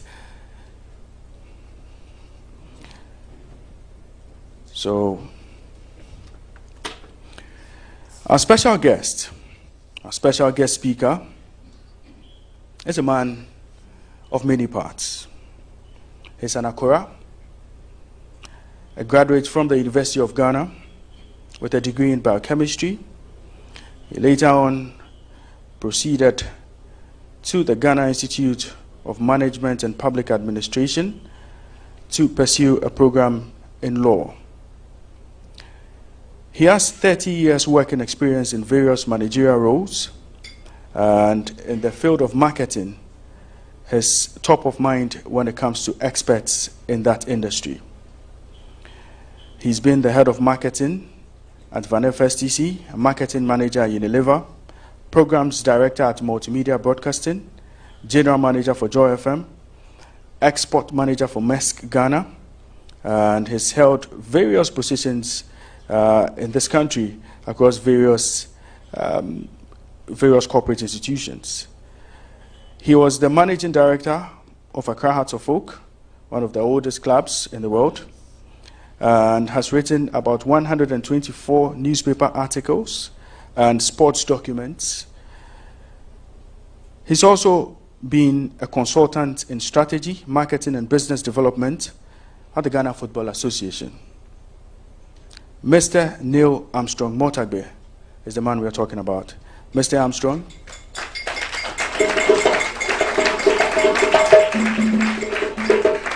Mr. Armstrong, please join me as you deliver your paper for this summit. Thank you very much. Thank you, Raymond. I think it took me by surprise because when I was told about the running order, I was told when I'll be speaking, but I'm also a person of faith. There are different faiths, Islam, Christianity. One of the verses of scripture that came to mind when he invited me here so impromptu is, the Bible says you must be instant in season and out of season. And therefore, we shall proceed. I don't know whether my presentation is ready or I need to take it from my phone. Sometimes technology has a way of misbehaving at the time you expect it to behave. Bema, are you ready? And I should go on, or I should wait for you? All right, it's just fixing the cable. Those who are people of prayer, pray that it will appear. Yes, but this is a very, I believe, relevant conversation we are having ahead of the World Cup. But you find in my presentation that I may make some references to some of the other national teams. I hold a very strong view that, and I listened to the representative of our Honorable Minister, and I think something he said actually provoked a small debate in our small circle here. I'll not talk too much about the debate, but it's a concern that has been shared by many people about the extent to which we spend on our football as compared to the other sporting disciplines. There are various schools of thought. Depending on where you draw the line, you would say a lot more is being spent on the other disciplines than on football and vice versa. But I've been in the media and in this space for a very, very long time. And I'll just say that in terms of the recurring expenditures aside of infrastructure and those other parts, recurring expenditures, definitely. I mean, we'll agree that football takes a chunk of the national cake. And I hear my minister's rep saying yes, and that is a fact. He also spoke about comparative advantage, which is a subject that's also very dear to my heart.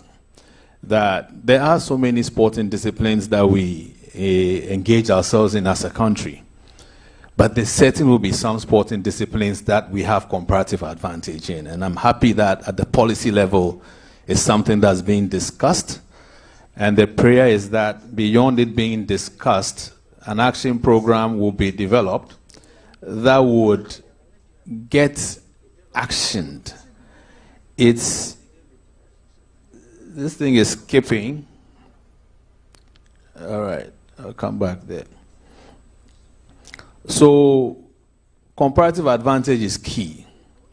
So why football? I see football as being one of Ghana's sources of comparative advantage. That's why we spend so much on football. And it's not to say the other disciplines don't deserve resources. But every nation state would need to define what are their sources of comparative advantage. And that is just a small digression from my presentation, but it's got to be situated in the context that there are sporting disciplines in this country that have brought Ghana's name so high. And many a times, people like us lament why they don't get that level of attention. Football is a team event, okay? And so it takes a lot of resources. But long before Ghana qualified for the World Cup, there was a certain Azuma Nelson. There was a DK Poison. There were these athletes who put our name at the zenith of world sport. Ask yourself what investment is being done in those areas. That's a conversation, I believe, for another day. And it would be great if the ministry and ETV and other media partners here can put together a dialogue on Ghana sports financing. Where are our sources of comparative advantage? Because once we establish those places or those points, it becomes easy to determine what should be spent and what shouldn't be spent. We are talking about bonus structures. We are talking about appearance fees. But look at countries like Jamaica. If you go to any World Athletics event, you will see Jamaica in the sprints. It's a source of comparative advantage. You will see Kenya in the long distance and middle distance. It's a source of comparative advantage. If you go to cricket, you see an India, you see a Pakistan. When it comes to Africa, you see a South Africa, you see a Kenya. Sources of comparative advantage. So the point being made here is that at the level of the ministry, if there is a unit looking at policy, then there's relevance in having a conversation on which sports hold our sources of comparative advantage as a nation. Not every sport would be there. And that doesn't mean the other sports should not be engaged in. But if we want to make a mark on the world stage, we can't continue sending teams to tournaments where we know they are not going to perform. Again, I said it's a conversation for another day. But the comparative advantage that our minister's rep spoke about is what evoked my sharing this small digression to this house. So let's get back to bonus structures of the national teams. I'll give a short historical perspective and then point to a point in our development as a nation where we had a dramatic shift in bonuses. And I'm happy that Ajman Bedu is here. And, I see Abdul, I see Papse, I see quite a number of friends from the media who followed our development as far as the bonus structures of our national teams are concerned. And when it is that we get into the conversation, I'm sure they would share some very, very useful perspectives. I can't claim to know the full history of our bonus structures, but we know what persisted to some extent before what I call the dramatic shift. I speak also to a subject I've titled Equitable Spread. How does it spread across the various national teams? How is it always Black Stars, Black Stars, Black Stars, Black Stars? Where can we situate the Black Stars in our conversation such that, for instance, whatever they bring in could not only be for them alone, but could be for those who can't attract? Because everywhere you have an attractant, and then you have those who consume what the one attracting would support it to consume. We talk about sustainability, and I'll not repeat a few of the things that, sorry, the name again is Alhaji Sani. Yes, I keep saying minister's rep. I don't think it's very polite. So, Alhaji Sani, I would reference you as Alhaji Sani. There is another Alhaji Sani I know, though, who was in Accra Hearts of Folk, who is a Hearts of Folk person, but let's not go there. The Kotogo people are all over the place. Fabulous. And then I end with a question, what next? Because for me, every conversation must result in some action. We've had so many conversations as a nation. We talked about the sports fund, talked about the sports bill. It's been forever. The sports fund, talk, forever. So what next? There will be some action steps that I will suggest to the conversation, and I believe that we shall have a useful outcome. So pre-2005, rewards for our national teams were largely funded from donations from corporate bodies. and also to some extent the national kitty. Notable among those corporate bodies who would usually make a donation will be Guinness, quite notable in that enterprise. But these rewards were meager. Motivation was virtually intrinsic, so the pride of playing for Ghana, that was the main motivation. And it still is a motivation, I believe, and the players here would attest to that fact. But if you listen to the lamentations of past national team players, you realize that apart from that intrinsic motivation, there needed to be some pecuniary, some tangible something in the fingers or in the hands. That would be a reward. We can't reward to the highest extent, but at least something that says we appreciate the sacrifices you make for your national teams. And I may speak both Black Stars and other football teams or sports people. So everybody makes a sacrifice. The question is, how do we reward or honor that sacrifice? Do we have the resources to honor this sacrifice? Is it a bottomless pit or is it a finite quantity or amount of money? Up to 2007, 2009, the Liberian national team had never had a sponsor. So how were they being rewarded? And then they got a sponsor, Celcom. We did a FIFA project there and got them $500,000. And the dynamics just changed. So money has a role to play, whilst the intrinsic motivation also has its role to play. But if you listen to our former national team players, especially those who are not part of, let's call it, the post-2005 era, their lives are not to the levels where you expect people who have sweated and bled for this nation should be. It's pathetic. We recently said goodbye to Abu Moro. Pathetic. You know, you can mention so many examples. There are those who say, oh, they didn't live their lives, so yeah, you can be judgmental, but we all have our faults. There's no net that takes care of them. And that's why the case for this bonus, I always say there is a case. And beyond making that case is, what next could we do, apart from giving the bonuses? What else could we do for our sports people? How do they manage their lives after the days playing? Because that for me is where the challenge is.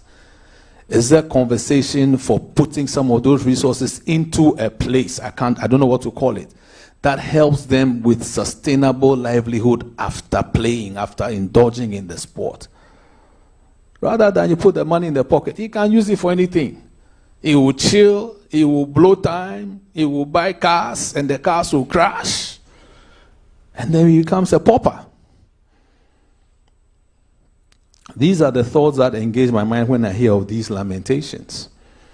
But in 2005, perhaps he was the vice president, I think, at the time, or about that, we got Goldfields Ghana Limited to sponsor the Black Stars for $3 million United States dollars. And that's what I call the dramatic shift, because that's when we started looking at bonuses of the quantums that we heard about, culminating in 2014, money flying to Brazil.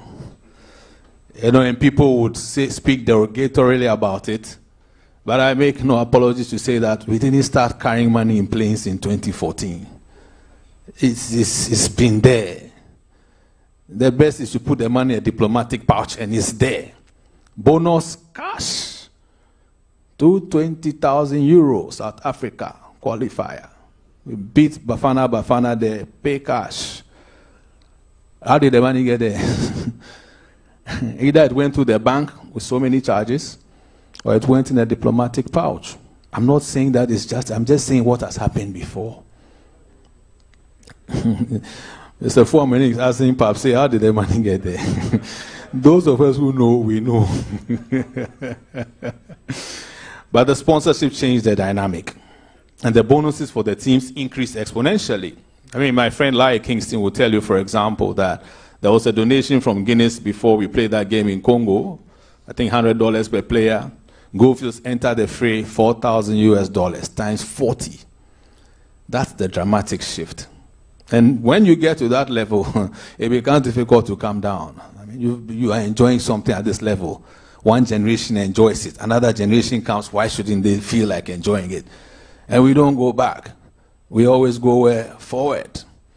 So 4,000 became 8,000, became 10,000.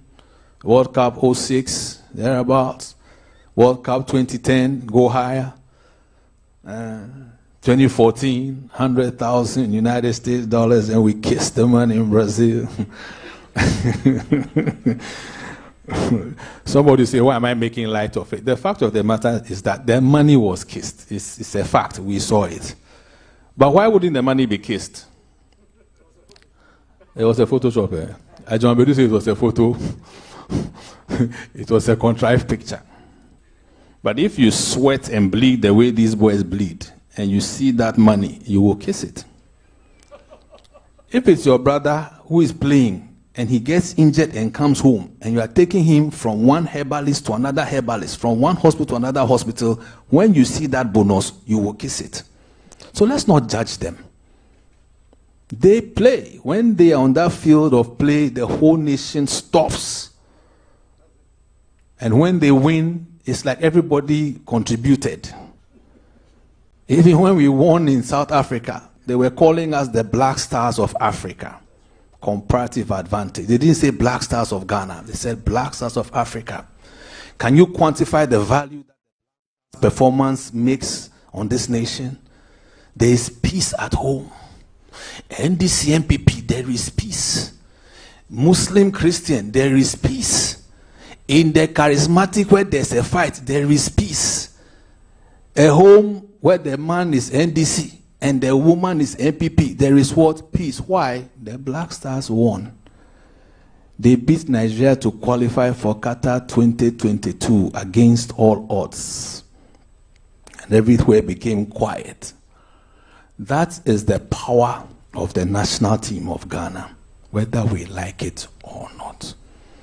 It is a power that we went to Germany in 2006, and the immigration regulations and procedures were relaxed. Why? Because Germany was hosting the World Cup.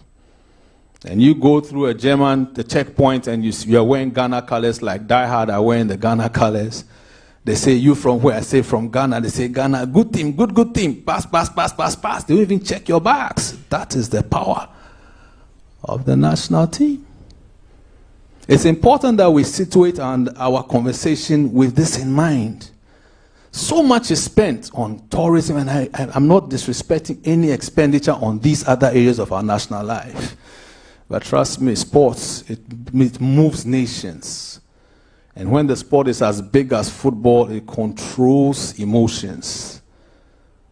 All right? Otherwise, why is it that every FA president of this country has met the president of the republic and some others haven't met? Because the politicians know the power of this game called football. They invest in it because they know what it can do or cannot do. They put money behind supporters unions, hundreds of thousands of United States dollars to South Africa to have our colors in the stands because our national team is playing in the World Cup. It's a source of comparative advantage. So we must spend on it, yes. The question is, while spending on it, how does 22 million people's emotions, they hinge on a penalty kick against Uruguay? The emotions of a nation, all right, were determined by one penalty kick that hit the crossbar. And up to today, some people will not forgive my friend Azar. But he's Ghana's record goal scorer, matter of fact. And that is the power of our national team. I could take you so many examples of how my going to an African country and just saying I'm from Ghana has opened doors for me. I worked with FIFA for 7 years as a marketing consultant, and we know where we've been. When you mention Ghana, the thing is Black Stars. They don't see anything. They see Black Stars, they see Abedi Pele. You go to the Arab Gulf, they see Mohamed Polo. They will mention names for you. These are Black Stars players. So as we have our conversation on funding, sustainability, I'm happy that we keep these things uppermost in our minds. It's like I'm making a case for Ghana football. But it's beyond Ghana football. It's for every person who wears the national colors, be you in football or anywhere else, you deserve to be looked after. So it's to establish the point that as for the appearance and the bonus, wherever it is, Black Stars, black meteors, black queens who actually qualified for the World Cup before the Black Stars. There is a case. And the black queens qualified on virtually no reward. I stand to correction. So I summarize this page by saying, yes, intrinsic motivation is important. But with all the things I've described about what football and Ghana sports does for us as a people, there is a case to be made for spending. The question is, how much? We must spread the wealth. The Black Stars enjoy a lot, understandably so and necessarily so. But it's important that we look at the entire scope of our national teams because they end up feeding into the Black Stars. In some countries today, there's equal bonus for male and female. I think United States is one of the clear examples. Others are coming up. I'm not sure we are there yet as a people, but I'm sure it's something that we can aspire to in the long term. But about the fact that every national team deserves an appearance fee, there can be no question. And every national team deserves a bonus, there can be no question. And every athlete of Ghanaian extraction participating in international competition on behalf of Ghana deserves the same treatment. Comes back to where? Policy, Alaji. If that policy is in place, the next thing becomes how do we fund it? And it reduces the debate. And part of that debate I started earlier was the comparative advantage debate, where all federations are called into a conference and say, we don't mean to disrespect any sporting discipline, but the fact of the matter is that as a nation state, we have to define what makes us comparatively at an advantage. So we can go to international tournaments and win medals. People are winning swimming medals. We have a family who have taken up swimming like their personal interest. But what about at the national level? So many water bodies in this country. Name many lakes. Only last, today is when? What's today? Today is Wednesday. Only Sunday I was on the River Fram, one of the tributaries of the Volta. Some young boys were diving. Did have this deep diving? Yes. And then look at our coastline from Aflao all the way to the Côte d'Ivoire side. We can't put people into swimming in the Commonwealth Games, Olympic Games, all this water. It's a question that borders on policy. And what have we identified as our sources of comparative advantage? Boxing, I've mentioned it earlier. We need to identify these ones. And then the others would also be growing along. Recently, I saw a lighter note. There was some Chaskili tournament going on. Is it Chaskili? You know Chaskili? Is that Chaskili? You know, it's our version of cricket. If you get a number of countries playing Chaskili, it becomes a Commonwealth sport. Others have taken some kind of sport to those places, and they are enjoying. We go and play them. How do we sustain this funding? I hold the view that Black Stars should be used as the cash cow of Ghana football. And the cash cow is a concept derived from the Boston Consulting Group matrix. In that matrix, you've got cash cows, you've got dogs, you've got brands. Okay, it's a way of handling various brands. So let's say Black Stars is our cash cow. That's the one that attracts the money. There are some that they are dogs. They are just eating. Because they don't attract anything. The one who attracts brings so that the rest can also enjoy. But usually it's been whatever comes for the Black Stars is for the Black Stars. My suggestion is we should start looking at it that way. If the Black Queens cannot attract sponsorship, why do we leave all the money with the Black Stars? It's a conversation, it's a debate, it's a discussion.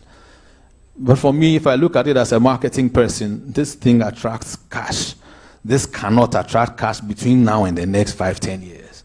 How do we use some of that to support? It's done. I worked in Unilever. It's done.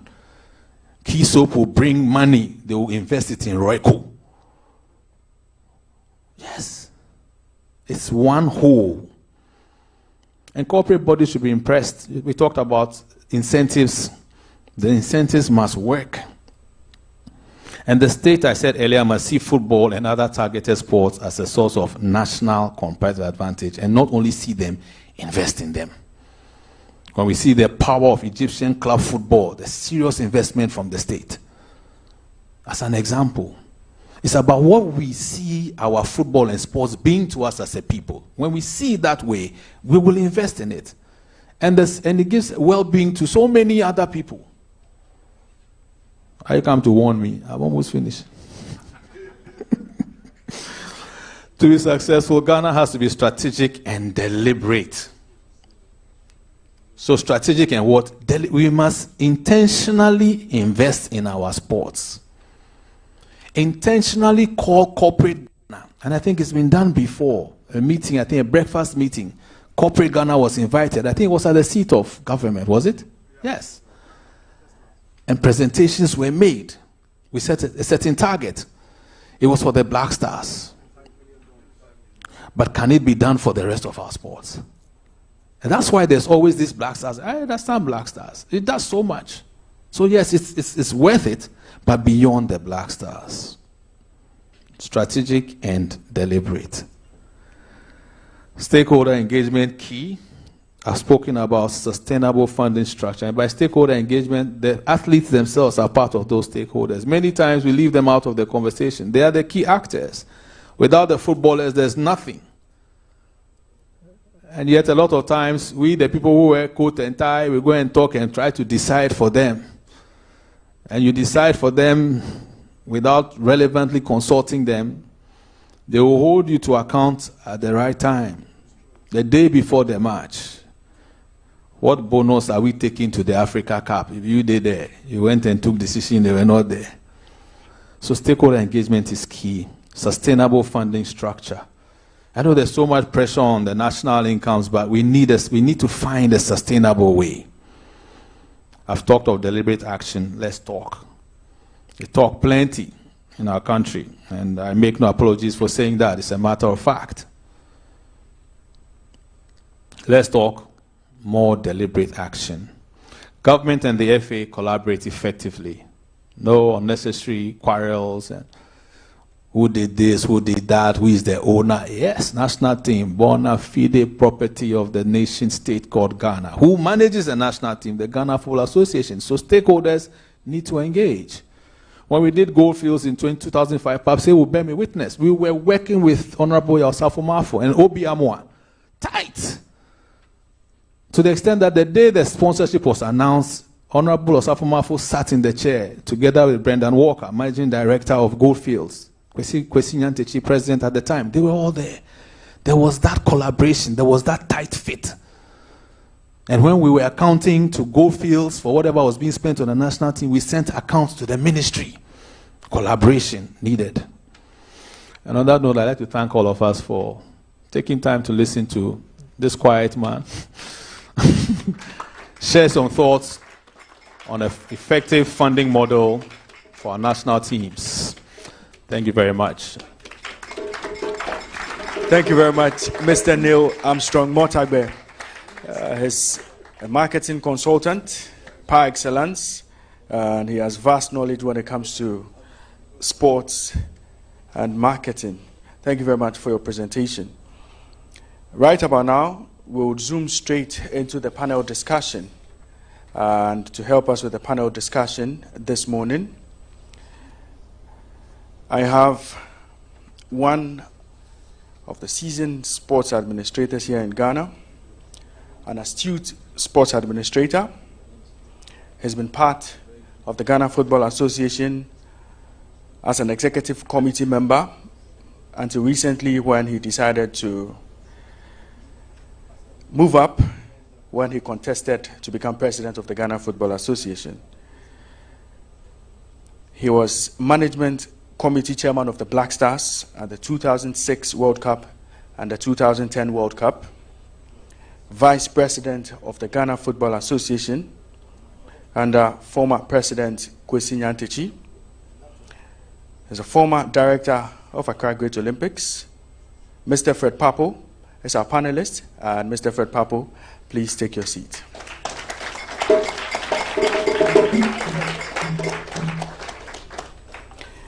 Growing up, each time you stayed up to watch an Azuma fight, you would always find this face on TV.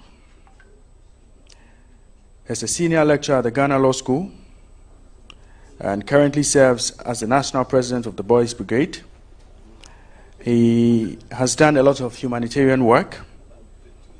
He's a vegan broadcast journalist, former chairman of the Ghana Boxing Authority, served as co-vice chairman for the Jamefe Presidential Commission on the 2014 Brazil World Cup debacle. He's currently the legal marketing consultant for the Ghana Boxing Authority. He's a family man blessed with 4 children. Mr. Moses Fuamoinin is a panelist for today.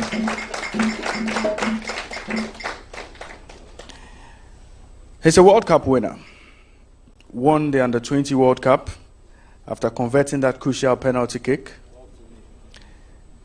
in the Egypt tournament in 2019. Born in Brekum in the Brongahafo region. Okay. Born in Sekwa in the Brongahafo region. Played for Berlin FC, later signed for Brekum Chelsea, played for Brekum Arsenal, and was part of the Ghana Premier League All-Star team in 2007. He later signed for Kotoko on a season-long loan before he moved abroad. Played for Udinese Calcio and played for Hellas Verona as well. Played for other teams as well, and also made sure he made his mark when it came to the national team level. Played at the under-20 level, played at the under-23 level, and played for the senior national team. This player we are talking about made sure Ghana had smiles on her face in the 2009 FIFA Under-20 World Cup final against Brazil. And everybody remembers him for taking off his shirt after he converted the final kick. Ajiman Bedu now plays for Accra Great Olympics. Mr. Ajiman Bedu is our panelist for today's summit.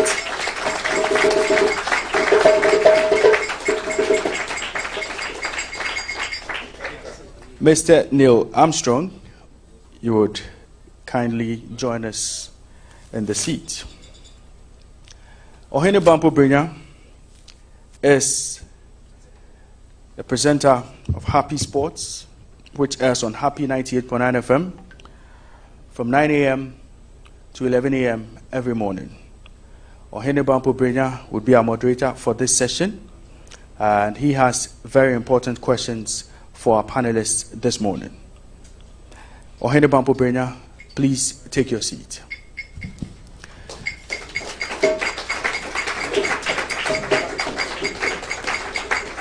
Before we get into the discussion for today, I would like to acknowledge the presence of a few important dignitaries.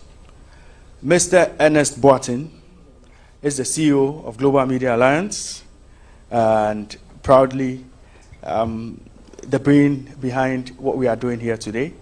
Global Media Alliance Broadcasting has Happy FM, ETV Ghana, and the YFM Triangle as part of the GMA brand. Mr. Ernest Boateng is here with us. Thank you very much, sir, for making this happen.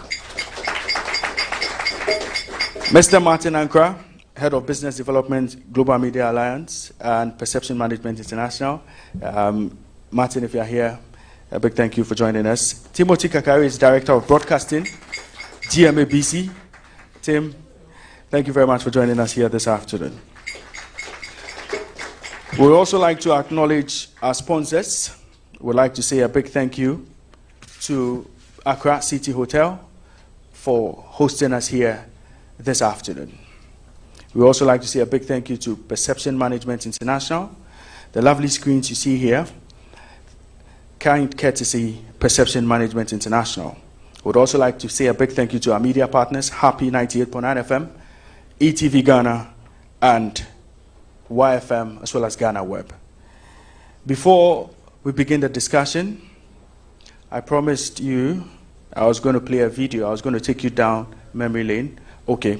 Then I think right about now, I'll hand over to Ohene Bampo Brenya, if it's here. So we begin the discussion on the topic national team financing, the bonus and appearance fee structure, and its sustainability. Thank you very much. I would also like to thank our host, Divine Mate is the MD. Mr. Fred Papo is also the former Vice President of the Ghana Football Association and also the former Chair of the Black Stars Management Committee. So he is best fit for this conversation. Sir, thank you very much for coming and welcome to this very first edition of Esports Summit. Thank you very much, and it's obviously my greatest pleasure to be part of this very important forum that you've created. I'm also more humbled to be on a panel with these high-flying sports individuals who who portray excellence in all their fields, and as well being a part of this great audience. So I look forward to a very important event. Coming to the topic, I think it's a very important topic. It's an issue that we all have to grapple with, and I believe it's about time we touch on the issue. Definitely, I'm sure some of the recommendations or comments that may be passed here may not be necessarily palatable, but I believe whatever recommendations or anybody espouses will be born out of commitment and the need to see our national teams thrive in the most sustainable way. So that's the angle from which I'm sure we are all going to look at it today. Thank you very much. Thank you very much for your opening comments. Let me go to senior counsel, senior law lecturer, and also a senior colleague in this noble profession, sports journalism. I call him Brafo Amoni, and he gave me a prophecy whilst I started my morning show on RPFM, and I still play that soundbite up to today. Prophet, senior prophet. Well, thank you very much for being a part of Well, I'll give you the prophecy concerning the Black Stars course just before we leave for the World Cup. So remind me. Well, first of all, let me just congratulate your companies that run the television station, and my good friend here. He's made a lot of money, but he's not shared it with me. Mr. Partey. Mr. Partey, exactly. I used to sit with him and do lots of things together. Let me congratulate you for this forum. And just remind all members present in the media and those of you who are watching us live that the Commission of Inquiry that was established under the Constitution. One of the recommendations that we made was that the recommendations of the Commission, there should be stakeholder meetings held regularly. And that was accepted by the government white paper. So this particular recommendation has the status of law. And I am happy to notice that in a way you have not said you are fulfilling what was recommended, but it is important that the sports ministry realizes that there's a mandatory provision in respect of the recommendation of the Commission that such stakeholder engagements take place. So what you are doing, you are fulfilling the recommendations of a Commission of Inquiry established under the Ghanaian Constitution. So congratulations to what you're doing. The other thing I want to do, and I think when we finish, we probably all have to acknowledge and congratulate the Ghana Football Association. But for all the hard work, we wouldn't have been in Qatar, and we probably wouldn't have been having this discussion. So can we hear it for the Ghana Football Association? Let's put our hands together for the FA. I mean, it takes a lot of hard work to get us where we got to, and I particularly want to comment, Papse, you made a lot of mention about him, but he's a huge institutional memory. The qualification didn't just happen with Otto and the other coaches who joined and the new management of the Black Stars. It started when we started the qualification. So I want to congratulate all the other members of the Football Association, the Black Stars Management Committee that have led us to where we are. Those will be my initial comments, and I'm hoping, we've done a lot of talking in Ghana already, and the law is in the book that I'm holding and carrying, and the government white paper. For once, let's implement, and I'm hoping that you as journalists will ensure that whatever decisions and recommendations were made in the Commission's report and accepted in the white paper would be confirmed. We can't just go on talking, and hopefully the ministry will carry that from here. Thank you very much. Thank you very much. A round of applause to him. And I'll move on to Ajiman Bedu, who is a principal actor on the field of play. He's a former member, or still, since he's not retired, he's still a member of the Black Stars. Anytime he's called upon, he would gladly wear the national colours again. Ajman, thank you very much for joining us. Thank you and good morning to everyone. I'm very privileged to be here to sit with these dignitaries here and in front of these dignitaries to share my ideas about this World Cup bonuses with the national team. So it will be exciting to hear a lot from these dignitaries and to take note of it before we start the World Cup. Thank you very much, Emmanuel Ajimambedu. Neil Armstrong has done his presentation and we'll get into the pros and cons of the presentation. So Neil, thank you very much for the presentation, more of an academic paper on the subject matter. What should we expect from you on this panel? Well, I don't know whether to say a point of interest. It was not only an academic paper. It's an action-oriented paper. You know, academic papers have a very strong theoretical base. Yeah. So yeah, I tried to draw some history in the presentation, but more importantly, to look at the actions. What do you expect for, what is to be expected from you on this panel is more of the same, talking towards action. All right, our council spoke about the fact that there is a government, there's a whole lot of resource was spent throughout that process. White paper published, go into that white paper and you see so many solid recommendations. The question is, what effect has been given to them in terms of action? And that is the bane of this nation. And I don't make any apologies for it. We talk plenty. It's a matter of fact. And I talk about this passionately, but it's true. How many times must we keep talking about the same thing? You know, I think that as a people, we are not angry enough to take action on the things that must take action. And I just hope that this forum builds up that positive anger to take us to a place where we have less of these conversations or debates and have a structure and a policy in place that is well structured, well self-sustaining, and then we spend time talking about other problems. That's what you should expect from me on this panel. Thank you very much, Neil. And I start off with Fred Papo, who has an institutional memory of football and its governance. One may ask, if you're a novice, you know, monitoring from wherever you are, how did we get here in terms of appearance fees and bonuses? Because, you know, as far back as 1996, 97, some would argue that the Blaster was not as, you know, well-resourced as it is today. So what changed the game for the Black Stars, in your own opinion and observation? Okay, thank you very much. I think as far as my memory will serve me, I believe bonuses to national teams, and like Neil indicated in his presentation, as much as possible in my presentation, sitting here on my contributions, I'll be looking at the national team in a more generic view. I know we are concentrating on the Black Stars, but I believe part of the issue of not concentrating every resource on the Black Stars is for also for those of us who talk about the game and then watch the game and do everything. When we are talking, we should try as much as possible to have a broader view of the national team. It's a national team, so some of my contributions will also relate to the Black Satellites, the Black Queens, and the rest. As far as I recall, I believe bonuses to all the national teams have been paid fairly regularly, way before we even came into office in 2005, if I may recall. The issue of appearance fees, there again, I believe it started right on the eve of our World Cup campaign in 2006. That was when we qualified to our first World Cup. Obviously, that was a very steep learning experience for almost all of us associated with the team at the time. I recall quite frankly, there was this evening in Scotland. We had gone to play a match, and the players asked to speak to us. They sought audience with the management for us to discuss.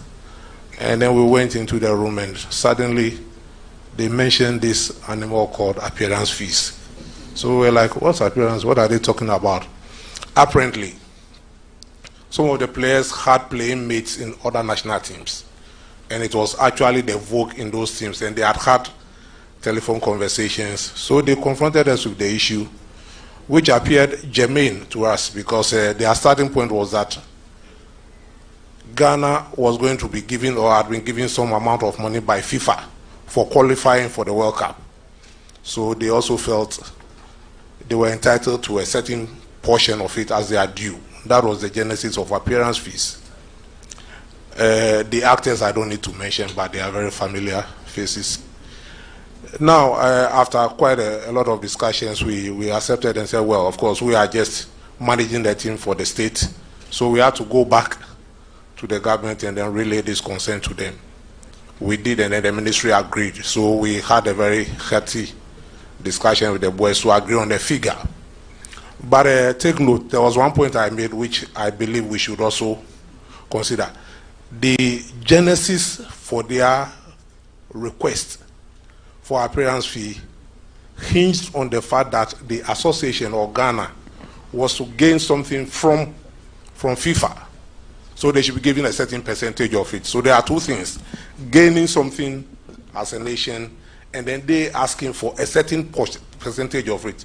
So if not for anything at all at the basic level, if you are going for it, they should really talk about appearance fees. That's one point I want to lay on the ground. And then secondly, I think somewhere along the discussion we may come to what quantum or whatever it is. But then it's also, their claim was also that it should be a certain percentage or a certain portion of what we're going to get. So absolutely, it wouldn't make much sense for us to pay more appearance fees than we are getting as a nation for participating in that event. I believe I'm putting the historical perspective in the context, right place, yes. to you know. So that is the origin of appearance fees and bonuses. I haven't dwelt much on the bonuses because it was existing already. But then going forward, I'm sure we may have to look at certain things or certain factors, even now, around the payment of bonuses and then the payment of appearance fees in a manner that will all benefit, not just the players or the technical team or management, but as a nation. It's supposed to be an incentive or a motivation for performance. So definitely we need to tweak it in a way which will make it very performance-based. And that is an issue. I don't know whether I'm jumping the gun, but for example, if Generation A go to the World Cup or AFCON or whatever it is, and they get, let's say, just as an example, 20,000 as appearance fees, and then they go all the way up to the finals and win, or they even go to the final and lose, but they got 20,000 cedis as appearance fees.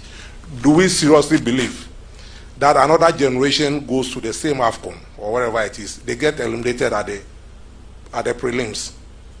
Do we believe it would have been fair to those who went all the way up there and got 20,000 for these same guys who played just 3 matches and got kicked out, causing a lot of embarrassment to almost all of us, including themselves, to also get about the same amount?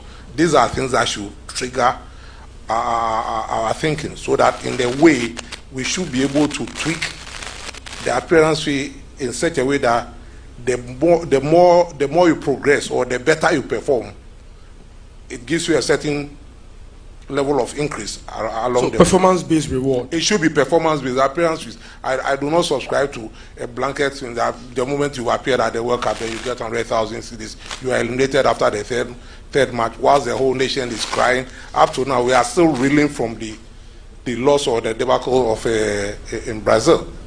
Then you would have collected your money and gone. I don't think that is fair, and I'm sure this is something that the players themselves would even understand.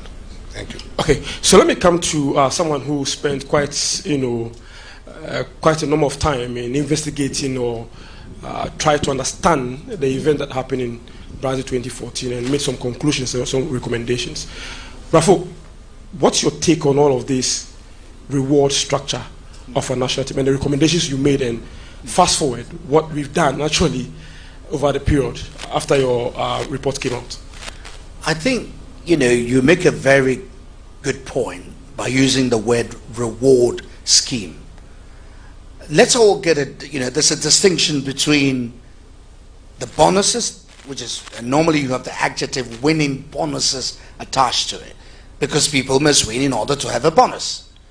And then there's also something they call qualification bonus. That is the qualification, pursuant to the tournament itself. And then there's the appearance fee, which relates to what FIFA gives. If you look at the pages of our, the report that we presented, we gave a history of FIFA paying appearance fee. It was supposed to be in respect of teams that have qualified and to ensure that they bring quality to the, and the top class players who are coming, because all of them are professionals. And don't forget that all these professionals are contracted to their teams. So for them to leave their clubs and all of that and come to the tournament, you got to pay something for it. Two, FIFA is also benefiting from sponsorship. And Ghana, the teams that qualify are all members of FIFA. So you would suppose that the sponsorship monies around the World Cup, and that's the highest flying tournament the world over. So out of the money, a certain percentage is allocated for teams that have qualified for preparations. I think there's an amount for preparations, and then the appearance fee is different. So you get 2 million for preparations, and the rest of it is for just being present for qualifying. All right, and that's proper. One of the things that we discovered was that in doing the analysis, it would seem as if it was only all about, appearance fee. Ghana received 2006, we got 6 million. 2010, we got 11 million. And then 2014, I think, let me just check the statistics. We had 8 million since 2010, and 2014 we had 11 million. All right, we had 11 million because in 2010, I think we got to the quarterfinals, so there were certain additions that were made. All right, now the truth of the matter is, we've appeared, so let's take the money. Really, there's some expenditure that goes to secure our qualification. So one of the things that the Commission came up with is, let's not reckon all of it in terms of, this is what has come to Ghana, so the FA or any particular institution has got a right to share all of it. What we discovered was that the state has invested in all the players, their preparation, training. Indeed, the data shows that for one single qualifying match for the Black Stars for a World Cup, we spent close to $1 million. That's a lot of money if you look at all the matches that we played in 2006 and 2010 and 2014. So the state pumps in money. So the view is, don't just look at it as money coming in to the FA so they have a right to it. That's the first point that we're going to establish. Two, we also said, let's have the broad principles that should govern these monies and the way they are shared. One, players play for their nation. They wear the national colors with pride. So we are incentivizing you, but we want you to play for Ghana not because you're going to receive money, but because you are proud of the shirt. That's one principle. The other principle was this. Look, even the Bible says this. The laborer must earn his keep. So if the boys go and stand on the pitch and they play and they perform, then they've got to be remunerated. So there were two principles that we agreed should be present. And then you've got to combine and weigh them as you go along. I'm sure that as the discussion proceeds, we will look at how we've got to structure the framework, but in the payment. But in terms of, first of all, what is bonus, what is winning bonus, what is qualification bonus, and what is appearance fee, I think what, as a committee, the commission we came up with is what I have set out. In summary, appearance fee comes from FIFA, has to do with haven't qualified. There'll be money also for preparation. Bonuses, winning bonuses have been paid. Osei Kofi tells me about bonuses that were paid long ago, and some of the anecdotes around it is very funny. So we've always paid bonuses to our winning bonuses to our teams. So that has been in existence for a long time. I think the issue in terms of the bonuses and the appearance fee will be the quantum, how we quantify it, and under the conditions under which we pay. I'm sure that as we get into the details, I'll be able to tell you what sort of structures that we put in place and what should influence what we're doing for Qatar 2022. I can just end on this little note. Let's learn the right lessons. That's the only thing I will say. Let us have the policy framework which has been delivered by the Commission's report and agreed, and for which there's a white paper. Let us not reinvent the wheel, so that the principles and the policies that were agreed, let us just implement them as they are, because that is the law. We might tweak it a bit just to help and adjust it to the circumstances, because clearly there's more money now coming in because of appearance, in 2022. But I think the underlying policy framework has not changed, and that is in the Commission's report. I'm hoping that we will not try and change and reinvent the wheel. All right, thank you very much, Bafo Moeni. In many of the discussions, the players who are involved are left out. But fortunately for us, we have Ajman Bedu as part of a panel. Ajman Bedu, do you sometimes get worried when the whole conversation is about you guys are not patriotic enough because you've asked for something you think is due you? Well, it troubles us a lot because we have the passion for the nation. It's always a privilege to play for the nation, because from where I am coming from, the nation have really helped me to get these opportunities in life. So it's always there. But whoever works needs to be paid. That is a fact. And it's not like we don't have passion and we are so money conscious about everything is about money. No, myself like this, if you see any scar on my body, it's because from the national team. Not from your club side? National team? For 15 years, I play football. I got injured at Udinese 2018. All the problems I got during my career in the national team is here. Mostly, all the injuries, I treat myself. No insurance. I don't know if you have it, and I never get any advantage from it. Then, yeah. I don't know. But for the injuries I have on my leg, meniscus, the scars you can see from my face, everything, I treat myself. The last injury I got from the African Cup, I went back to Udinese and have a treatment. So if I come, it's a privilege to play for the nation. That is an obvious one. But got injury, go back to the club to have treatment there, and you are telling the player not to go for the money he thinks is good for him. I think it's a bit troublesome. Secondly, like how my big boss said, Fred Pablo said, we communicate a lot to the footballers outside there, and so you know what's happening. You know exactly what is happening with the other national teams, and at times it also bring a lot of controversy when it comes to the winning bonus stuff like this. Thirdly, what I can say is mostly we lack communication. Okay. It's a key to this kind of problems we are having in the Blasters, because I remember the 2014 Wahala.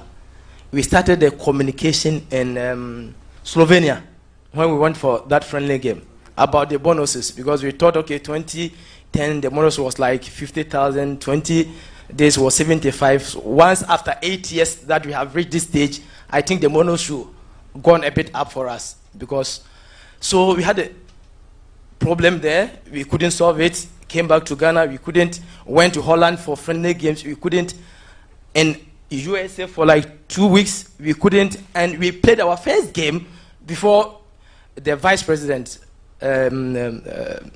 Amisata, may he so rest. Yes, he came there that the cabinet have approved what we are due for, and it was left our 2 games to finish the tournament. So imagine what will happen in camp. And you had already lost to US by 2-1. Yes, and we drew with Germany. Yeah, so it was obvious that we may come back home without nothing. At that time, we are footballers. We left everything. It was our races to come home to rest, left our family, go back in a month time, and all these controversies were surrounded around us, and it brings so much problems. So the communication too is a key. So all these things, we need to work as a team, communicate, sit down with the gurus of the national teams, that the captain, the assistant captain, agreed on this bonus before maybe a month or 2 months before the World Cup. Put it on paper, and everybody agreed. After the 2014, gradually things have really changed. You can see there's no hula baloos about our bonuses, which we have learned a lot from it. But I think the FA, the federation, the ministry should sit down with the players before even the World Cup starts. Else, what will happen in 2014? We may see something like that. But we hope that things have really settled now, and they will sit down with the players and sort all these problems. So communication is a key in this factor as well. I have a follow-up question, but I want to go to Neil and come back to you on that. I'm thinking that the Akamenku injury play in your minds when you were negotiating with authorities when it comes to how much was due you? Oh, I don't think he played a key. Was he got injured in Holland? He got injured in Holland against the. And he missed the World Cup. He missed the World Cup. Yes, it wasn't a key. Like how I said, the problem with the bonuses started in Slovenia, and when we had the friendly game against them, and what we were thinking was, okay, 2010 they got this, 2014 the bonus have increased. No, 2006 they got this, 2010 is this, and 2014 things have increased. We communicated to a lot of our colleagues outside, and we see what was going on there. And like how I said at first, mostly you don't have insurance. You need to insure yourself. You know, you need to take all these things into consideration, and from there we decide on what we want.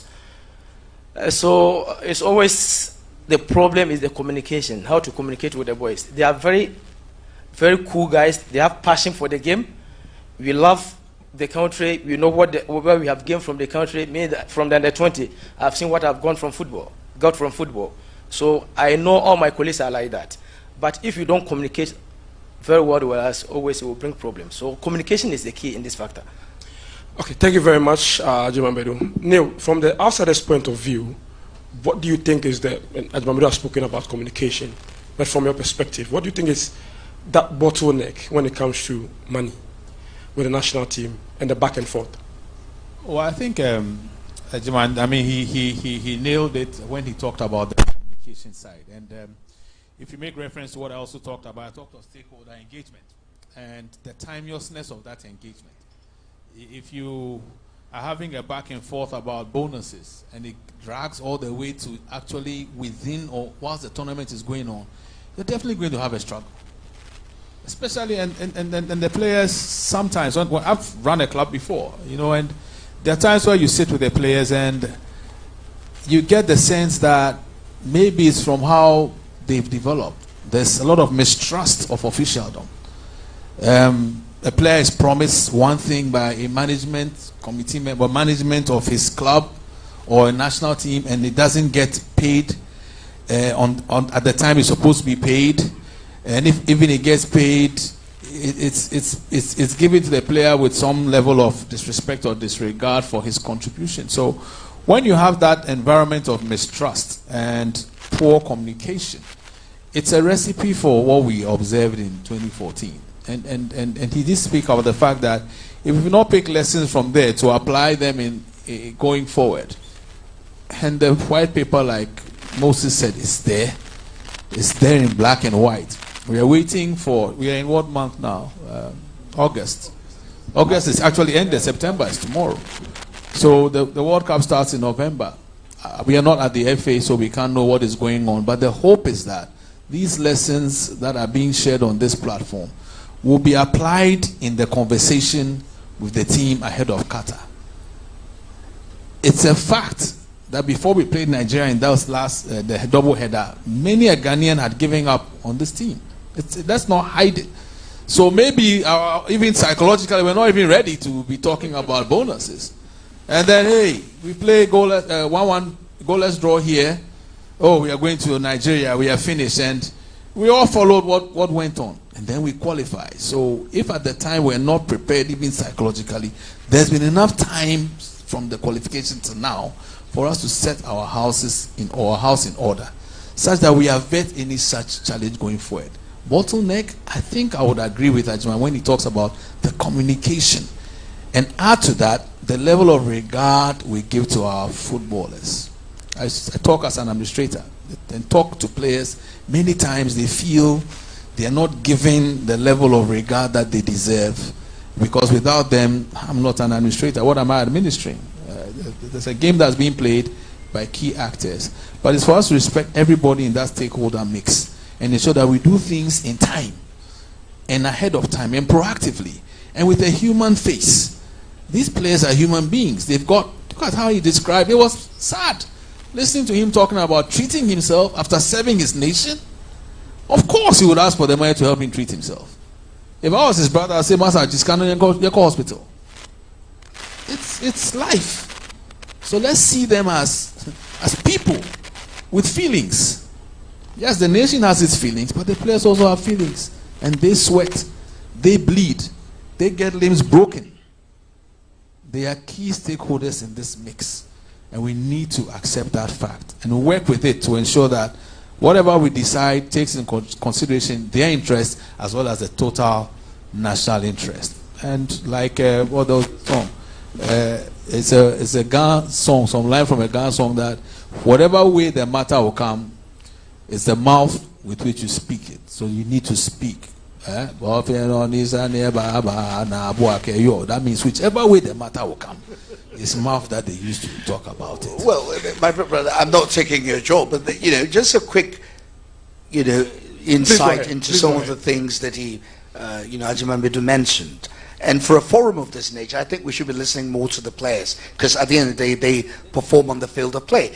I know, as a matter of fact, lots of the journalists here, and those of you who are watching, will attest to the fact that there were lots of sponsors for the national teams, some of it being insurance companies. So I'm actually wondering, and maybe Freddie can give us some insight, how come, he gets injured and there can't be a call on the sponsorship from the insurance companies? I just want some information on that, because it adds to the mistrust that he talked about and nearly emphasized. Because if we see the sponsorship outdoor, the insurance companies, Komanini, and at the end of the day, I get injured and nothing happens, then all of us are going to say, really? What's happening here? So maybe we need some insights as to the sponsorship packages, and especially for the insurance companies and the other non-monetary insurance bits around it that are supposed to make sure that these players are comfortable when they're injured. Maybe we need some insight from you. Maybe Uncle Fred will help us in that regard, but I know that when it comes to international football, for instance, clubs will take care of the players and when they get injured on international duty. But Uncle Fred is the expert on this one, so I would like to hear his take on the situation with players. Yeah, thank you very much. No, when you were very right on that. What usually happens is that we have a situation, especially in Ghana, where most of the players happen to be playing for foreign clubs. So what happens, the moment, they also monitor them. He will tell you, from the day they are released to come to respond to national calls, and the clubs seriously monitor. A player gets an injury, even on the field of play, before you get to the team hotel, the team doctors will be on the phone trying to assess the situation, and literally, even in most cases, pleading that the player should be released to come back for them to proceed with their treatment and things like that. It's unfortunate not only, but I think a few are falling into certain situations, but I'm sure anytime, once we have the insurance cover, and for most engagements that we go, there's an insurance cover. Maybe they should be schooled through the processes of making any claims or whatever. But the thing is that it is the clubs that usually take the lead in looking after the players, because they have invested quite a lot, millions of dollars in the players, so they will not want to risk the players being catered for by other entities elsewhere who they may not necessarily trust. That's the question to that. But talking on the... I think everybody wants to make a quick point on that one. No. I agreed on what he's saying, and I can witness to that one. That's the fact. But what I'm also asking is, even if the clubs cause the player back to go and have a treatment there, there's not any monetary aspect when it comes to the insurance. Yeah. Because I had an insurance in Italy. When I have menisco 2012 at the African Cup, when I went back, they paid me, but they took care of me.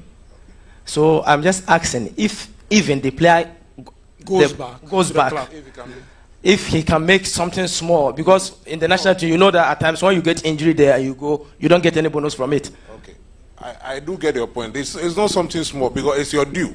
Once there's an insurance policy or package covering the player, if you go out there and even the club takes care of you, if there are any benefits that should be due you as per the FA's sponsorship agreement with the insurance company, I believe you should be able to retrieve so that. So it's whose responsibility to tell the player that you need to? That's what I'm coming to. So what I'm saying is that you did make a mention of the fact about communication. So maybe what will need to be righted or corrected now is for details of these kind of things to be made openly clear to the players, even before the event. Then you know that in the event of this and this is what we are entitled to. These are the processes you have to go through. That also. Sorry, Bravo. Yeah, I'm saying that I was just going to summarize, because that goes to exactly something that we must all take away from here. That part of the support for the Black Stars players for Qatar 22 should not just be appearance fee and all of that. The insurance package that ensures that these boys, when they go and they get injured, will not be catered just by their clubs, but also the sponsors around it will be helpful, and the processes for accessing the insurance, that will be helpful. I think that should be a takeaway from here, that we have all agreed that the Football Association, in looking for sponsorship for the Black Stars for the World Cup Qatar 2022, there was breakfast and $25 million, all of that. There were insurance companies that were present. So my suggestion is that the insurance companies that are going to support, tell us how much you're putting in and the process by which these Black Stars players can access it. I am confident that if these players know this, then they're not going to charge the country $100,000, because they know that there's also $20,000 available if they get injured. And all of us will see it, and then the processes for accessing it. Thank you very much. Thank you, Bravo. Back to Neil again. Back to Mr. Fred Papu. Yeah, thank you very much. I believe we are talking about the issue of communication. So that's quite key, and it behoves on every actor or stakeholder to make sure things are transparent and then open and known to everyone. In this particular context, I don't think we should be talking only about the Black Stars when we're talking about insurance, because I believe most of these companies who sign insurance sponsorship for the FA also do so for the other national teams. Sometimes you sadly hear of, especially the ladies, getting injured and then staying out for quite a lot of time without even any remittance or maintenance during the period of injury. So definitely there are improvements that should be done on that score. Now, talking about quantum and negotiation and things like that, I believe there are two key things. Some of my co-panelists have touched on that. One is the timing. The other aspect is the trust. Of course, communication, we've spoken about it. And then representation. Who represents the players? You see, there's a bit of a... there's a bit of a challenge when you're talking about representation, especially... You're talking about the playing body's leadership. Exactly, the playing body. From the side of the FA or the other side, it's almost always the FA, the ministry, and then if there's a sponsor around who's very dynamic, maybe the sponsor will be there. But more often than not, it's the FA and then the ministry.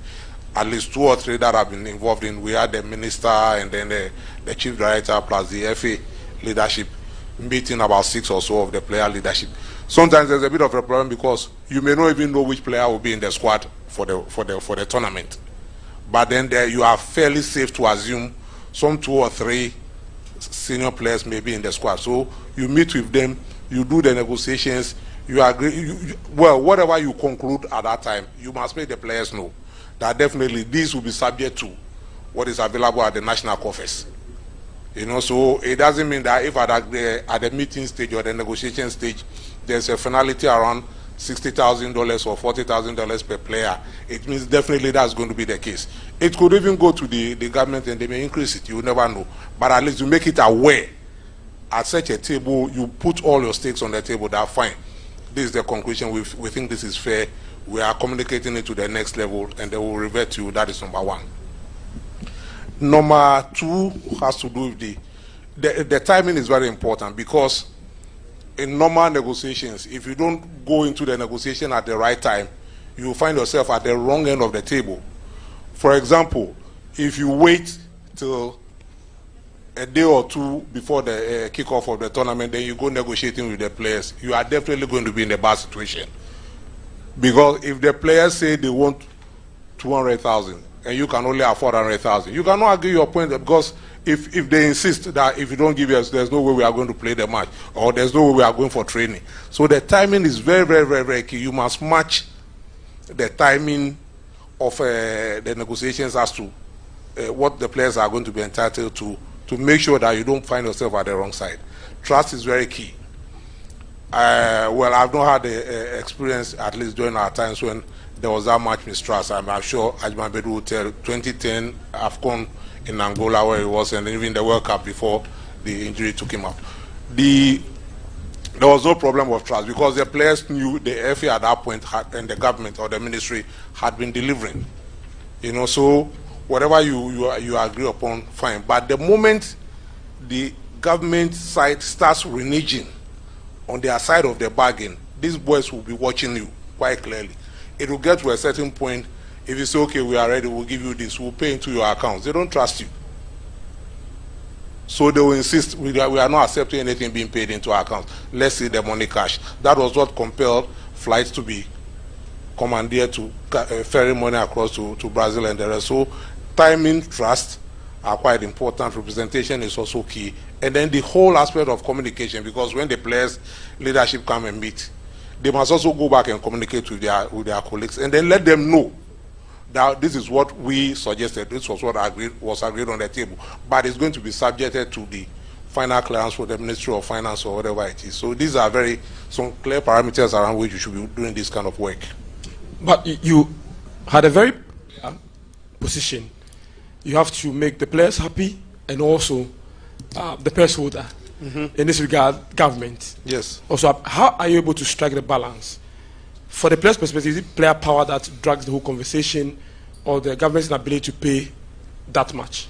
You know, contrary to general perceptions, the players, at least those players I have dealt with, or I dealt with from 2004 the way up to about 2011, were fairly reasonable persons. Actually, very pleasant persons to deal with or to talk to, especially their leadership and the rest, you know.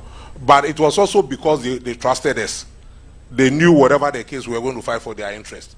But the moment that trust breaks down, then of course you'll be exposed, because if the players are throwing the bombs at you and the government is also taking a very transigent position, you will never know what to do.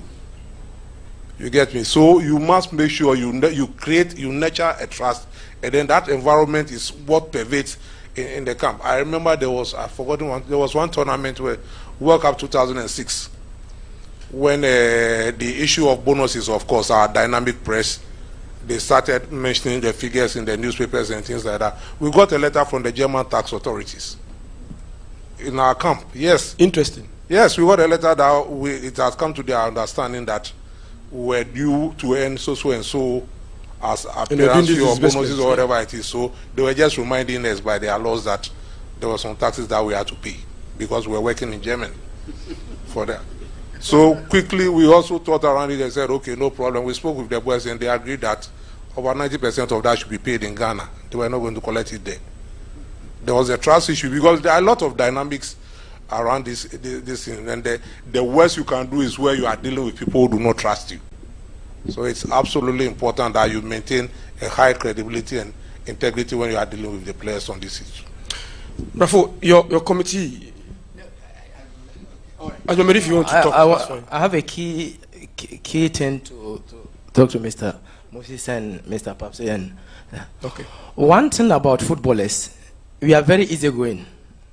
If you know how to relate with us. That's why Mr. Papse was saying his time he never had any problems with us.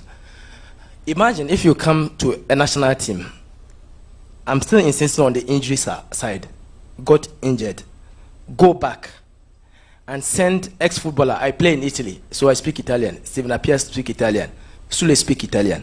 Send an ex-footballer who speak Italian to the club to check on the player. What benefit would the player get from it? It makes a good impression on the player. Exactly. The club will respect him. Anytime the national team needs him, they will make him available. You didn't have that kind of great relationship with the national team. I remember the national under 23, when we played against Nigeria, we lost 3-1 there, and we came home. We played the game in Kumasi. Most of the professionals, you didn't get them because it's not FIFA sanctioned games. Yeah. I went back, Inkum went back, and they granted him time to come and play the game. Most of the players, they didn't. I went back, sat down with the president of UDNIS. I told him that, you know, you people have a good relationship with Ghana. This is a crucial game for us. We went with all our stars and we lost. We can't just leave the team like this. He said, yeah, okay, Ghana, yes, I think you have good relationship. Oh, Stephen Appiah, then he started mentioning the Liberty players they came for. And they have a good relationship with Alex Asante too. And they released me to come and play the game. So mostly if you get injury and he goes back, send somebody to go and look after the player. Just say good morning. Oh, club, the player was with us here. He got injury. So the FA or the government sent me to come and check on the player. It does a lot for the footballers. Very interesting point. Yeah. Very, very interesting point. No, yeah. It's a very, very, very interesting point. It's extremely true. You know, Freddie, not to cut you short, but I do remember when Essien got injured, the former President Kufuor went to visit him in hospital. London, yeah. And I think it was fantastic. Now, currently, we have Inaki Williams, who's injured. Apart from trolling on the social media, I think it is important that one of the takeaways from here is that let's see how we can find out how he's doing. And if somebody is close to Spain, send a delegation. Let's go and find out how he's doing. I think that will help. Our own party is also injured. Yes, that will be fantastic. Yeah. Yes. And Partey, I think Partey is also injured. Yeah, Partey is injured. I think let's do all these things to make sure that the boys feel that they are loved. Thank you. Uncle Fred, you have the floor. Yeah, no, I was just going to add a little point. You remember, as a matter of fact, totally forgotten. Just about last year, after one of our qualifying matches on the flight, our coach, Otuado, came to me and then we were chatting. Then they said, oh, Fred, I want to once again thank you so much for being part of the team that came to visit me when I got injured in 2006. Wow. I totally forgot. And he was telling me how that actually lifted his image amongst his colleagues and the footballing family. And this. So these welfare issues are extremely important. I'm sure the FA would respond to that going forward. Thank you. All right, thank you very much, Fred Papo. So you see, in the long run, it's about how we handle the key actors. Sure. I mean, that's the summary of this whole thing. And I said earlier, is to see them, and Najma said they are cool, they're easygoing. It's about how we handle them. So that then it doesn't become a big issue later on. And what does it cost? We talked about even flying somebody there. We have embassies in a lot of these countries. Italy, there's an embassy. So it doesn't even need you to send somebody from Ghana. It's the embassies over there. If we see our national team as the eye of the nation, as the flag bearer of the nation, it becomes easy to do these things. But when the perception or the philosophy is not there, you won't see it. So it's a philosophy, it's a paradigm thing. The paradigm that this 11 players stand, all right, as ambassadors of this nation. And so if any of our ambassadors gets injured, we must invest in ensuring that that ambassador feels loved, feels cared for. In the long run, when it comes to talking about things like bonuses, you will remember that when I was hurt, somebody from the embassy came, the ambassador, the consular, or whoever came there to just visit me or placed a phone call. And then it helps. The players are the key actors. Okay. Well, I know watching your MC, probably we're running out of time. Let me just deal with some specifics. Okay. Recommendations which will be guidelines into what we do for Qatar 2022. First of all, what teams should be negotiating? Freddie also talked about time. I think it is about time.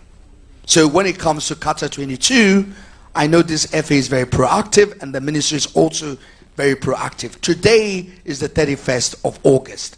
I think it is about time that the FA, together with the ministry, sit down. And the parties that we recommended at page 58 of the report, and this report, this particular recommendation was accepted by the state. The white paper accepted it. The parties for the negotiation should be the Ministry of Youth and Sports, the Ghana Football Association, and representatives of the representative of the players. Now we know that we don't know the team that's going for the World Cup. But at least we know who the captain of the national team is and his deputies. You get what I'm saying? So that should be easy to constitute. And I think it's important that the FA begins to implement what we have all agreed on. So I've talked about the time. It's now. We have to start. And I've talked about the constitution of the people that should participate in the negotiation. Now, what should be the calculation? How do they work it out? How much is too much? Well, very good point. Our recommendation was to set a ceiling of $100,000 because the dollar is fixed. I don't want to talk about where the city is going. So we set a ceiling. The government disagreed with us and said that, well, they think you should be flexible. So, fine, whatever it is, let the government, after the team has met, let the government give it a time frame. And we also recommended that the final approval, the whole matter should be submitted by the Ministry of Youth and Sport to Cabinet for approval. All right, so it had to be approved at the highest governmental level in terms of the Ghana's constitutional executive powers. So we said 100,000, they said no, it's flexible. All right, so let's agree on what it is. Because we know, having qualified, what is coming in and what is also coming in for preparation. So at least the government, even if it has to pre-finance, knows that those amounts will be reimbursed anyway. So quickly, let's agree on if it's $120,000, if it's still the $100,000 because the city's gone through the roof, whatever it is, let us agree, and we know the parties negotiate. And as I said, the time is now. I think it is very important. And thankfully, this FA has been very proactive. And let me just, because maybe I don't know, you're going to come back to me again. I think Ghana's football administration should look at protecting institutional memory. So people like Papse, as you can see, a wealth of knowledge. There are other people, you know, who have been with the Black Stars from 2004 qualification all the way through. I think we should lean on them for the information that is necessary to ensure that we can arrive at something that is decent and also something that the players will appreciate. And it should include not just the money, but the things that will ensure that these boys will be catered for. Thank you. Thank you very much, Brafo. I think that on this panel, we all agree that they ought to be paid. But Fred, how much is too much? Is 100,000 in Ghana's economy today too much, for instance? That's an interesting proposition. I think, fortunately, I wasn't in the position of Brafo when they recommended the 100,000. Let's drop the 100,000 figure and look at the fact that if, once again, going back to what I said at the beginning, I don't remember the figure now, but I think in 2006 we got 6 million. 6 million for a start, 1.5 million for preparations, and then 4.5 at the end of the day as our net. Now, if you look at the gross figure, and then you're looking at something like the 100,000 you are talking about, already 26 players, about 2.6 is gone. 2.6 is gone. 14 or 15 technical team. And now in modern day football, the technical team is not your usual coach, assistant coach, goalkeeper, trainer. There are quite a lot of people. Video analysts, backroom staff, and all the rest. So just look at that chunk that would have been gone. Then let's not forget, monies were spent to get the team to play the qualifying matches. If you do all this arithmetic, you realize that you are literally at zero. If you make all the deductions, like Brafo said, I remember in between 06 and 2010, 2011, the average cost per match was in the region of between $400,000 and $600,000, $700,000. You play a minimum of 6 matches before you qualify. Sometimes you could play 8. Just do the calculations. So if we do all these rough calculations, we'll come up with a figure that should not be so detestable to Ghanaians, because a chunk of it will be coming from the government anyway. The World Cup sponsorship money will not be enough to pay if you're talking about 100,000. So I would not want to look at a figure now. Of course, we can be governed by precedents, but I think 100,000 is a bit on the higher side, personally, looking at the arithmetic and the finances of the reality.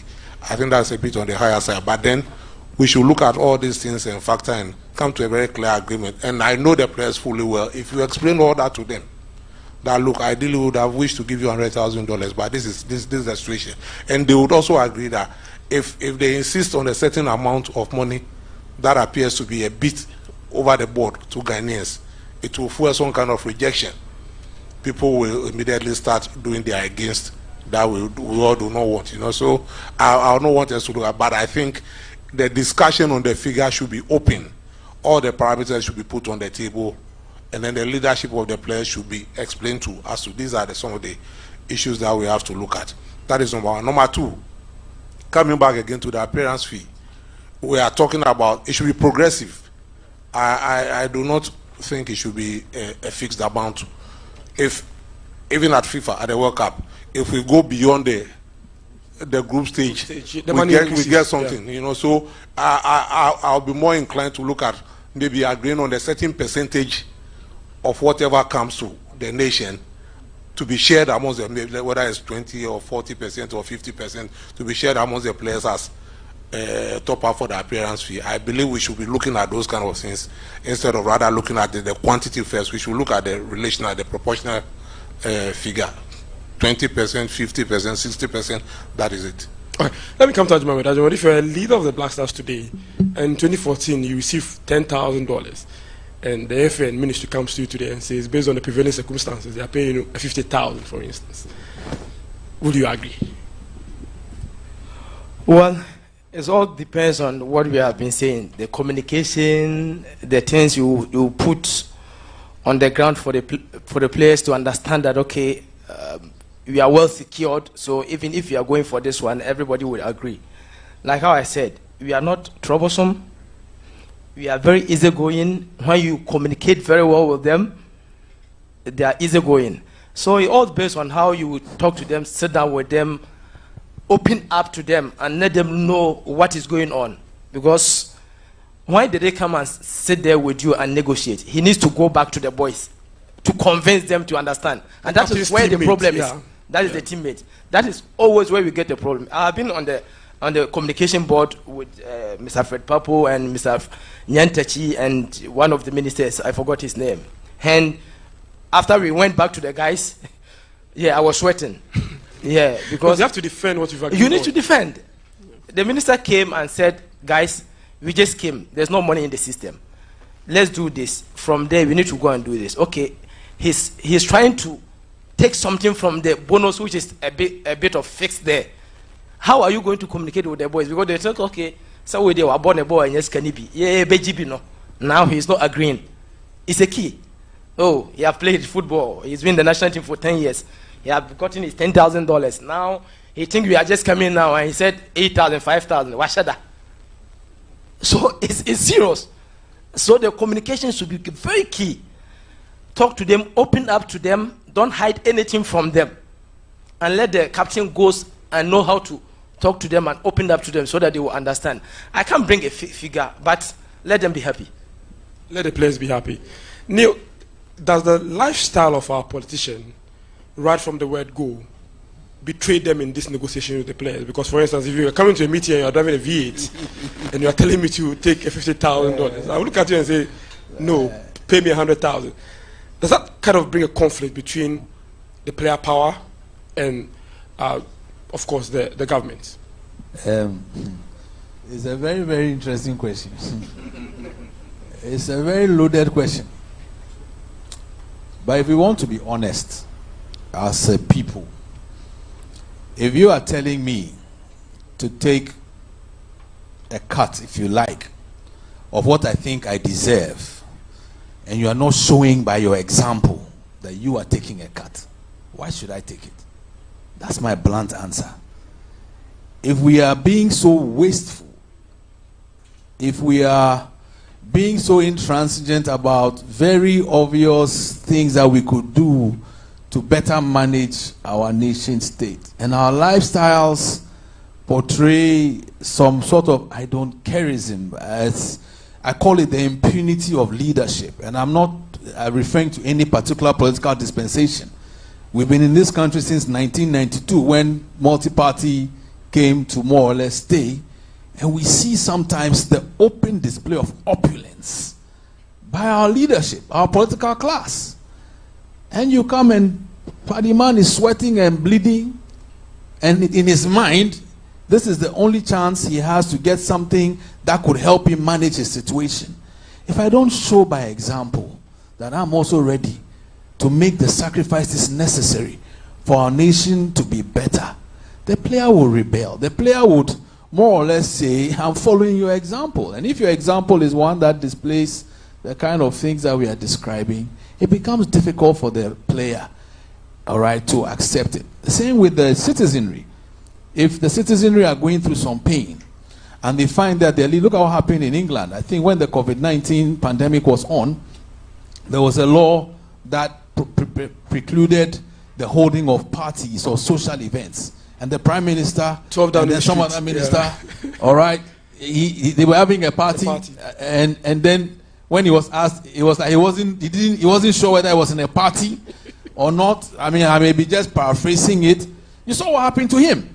He was held to account. How much do we hold ourselves and our leadership to account? And so when the chips are down and you're about to go for a major tournament, the players have watched everything you are doing and say, oh, now is our time to, in quotes, all right, show you where the power lies. They will show you where the power lies. And so it's a clarion call that, and not only politicians, anyone in leadership, we need to show the right examples. Because not all the days are equal. There are sunny days and there are rainy days. If you show the right example when it's a rainy day and you're calling upon everybody to put up that umbrella, which is like a pay cut, we'll all take it because you have shown by example that you have taken it as you go along. But when we see the displays of opulence, it becomes difficult. And I would just say, I don't know why you asked me that question. But I hope I've tried to do justice to the question. You have. My boss was laughing, so I'm sure you have. But, Councillor, did that also culminated into what we saw in Brazil 2014? The mistrust between the government reps negotiating with the boys and how the negotiation prolonged. No, to be honest with you, into the competition. To be honest with you, I think that for the sort of program you have set up, we should be looking forward. So I don't want to really open old wounds. Sure. But just a quick answer. Well, yes, there's a lot of mistrust. The findings of fact are very clear in our report. And I think the lesson from all of it is that we should negotiate on time, and the principles that we have agreed should all be fulfilled. That's all, simple. And we go with it, all right? I think it is important that we don't waste any more time from now, because tomorrow is 1st of September. There are friendlies set for the 23rd and the 27th, and then we are there in Switzerland, playing Switzerland, and the competition is starting. All right, so I don't think there's any more time to waste, because that will hurt the progress that we have made. The other thing I want to make is that, look, there's a distinction between the appearance fee and then the bonuses, the winning bonus in the tournament. During the tournament, exactly. When should it be paid and how should it be calculated? I mean, our own view, and I think as all of us have accepted it, I think they started implementing it after the report we had tendered in. Look, you can't say you play one match, then you are paid $10,000. You lose the other two matches, you get kicked out, and you've collected your $10,000, off you go. That's not too fair. You know, if it is winning or qualifying from the round, group stage, then let's all agree. So if we qualify, this is what we're getting. If we don't, then of course it has to be redacted. So I think it will be fair. Ghanaians will understand that. You can't just win one match and then you don't qualify, but you take $30,000 off your run. That's not a very good thing. It's just like telling a boxer, you know, there are 12 rounds. If you fight round one, we'll give you 100 cedis. No. I mean, you know, that's not how it happens. And in athletics, it doesn't happen that way. I know the footballers are going to say they're different sports. That's fine. But I think it is important, and I think that the teams have agreed. And, you know, Ajiman Bedu made a very good point that since then, there has not been too much noise about qualifying round or winning bonuses that are paid. I think the amount was $10,000. It came down to $5,000. I think it's gone back to $10,000. That also has to be agreed. Then we all know it. Is it $10,000? Is it $12,000? Let's all agree on it, and then we know when we are paying it. Do we pay it after you finish all the 3 matches and you're out of the group, or we pay as you win a match? I think for purposes of Ghanaians and the public, it will only be fair that you get us out of the group and then we pay you. Or if you don't, then we reduce it by a certain percentage. I think that it will be fair to look at all of that. Thank you very much, Brother Fuamoni. I'm sure my MC is ready to pick some questions from our audience, but I would want to ask Fred Papo this final one before we go. There's this general perception that when it comes to the negotiations, the leadership of the FA are always behind the players, pushing them to demand more, so that they also get more based on the coefficients calculation. Okay. Well, let me help Fred. Let me help Fred even before he answers, because the report, he was a very good witness before us. And the conclusion we came to, which was accepted by the white paper, was that treat the FA, whole system in terms of Black Stars as a management system. So have a contract, a management contract with the management. Let them sign it off. It's performance related. It has nothing to do with what the players are getting. And I think that is what should be instituted. I don't know whether they have done it. If they haven't done it, then it's going to cause trouble. There must not be a tie-in between what the players get and what the man. No, I think all of that has been, by the report and the white paper has been thrown out. And that's my problem. And maybe that's why we said that there should be constant stakeholder meetings to find out whether what we all have agreed are being implemented. It's very important. I'll mention a few things like the FIFA standardized agreement between the Football Association and the government of Ghana, and some of the things like the Public Interest Committee, whether those things have been implemented by this current FA. They've got to do it, because that's what all of us Ghanaians have agreed should be done. And it helps to provide a policy framework for dealing with these matters. Otherwise, we're going to go in and out, and that's not too good. And I think the takeaways will be to ensure that these decisions that have been agreed, facts found, agreements made, should be implemented by those who are in charge. That's the Ministry of Youth and Sport and the Ghana Football Association. So, to help Freddie, the truth of the matter is this: there should be a separate agreement between the FA Management Committee running the Black Stars and the footballers going to the tournament. That should have been done earlier, so that there's no link or tie-in. If it hasn't happened, then let's not link the payment. There should be a separate remuneration or allowance for the management team, which has nothing to do with what goes to the players. Because once it is linked, then you're going to have a problem. Uncle Fred. Okay. Yeah, I think Bravo explained a lot about that, but my first response to your question that management pushes the players is totally untrue. I'm sure you saw Ajima Bedun. Yeah, you're shaking his head. We go into those negotiation tables and literally come out as enemies. The players on one side and then the rest of us. You dare not do that, because the levels from which they come, I'm sure it's a bargaining strategy. They start big or high and then they keep negotiating. We don't really do that. But then, like Bravo is saying, I always believe in getting a sustainable arrangement to an issue, and it's quite important that a solution like the contract approach or whatever it is could do, so that it insulates and even prevents this kind of perceptions and speculations. That is absolutely true. Yeah. All right, Raymond Yamado is on standby to pick some questions from our audience. Raymond Yamado.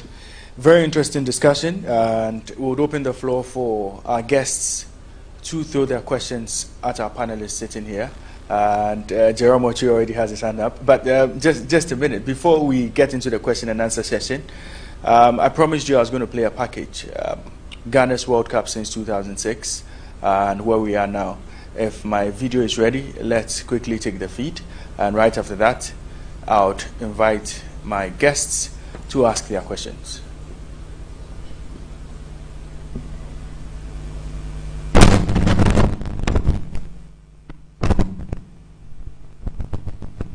The Black Stars of Ghana first appeared at the World Cup in 2006 after several attempts, despite being considered an African football powerhouse with 4 continental trophies to their name. Ghana's first appearance was met with euphoria And indeed, the Stars did not let Ghana and Africa down. Despite losing to Italy in the opening game, the Black Stars beat Czech Republic and USA to progress to the knockout stage, only to lose to the most successful team in World Cup history, Brazil, at the round of 16 stage.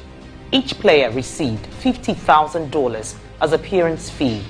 The Black Stars made their second appearance at the World Cup, this time on African soil in 2010.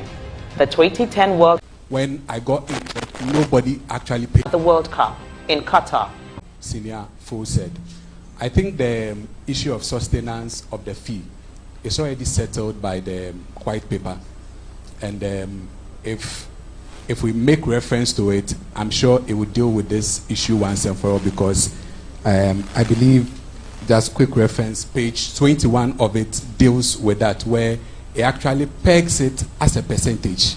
So my rough figures suggest that it has been pegged at 28.7% of how much FIFA will pay to the FA. And out of that, not more than 60% is to be paid to the players. So that is already settled in the white paper. But I would also want to touch on the issue of insurance, or what Admanbedu mentioned. I used to be an athlete myself, and that's how come I stopped, because when I got injured, nobody actually paid attention to me. And it's a very painful thing to go through. However, my reading suggests that, especially for national teams, that's before the New Sports Act was enacted, the National Sports Authority has a duty to institute insurance policy for every national team. It was provided by the SMC 54. Unfortunately, in the current act, no provision like that was made, or it has been taken out. So I think it is an important instrument that we need to get back, so that anybody that gets selected into the national team knows that whenever they get injured, it is not that they become the responsibility of their families, that there is an insurance package to take care of them. Then the final point I want to make has to do with whether the management team instigates. I think that too has been settled by the white paper, that the Ministry of Youth and Sports should enter into a performance-based contract with the management team. And therefore, if we comply with some of these things, the mistrust, the back and forth would be done away with. If we know the figures FIFA is going to pay this year already, then we can already do the mathematics. It doesn't lead to speculations or insult or suggestions that the management team are behind any of these things. Thank you. Thank you very much, Ni. Any more questions? We'll pick 2 more questions and then we wrap up the summit. Any more questions? Okay. I think there's one hand up here. Okay.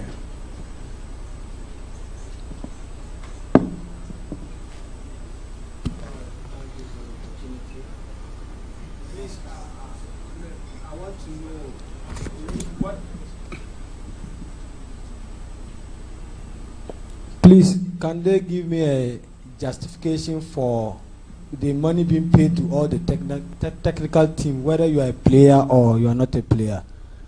I can't just understand why everybody is paid the same amount and you don't play ball. Thank you. Okay, so who is speaking this one? Bafo? Well, it's a very good point, because in our investigations, all of you remember, even the equipment person received the same amount, and we found that a bit strange. So the recommendation with the government, its white people also accept, is that we got to categorize the levels of the technical team. I mean, the coaches and those who actually are involved are totally different from the other ones who are offering some services to the team. And so you got to graduate that. You can't. And all of that has to be ironed out, all right, and discussed before, the team starts on the final phase of preparation. So I agree with you. It's not everybody that is a technical person per se. There are grades of the technical team of the national team, and all of that has to be set out in terms of who gets what, all right? I know that the coaches get double and all that kind of stuff. I think all of that has to be ironed out properly. And right now, Ghana has got a technical team of 4, so it's not just one, or a head coach and his assistant. So it gets even a bit more complicated and a bit more complex. So all of that has to be ironed out, made open, so all of us know what's going to happen. I think that because of what we're doing, the FA will wake up and do what they must do. I think that is very important. So if we don't learn the right lessons, then you will repeat the mistakes of the past. Yeah, just to assure the questioner, that is being done. All the technical team do not get the same amount of money. Some, I think the head coach also gets twice, as per the contract that it negotiates with the FA. Another level get about 70% of what the players get. There are others who also get 50%. Others, it's quite clear. It's not a uniform figure. Thank you. Thank you very much, Uncle Fred. And Kwame Jumajuman, I'm told you have a question. Kwame Jumajuman, Communications Director, Legon Cities. Kwame? Okay, very well. Thank you very much. Before we go for wrap-up comments from our panelists, I would want to acknowledge or want to say thank you to Accra City Hotel. Accra City Hotel, our hosts, we say a big thank you to you. Perception Management International, they have provided us with all the logistics you see here. The screens, the beautiful screens you see here. Perception Management International put everything together for us. We say a big thank you to you. Our media partners, Happy FM, ETV Ghana, YFM, and GhanaWeb, we say a big thank you to you. We'd also want to acknowledge the presence of some dignitaries here. Osei Kufo is head of the Y Triangle. George Amponsa, head of sales, GMA BC. Fafagbeo is the head of HR, GMA Group. And then we have Elikondo, PRO Star Times. Rita Osei Asari, General Secretary Hockey. We have Jeffrey Manzan Owusu, National Sports Authority Director of Sports Promotions. Mark Kwashi, NSA Sports Development Officer. And then we have the Queen of Stand-Up Comedy, Jacinta, is also here with us. And we also have Kwame Jumajuman, Director of Communications for Legon Cities. We'll go for wrap-up comments from our panelists. But before that, Ohene, I have a quick question for Ajima Bedu. Please do. Ajima Bedu, yes. World Cup, no? Unya Obebo. David.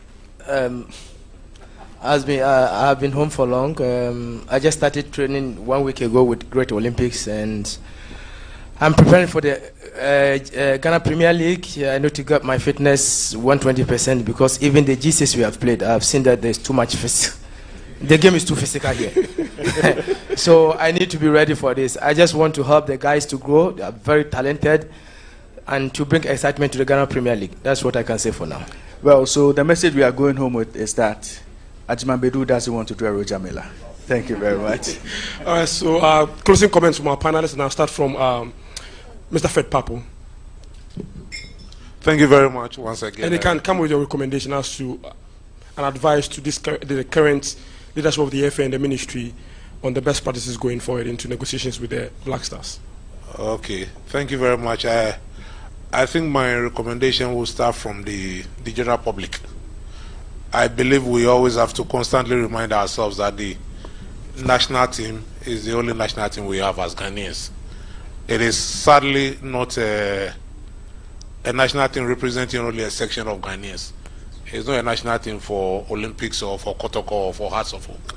It's not a national team for NDC or NPP.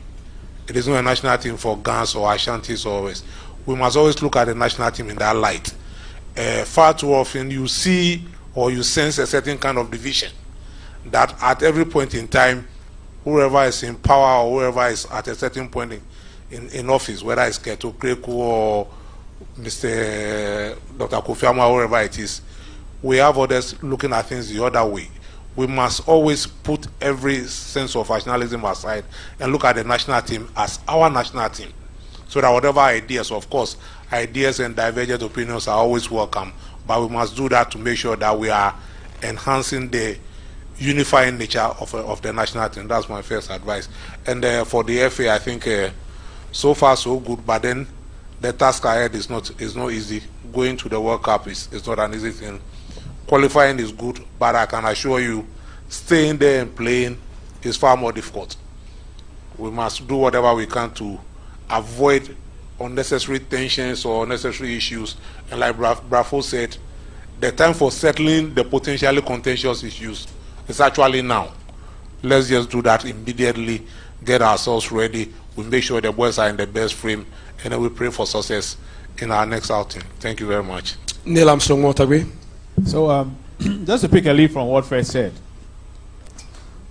there are many things that divide us as a people. The national team of Ghana has been one of the places where we can all unite behind a common purpose. And I just like to plead with every media person here to abate the flames that seek to bring division on the back of our national teams. If there's anything that has united us in my few decades plus on this planet, it's the national team of Ghana. We have to protect it with everything we can. The moment we allow division to come into our national team, one of the last bastions of unity in our country is on its way out. Only God knows what anarchy may follow. But back to our major conversation. Our brother Fo referred copiously to the white paper. You know, I've studied a little bit of law. I mean, Brother Fo is a doyen of the law.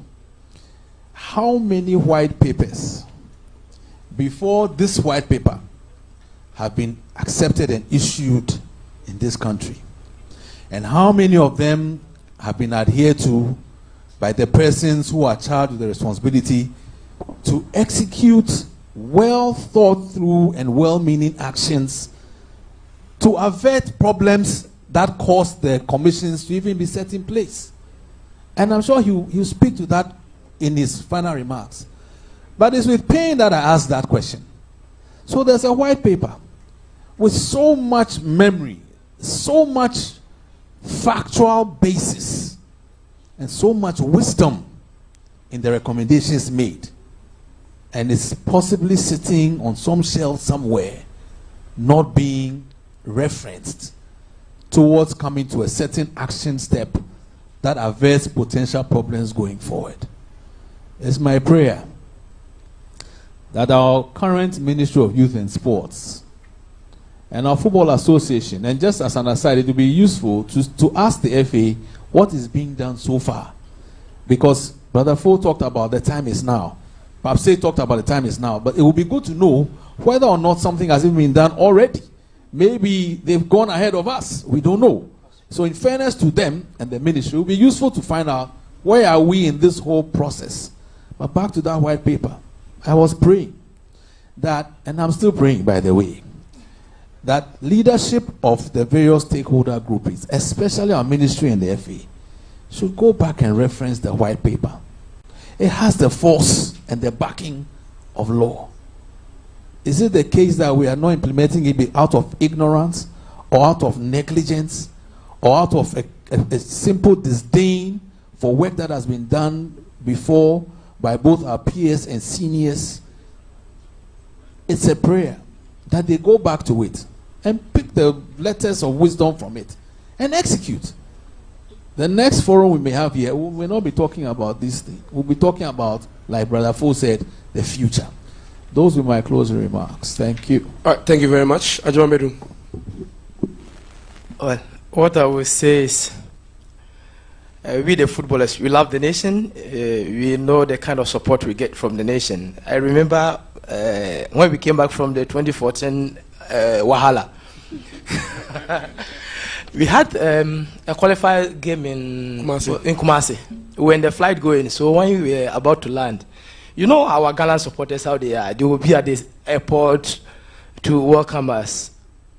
Asamoah saw the airport was empty. He said, hey, and so you could see the passion when you see the supporters, how it gingers us to work. So we are not money conscious. Let's put that aside. We work and we're supposed to be paid, which is a fact. So please, once keep supporting the team. They need our support because when we see them at the stadiums, it changed everything. Without them, we are nothing. So they should keep supporting us. Those who can offer to come to Qatar, they should come and support the players, and I know by God's grace they will do a great thing for the nation. Thank you very much. Well spoken, Emmanuel Ajmambedi. Well spoken. Badafo, your final words. Well, let me, first of all, start by commending my good friend Partey and all of you for putting this up. And my first recommendation is to challenge you to fulfill the mandatory provisions of our recommendations. The stakeholder engagements be held in respect of this, the Commission's report. And I'll just give you one example that will be very helpful. An issue of, we called it legacy recommendations. We said that Ghana should have a style of play.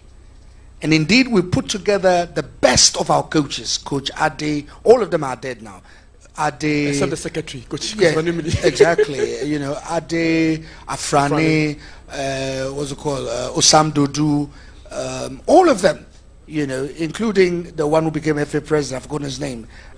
Ben Kofi. Uncle Ben was the head of it. And in fact, the one, even Didi Dramani was part of it. He's alive. And then Coach, he does a lot of talking. Chris was also part of it. So I'm praying that my next challenge is for you to hold a seminar or a workshop on the technical aspect of the game as in respect of the legacy recommendations. Because if we do, then our technical director will be chosen as somebody who can fulfill who we are as Ghanaians, the way we play. It's very unique. I doubt anybody go through the archives of the Black Starlets, 89, 91, 93, 95, and then the Black Satellites of, their year group, but also the 93 year group. They were fantastic. We have a way that we play. One of the things that pleased me was to be at the stage where Ghana played Brazil. We lost 3-0. But to be honest with you, Brazil for a omontam kasiye. We played them off the field. They won 3-0, but when it came to the football, what they call Ojogo Bonito, the beautiful game, we're better at it than them. And that was even without Michael Essien. All right? So I think we need to do this, and I'm recommending that we continue this. The second thing is, we know what we want to do. He gave you the data and the statistics and how to calculate. All of it is there. The timing, the people involved in the negotiation, the process of it, and how it has to be finalized by cabinet. So we know what to do. So the ministry, the FA, and let's start it. Let's get it on. Let's not waste any more time. And it's even good if we do it before the team is known, so that nobody can hold Ghana as to ransom. I have been chosen, so if you don't pay me, I'm not going. I'm sorry. Right now, nobody knows the team, but at least we know the leadership. So we can negotiate. When you come and you join the team, you sign it up. This is it. Or, sorry, you're out of it. Okay? So I think it's important that we take those steps. The other thing is to say that all of us want the Black Stars to succeed. And I think it is time for them to succeed. Trust me, what we lost 12 years ago, it's time for us to recover. And I can assure you that the game against Uruguay, we will win 2-1. We will win 2-1. I will give you the other scores if you see me in chambers.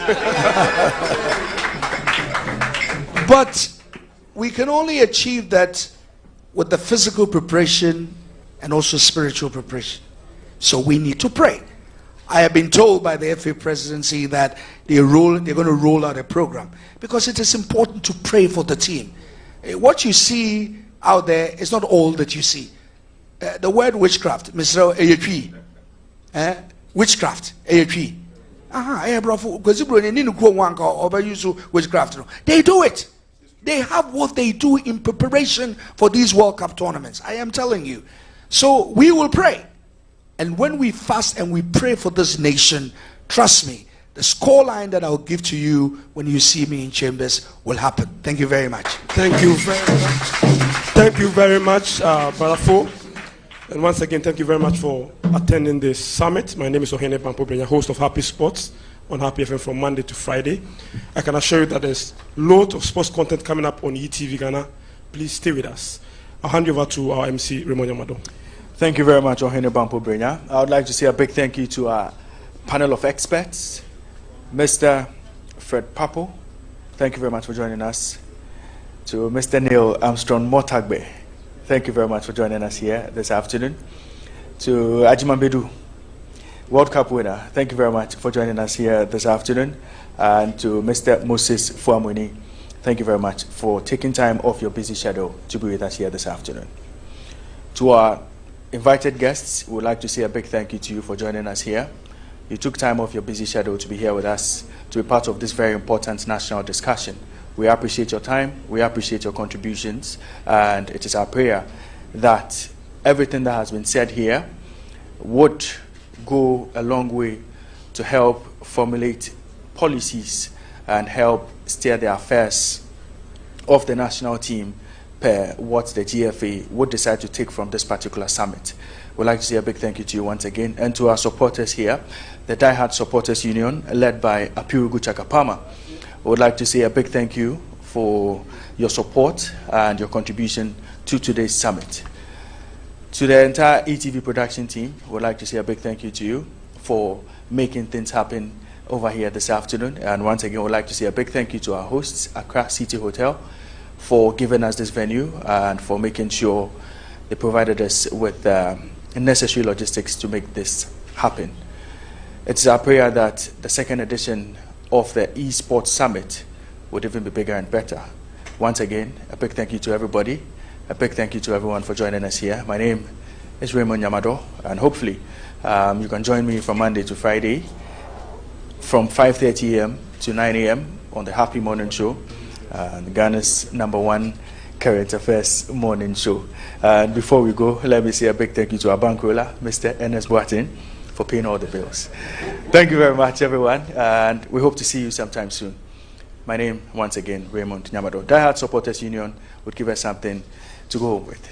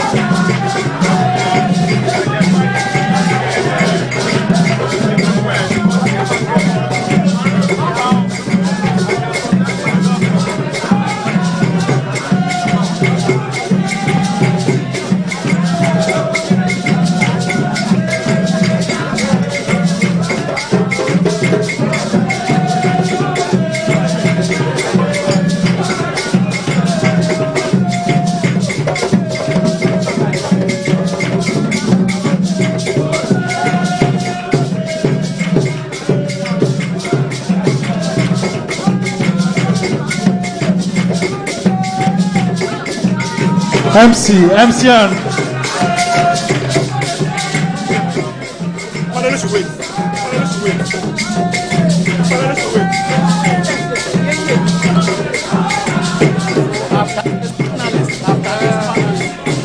Okay. After this, final aspect.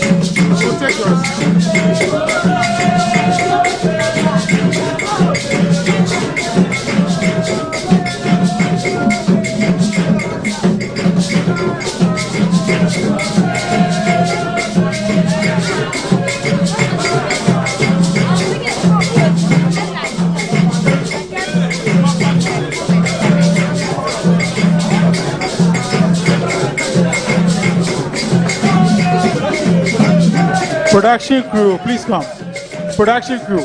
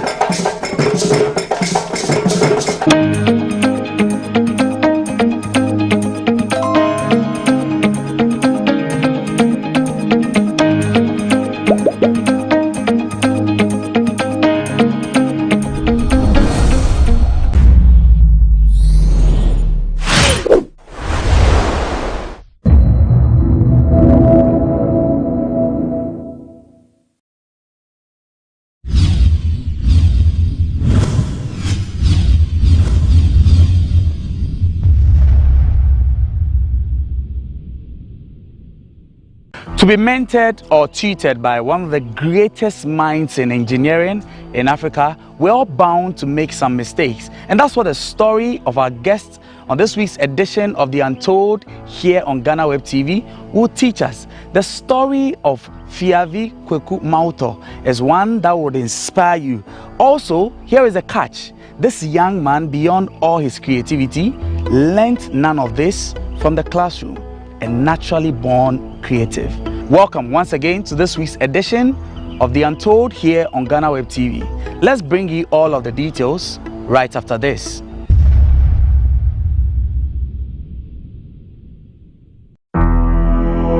Born an Ewe, Promise starts off his story by telling us how it is that he was raised as an Asante.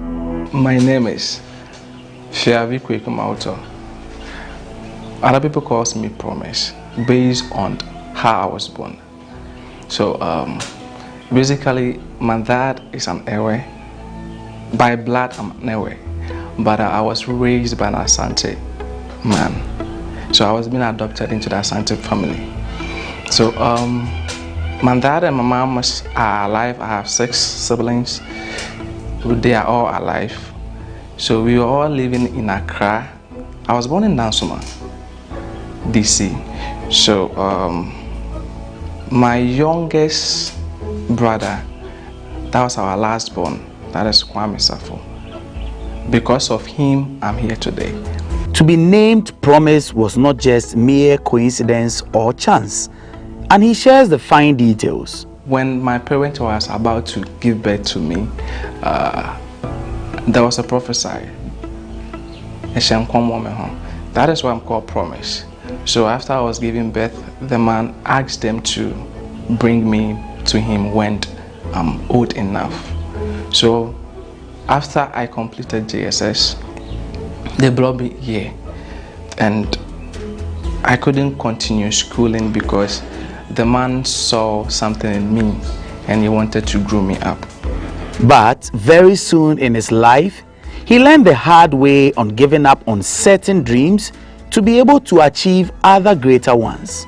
Initially, I wanted to be a footballer. I love football so much, so I wanted to be a footballer. But when I came, he was like, no, that is not my path. I need to focus on what is in me. So when I came, I was fixed to a certain portion into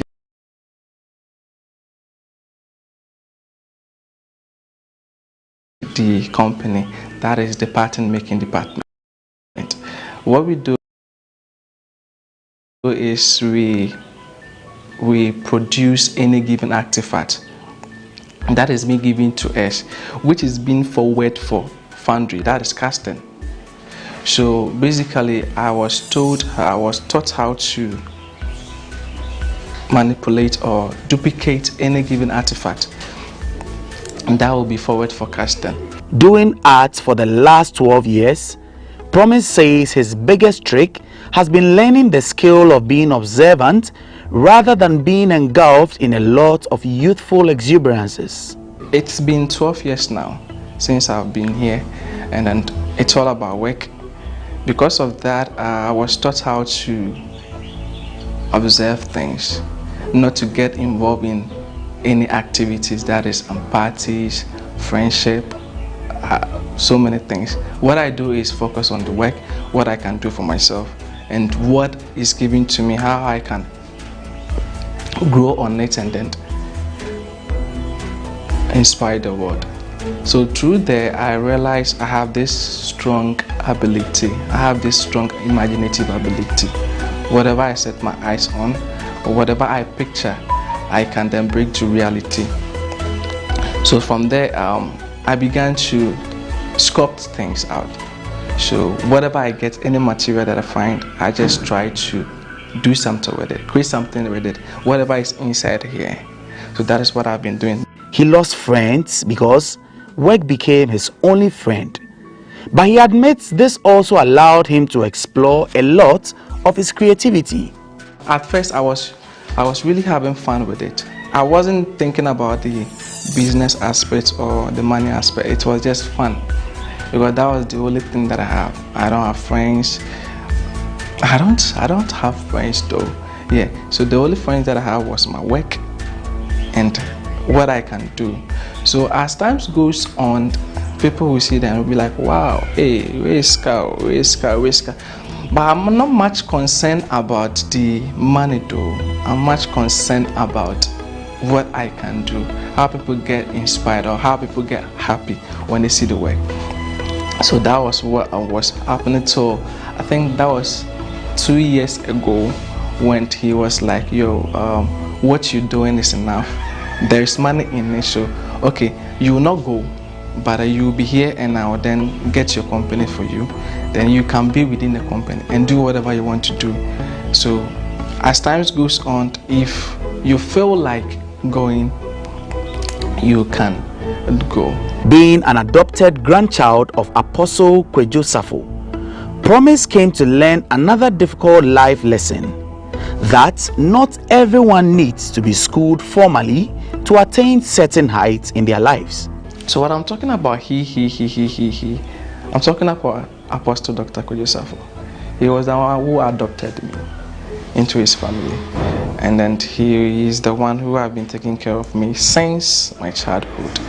And he is the more reason why I didn't attend or continue education, because he felt like what is within it wouldn't go with what I'm going to learn at school. Probably I wanted to be a footballer, like I said, but going to school, I don't know if I were to continue schooling. I don't think I will be able to be doing what I wanted to do, because all my life I just feel like being myself. I'm the reserved type. I want to do things my own way.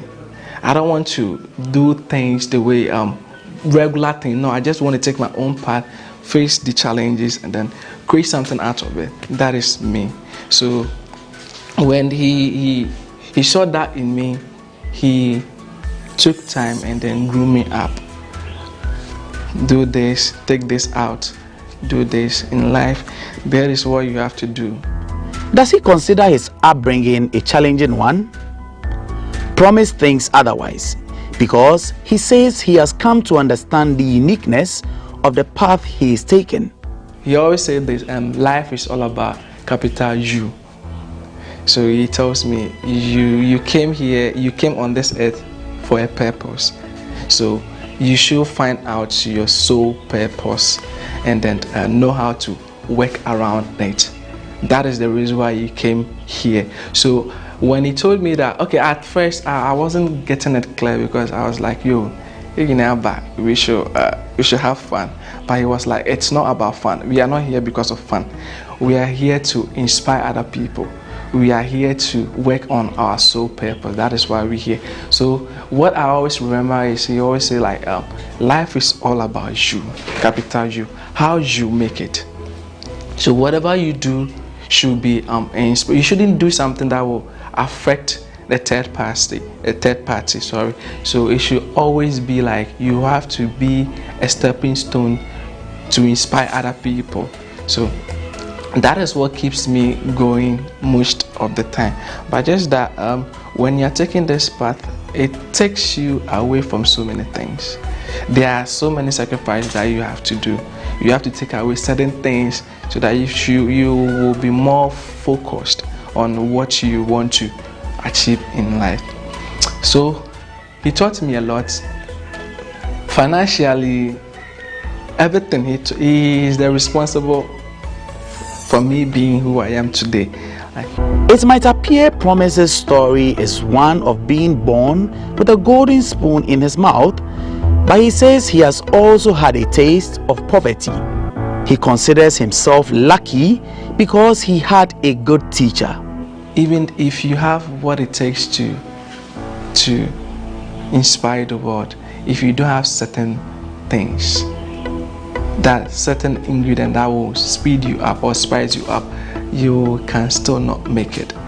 Especially if you don't have a good teacher, someone who can lead you in life. For me, I'm lucky. Even though I have not furthered my education that far, I had a good teacher, someone who knew the path, someone who was able to push me along the way. This place. Sometimes it got to a time. Sometimes apostle will just mislead you.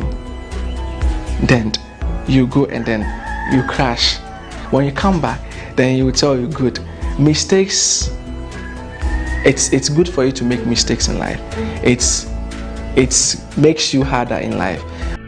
Through his art, Promise dreams of solving some problems of this world. I'm not a materialistic guy. That is okay. I was being tamed to. So I'm not moved by materials. I'm moved by what I can do. I want to be the reason why someone sees me and be like, wow, I can do it. Wow, hey, this guy was able to do it. Yeah. I want to be the reason why someone is being uplifted. So I'm not moved by trending things, material things. No. I want to solve problems. I want to solve people's problems. So I just look at the problem around and then I fixed it into what I want to do. The young man as he is, Promise confesses that there was a point in his life where he felt a great aura of loneliness around himself. It got to a time I I was very lonely because Apostle wouldn't let you go out, no phone, no parties, nothing. It's all about work 24/7. So you got to the I don't have past mates like schoolmates, best friends, those kind of things. So it got to the I realized I was sinking. So the only place I can talk, and I don't like talking much, so I talk through my artworks. That is where I discover I can do things with my arms. So what I want to say, I'll just put it through my artworks. So some artworks talks about gratitude. For instance, it got to a time that I wanted to set up a business. That was a food business, and I picked people who were close to me, thinking if you have people who are close to you, things might grow up. Because I love teamwork. I want to achieve things with the people that are around me, people that I love. But I got to realize human beings, you can never predict human being.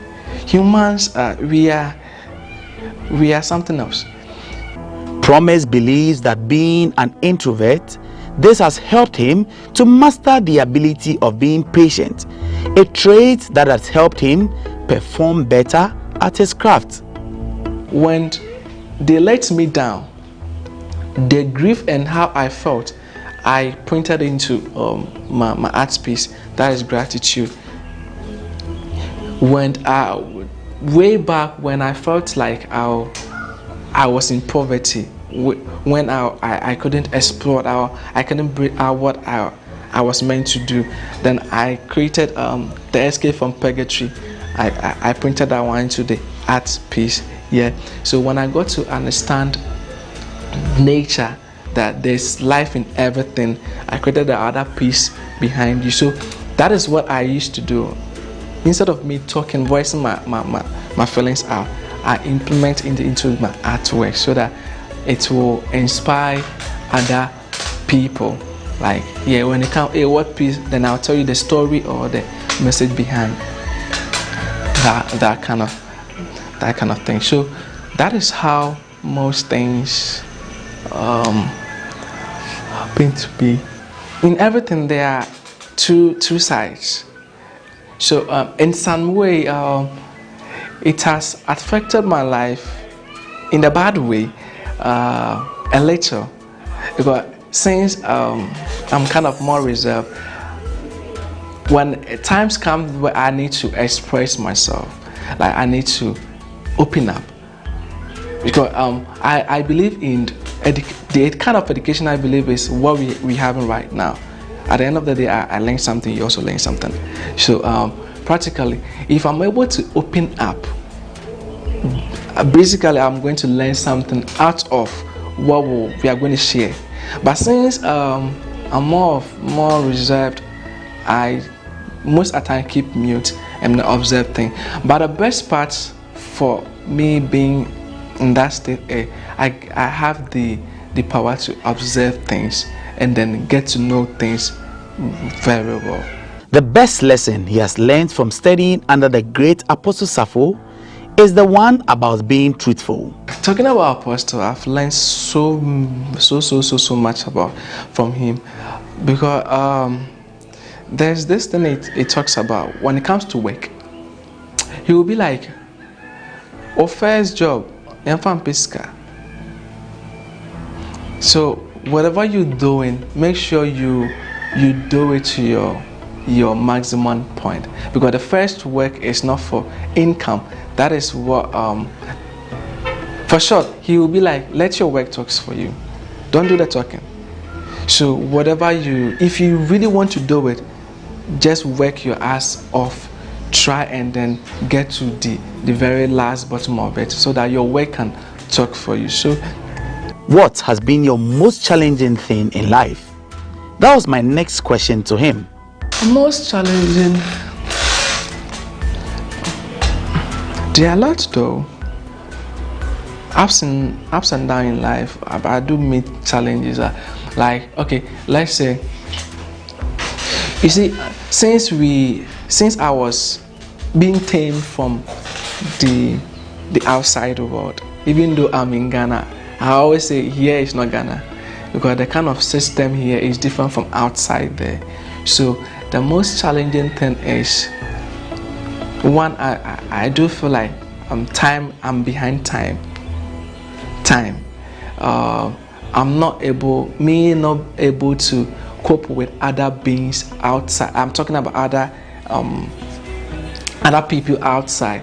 I said almost speed you up. I'm a kind of a bit slow. That is one. And two, how to sell my things out. How to sell myself.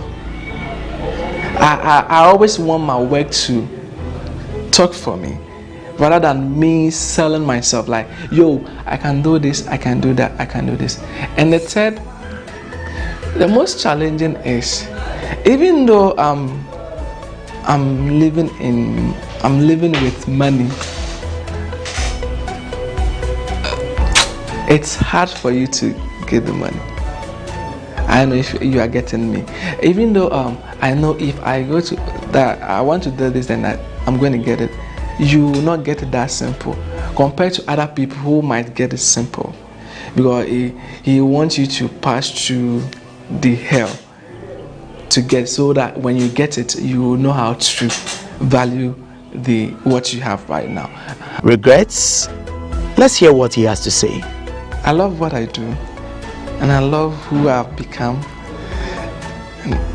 The little regrets I will say I have is, even that one quite minor. It's I don't have friends. I don't have people that I can look up to and say, and these are my friends, these are the people that I hang up with. No. That is what I would say. Yeah, personally. But when publicly, maybe I would say, apart from say the system, it's natural, like it's normal. The system is not working effectively to support whatever we want to do.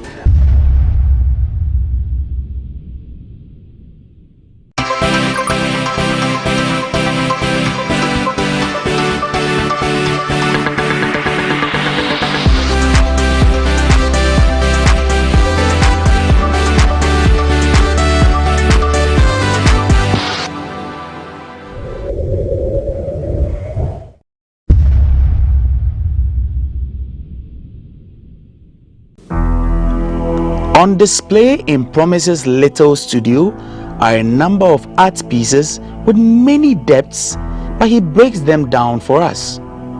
He also shows us what his perfect piece is. Growing up, I got to understand life. Life isn't easy as it is. So when I came to understand life, I got to realize there are a lot, when talk about life, there are a lot into it. Life wasn't programmed to be easy the way it should be. It's a puzzle that one needs to fix.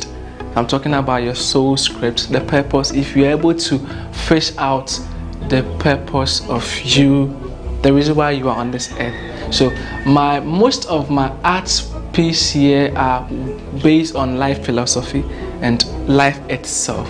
So talking about this, but most of them are not done completely, maybe 80 to 75%. So talking about this talks about hear evil, don't hear evil, speak no evil, view no evil. So that is this. This talks about our democracy, our system, talking about the country we live inside here. Democracy is, let me say, a little bit messed up, because I know democracy is a system that is not used to govern a country, because it's a freedom of justice or whatever it is. So everyone is entitled to do whatever it is, even if it's going to help or not help the country. But we have original born leaders who were drafted or brought to this earth to govern our country. So talking about other countries, they have people who are picked to govern a country, not the public. So this can ever talk about chieftaincy. They are originally born with it to be a leader. We are not picked like a mandatory system. So this one talks about democracy. This one talks about the brain, the key to life. Your whole being, everything depends on your mind. For you to be successful, for you to be poor, whatever it is, it's all based on your mind. So if you're able to master your mindset over your emotion, you can make it in life. This one talks about black beauty. Talking about acts.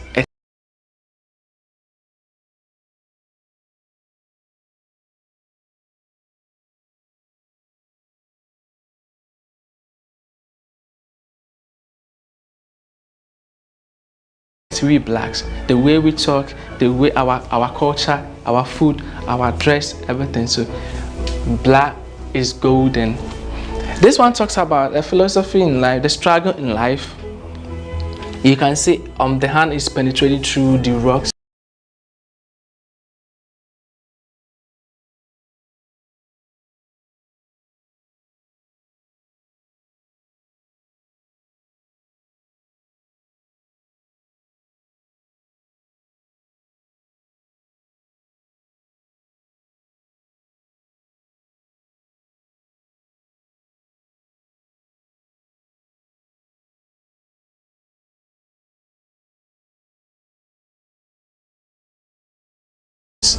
So in life, when you are determined, focused, have aim, you can penetrate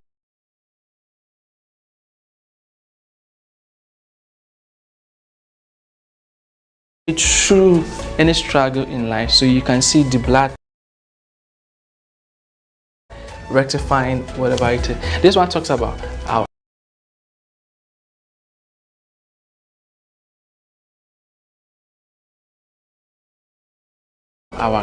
our country, Ghana. I'm not done though. I'm not done. This one talks about it projects the number of resources we have in Ghana, and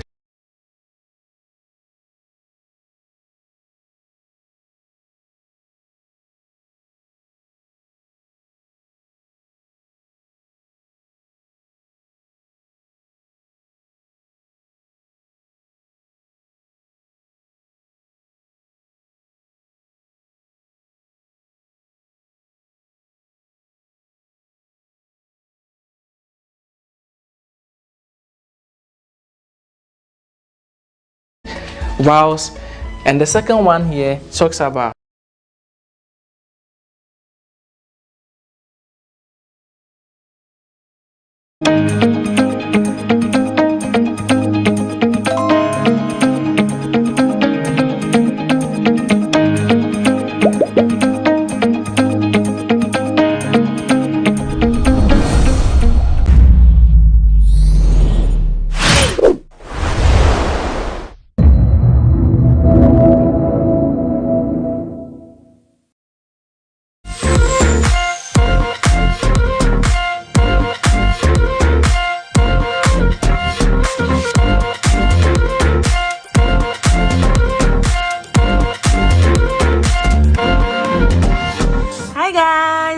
is in partnership with Travel to SA.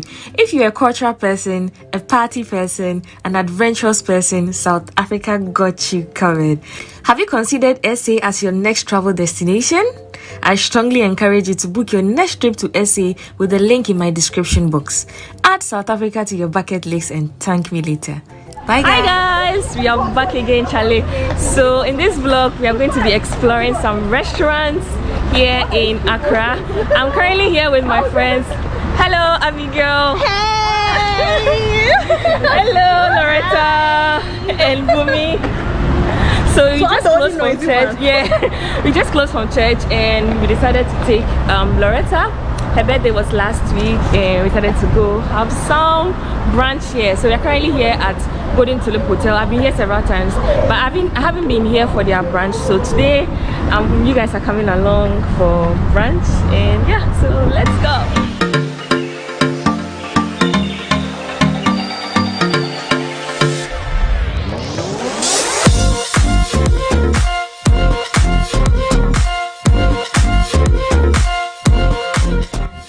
buffet at the Golden Tulip cost about 230 Ghana cedis, which is about $23 per person. We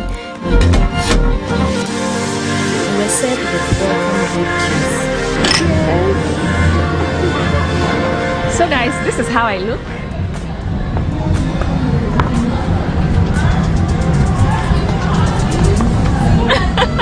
I just came here to take photos and just show you how I look. This is a day from church, and yeah, let's go have brunch.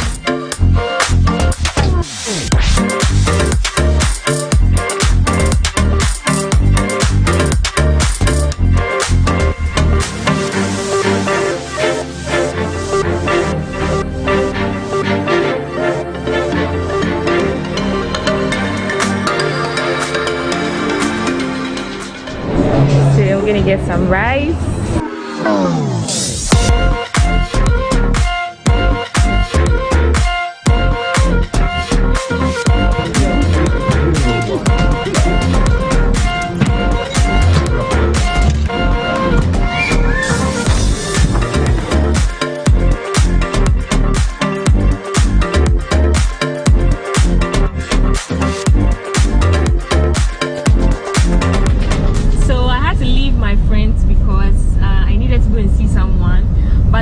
Was amazing. I recommend going to look for brunch. It was good. I really enjoyed the meal. I really enjoyed it. It was good. Really good. I wish I had my friends take on how the food went. It was really good. And I don't know why I have had breakfast at Golden Tulip, I've had dinner at Golden Tulip, but not Sunday brunch. I think Sunday brunch goes very well than any other day. So highly recommended.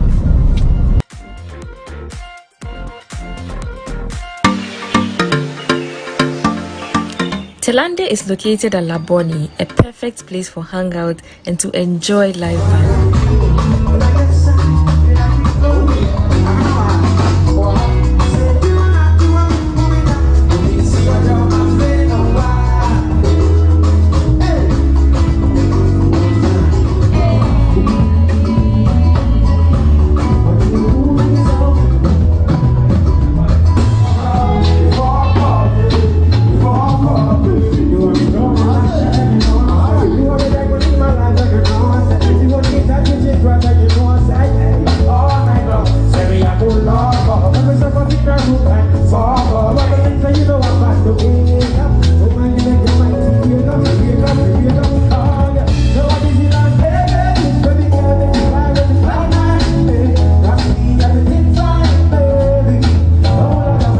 For food, I had yam and chicken with a cocktail, which cost me about 170 Ghana cedis.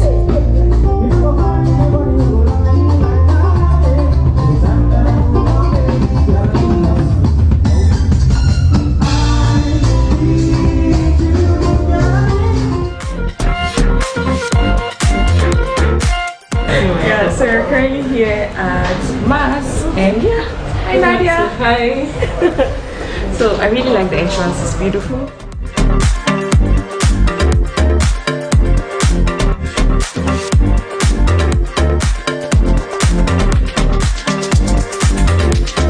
Mass is located at East Legon.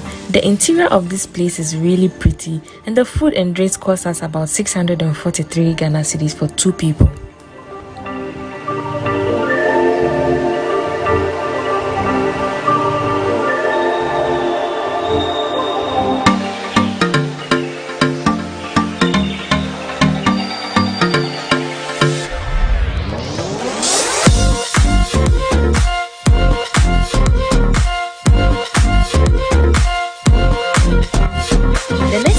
Ghana, which is located on Labadi. The space before getting there is really beautiful, and the food was amazing. I highly recommend. My friend and I spent about 641 Ghana cedis.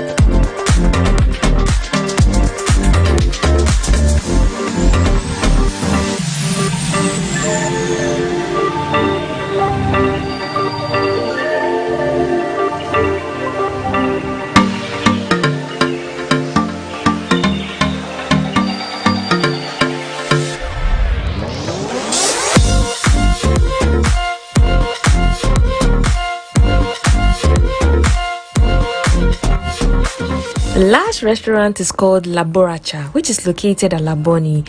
This place is a budget-friendly restaurant. We had tacos and shawarmas for 3 people and it cost us around 440 Ghana cedis. I hope you enjoyed watching this vlog as much as I enjoyed being here. Let me know your favorite restaurants so far. Until next time on my next video, I love you all. Mwah.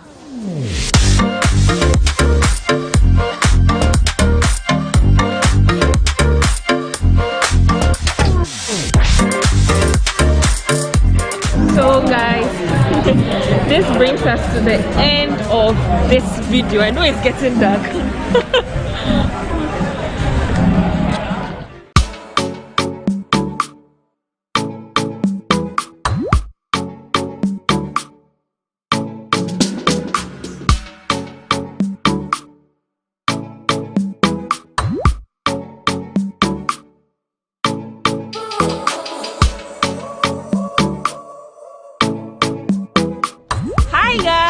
We are back again, Chile, and I'm currently in Grand Bassam, and everybody says you have to go to Grand Bassam, you have to see Grand Bassam because here is known for colonial buildings and history.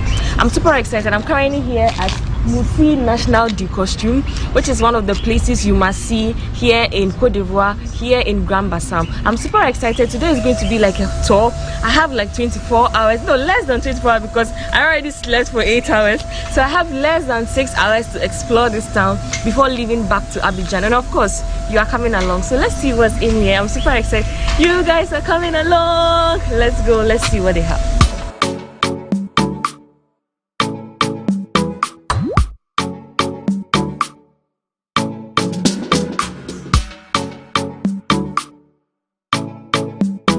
It costs 1,000 per person. Thank you, madam. So there is currently no tour guide that speaks English, so we have to do the tour by ourselves. Afterwards, she's going to do a little explanation for us because they are currently painting the place, and she says she doesn't like the smell of the paint, so she can't go with us because the smell of the paint will worry her. But then if we don't mind, we can actually have a tour. And since we are here, we don't know when we are going to come here again, so let's see how it looks. If you have any history or you know about this place, kindly let me know in the comment section. Yeah.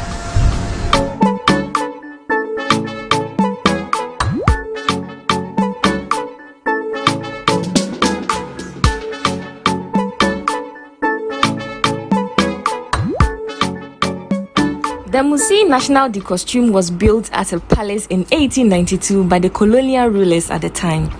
The first president of Côte d'Ivoire converted it to a museum. The model of dresses and customs of the local communities, including the kings and chiefs from other regions of Côte d'Ivoire, are displayed in this video.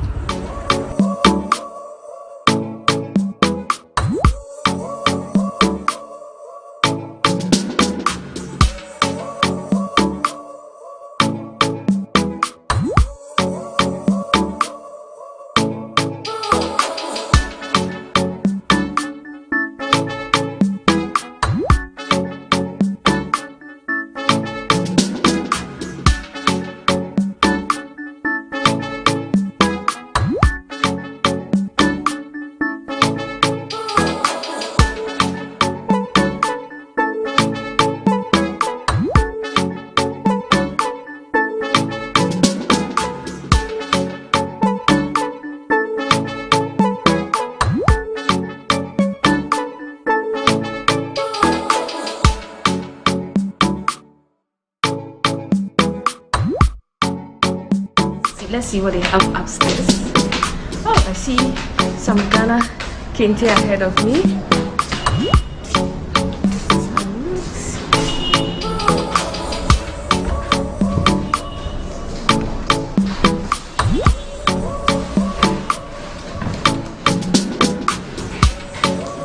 Oh, this is the Ghana kente.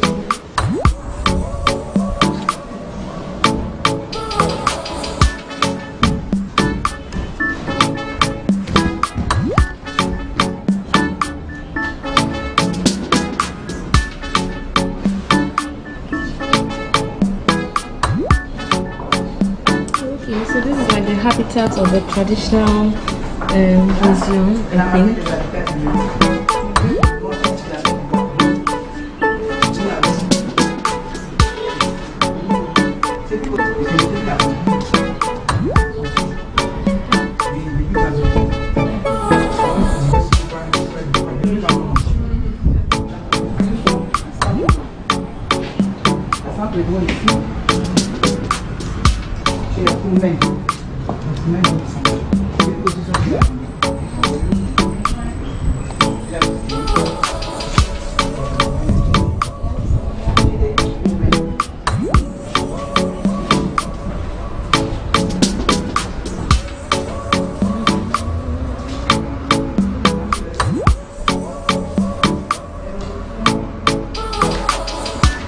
I don't know if this is how they used to dress, but this outfit is so pretty. Like, this is very nice. I don't know what it means, but then yeah, if you guys know what it means, please let me know in the comment section. Is that how the ladies used to dress in the past? And this looks like a wedding outfit, which is so pretty. You can see some nice beadwork here.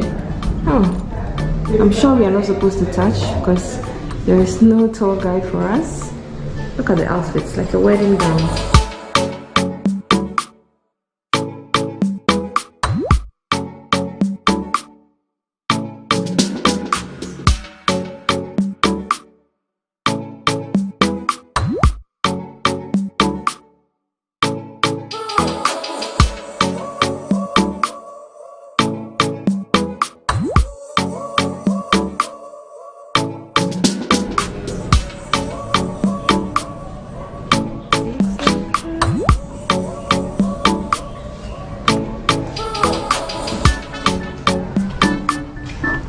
So this is something I have seen before in the Volta region. It's used to catch crabs and it's also used to catch lobsters. I don't know if it's the same use here.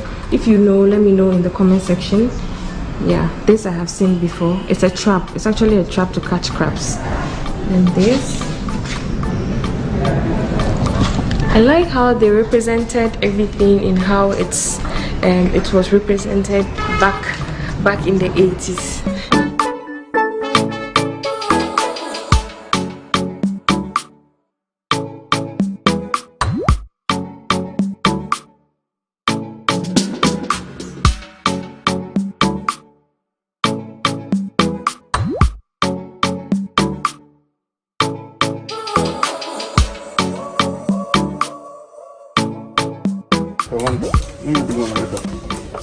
I'm sure all the Ghanaians will know this game. It's properly called Owari here. How do you call it in your country? How do you call it in here? Monsieur, this, how do you call it here? Sao. This one? Awale. Awale. Hey, we call it Owari. We call it Owari. In Ghana. Owari. Small. I see. So they're like, it's very similar to that of Ghana. Awale. Awale. Thank you.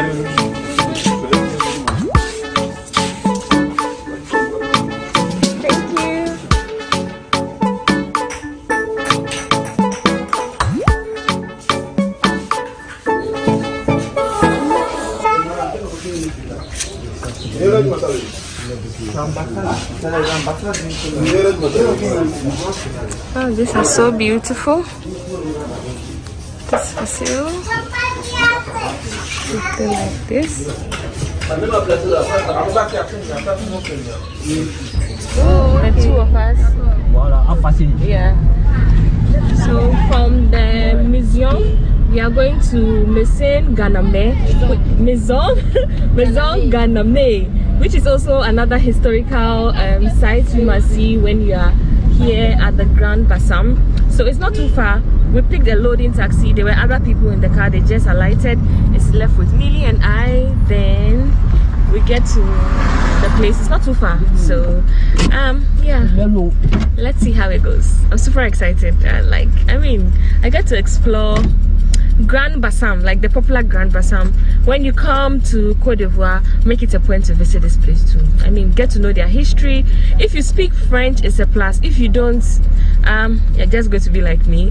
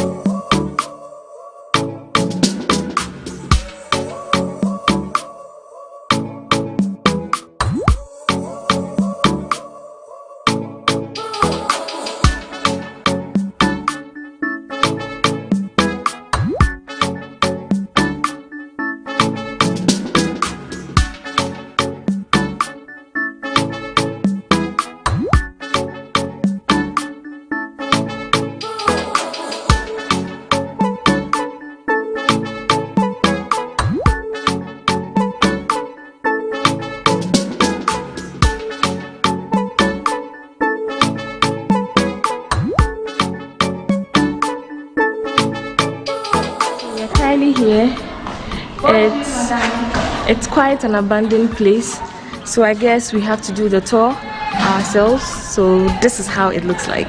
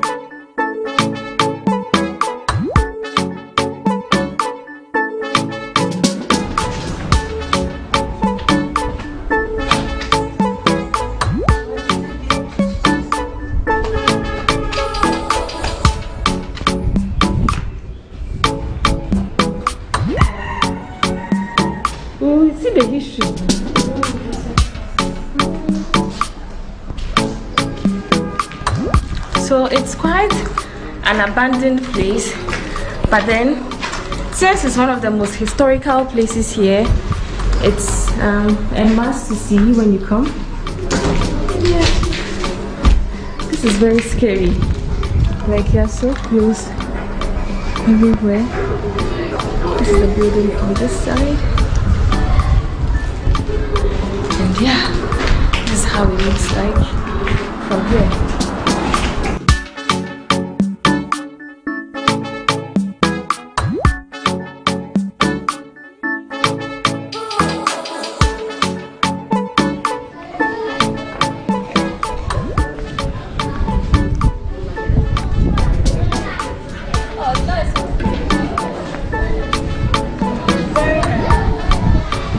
So this is how the whole building looks like, and it's very close to old buildings.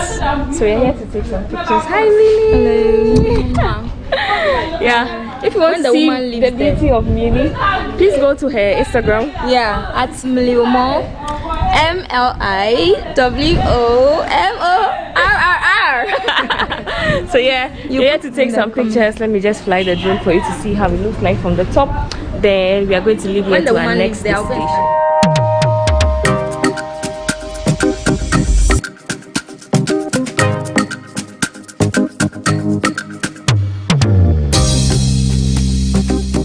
So this is exactly how it looks. We are going to, it's quite abandoned. You don't have to pay, you just have to just look at it and know the historical guys, do you guys know this tree? From almost everybody who takes picture here, the tree is always green. But if you tell, the root is from the tree. Yeah, and they are dried. So I'm wondering, what's the historic meaning, or what does it mean? Why does the tree look green? Where is the source of water from? It's amazing. Like, yeah. So let's go to the next. You're coming along. Let's go.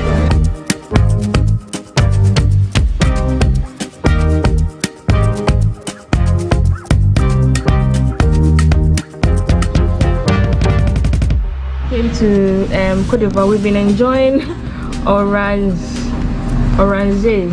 right? Millie especially, she loves it. I love it. And we got it in this shop very close to the Maison Ganame, enjoyment minister. So yeah, this is how it looks. When you come, you could try it. It's nice. It's similar to Fanta, but it has a different taste. It has more of the lemon flavor, which is nice. I just saw some men enjoying fufu here. Nice. They're enjoying some fufu. Looks like plantain. Too. So we are leaving here to have some lunch and call it a day. And you guys are coming along, so let's go. This is the taxi. It's a loading taxi, so there are people inside.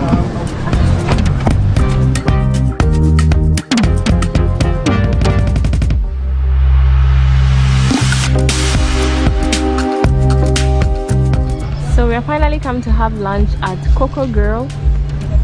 This is how it looks like.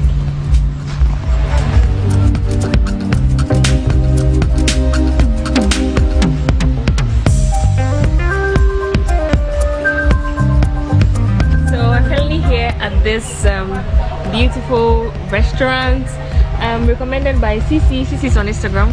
And this place is nice. CC Travels, okay. yeah. This place is beautiful, yeah. We are super hungry, but here I learned they serve all kinds of dishes. So for any foreigner, you feel at home here because they sell all kinds of dishes. Let's see what we get. Thank you. So this is their drink menu.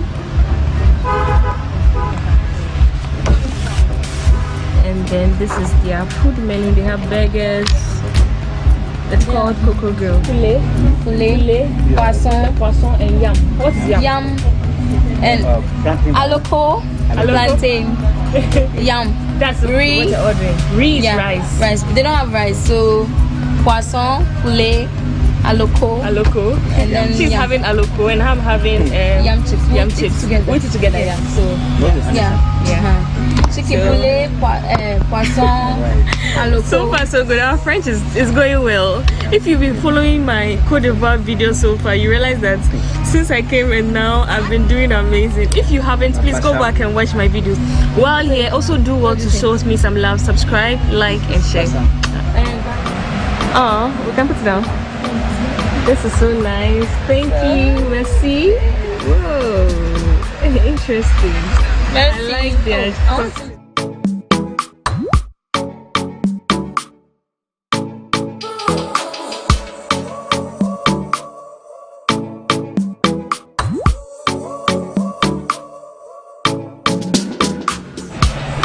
The first food is here.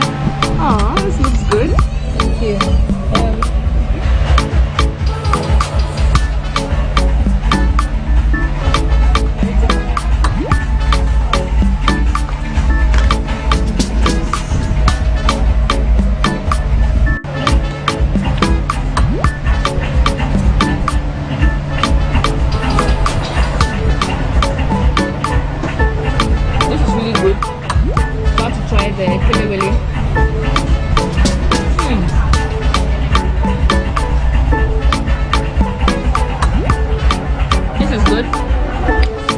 Try it.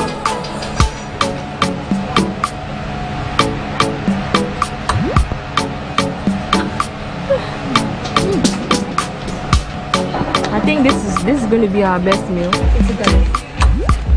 So this is how much we spent at the Coco Grill. This is quite expensive, 27,500. We spent almost 27,500 on food, which is very close to $1, except for $50, yeah, which is very close to $50. So we just had lunch. It's quite expensive, but then since we came, we've not really had an expensive meal, so I think it's fine. We are going to the beach. We're going to the beach, soak some beach energy and head to Abidjan. And this is going to end our last tour here at Grand Bassam. So this is the name of the beach. It's close to Tavarine. They have some beach outfits. Millie, are you going to get something?